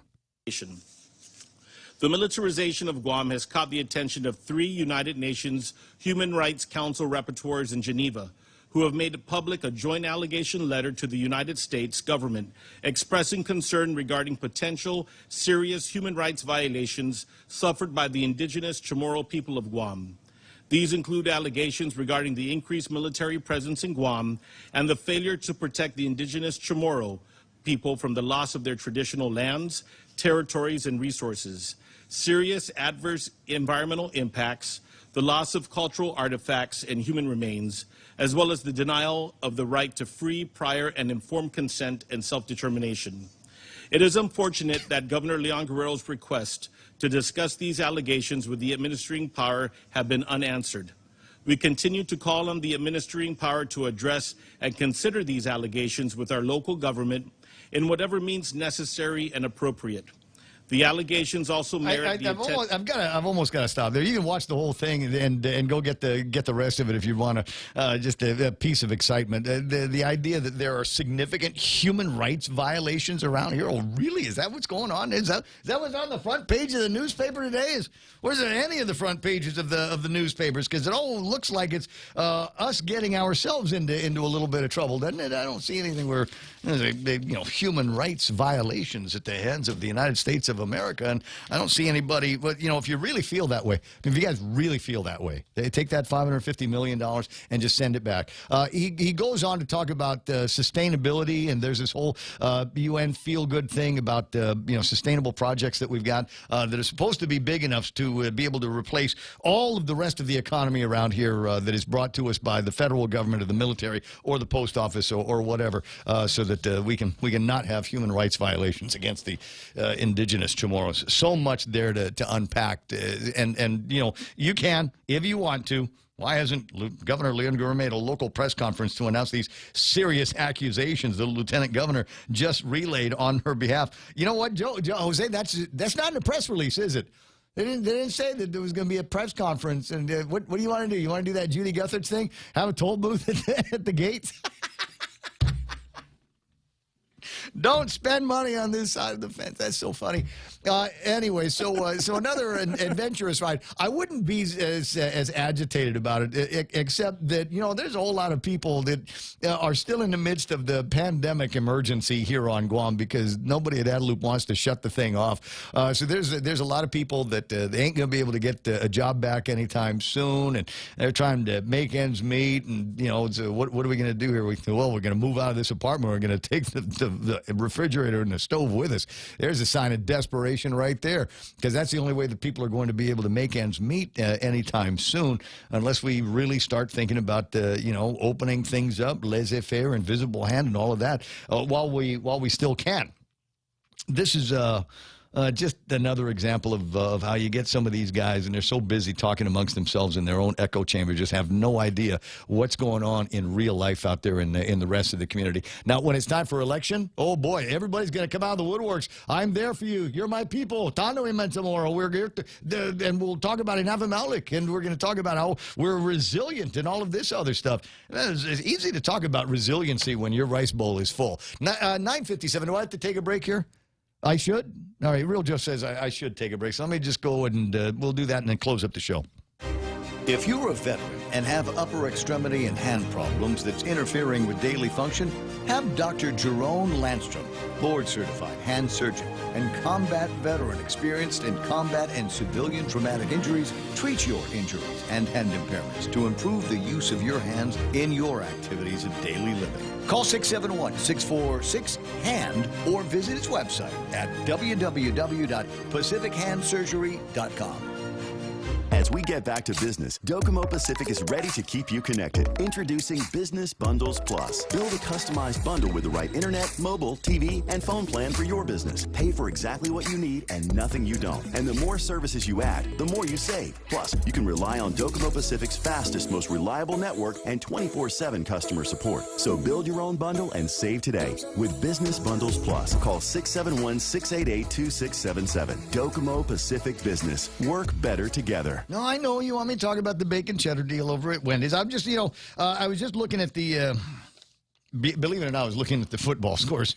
Because Keena McCausland had to bail early. She said they got to get ready for football. It's Bills and Chiefs here in just a little bit. And then tomorrow, the Monday game is going to be the Colts and the Ravens. Having said that, swing by the nearest Wendy's. There's one near you right now. Salads, absolutely. Chili, I'll take the big cup. And don't forget to try out the all-new, oh, my God, you're going to love biting into this thing. It is a new kind of bacon cheddar, finally here on Guam. Everything you want in a cheeseburger, creamy cheddar, applewood smoked bacon, sweet bacon sauce, and crispy onions, all in that toasted cheddar bun and it's got the cheddar. You can see it's toasted on the top. You're going to love this. Hurry, try one today at Wendy's. We got you. The radio station's KUSG. I got you 93.3. And this is The Point. For real, Joe and Montesilva Tyron and me? Jerry Roberts and me. Thanks so much for watching, and we'll get the whole crew together because everybody works on Tuesday. Stand by now. It's time for Fox News on The Point.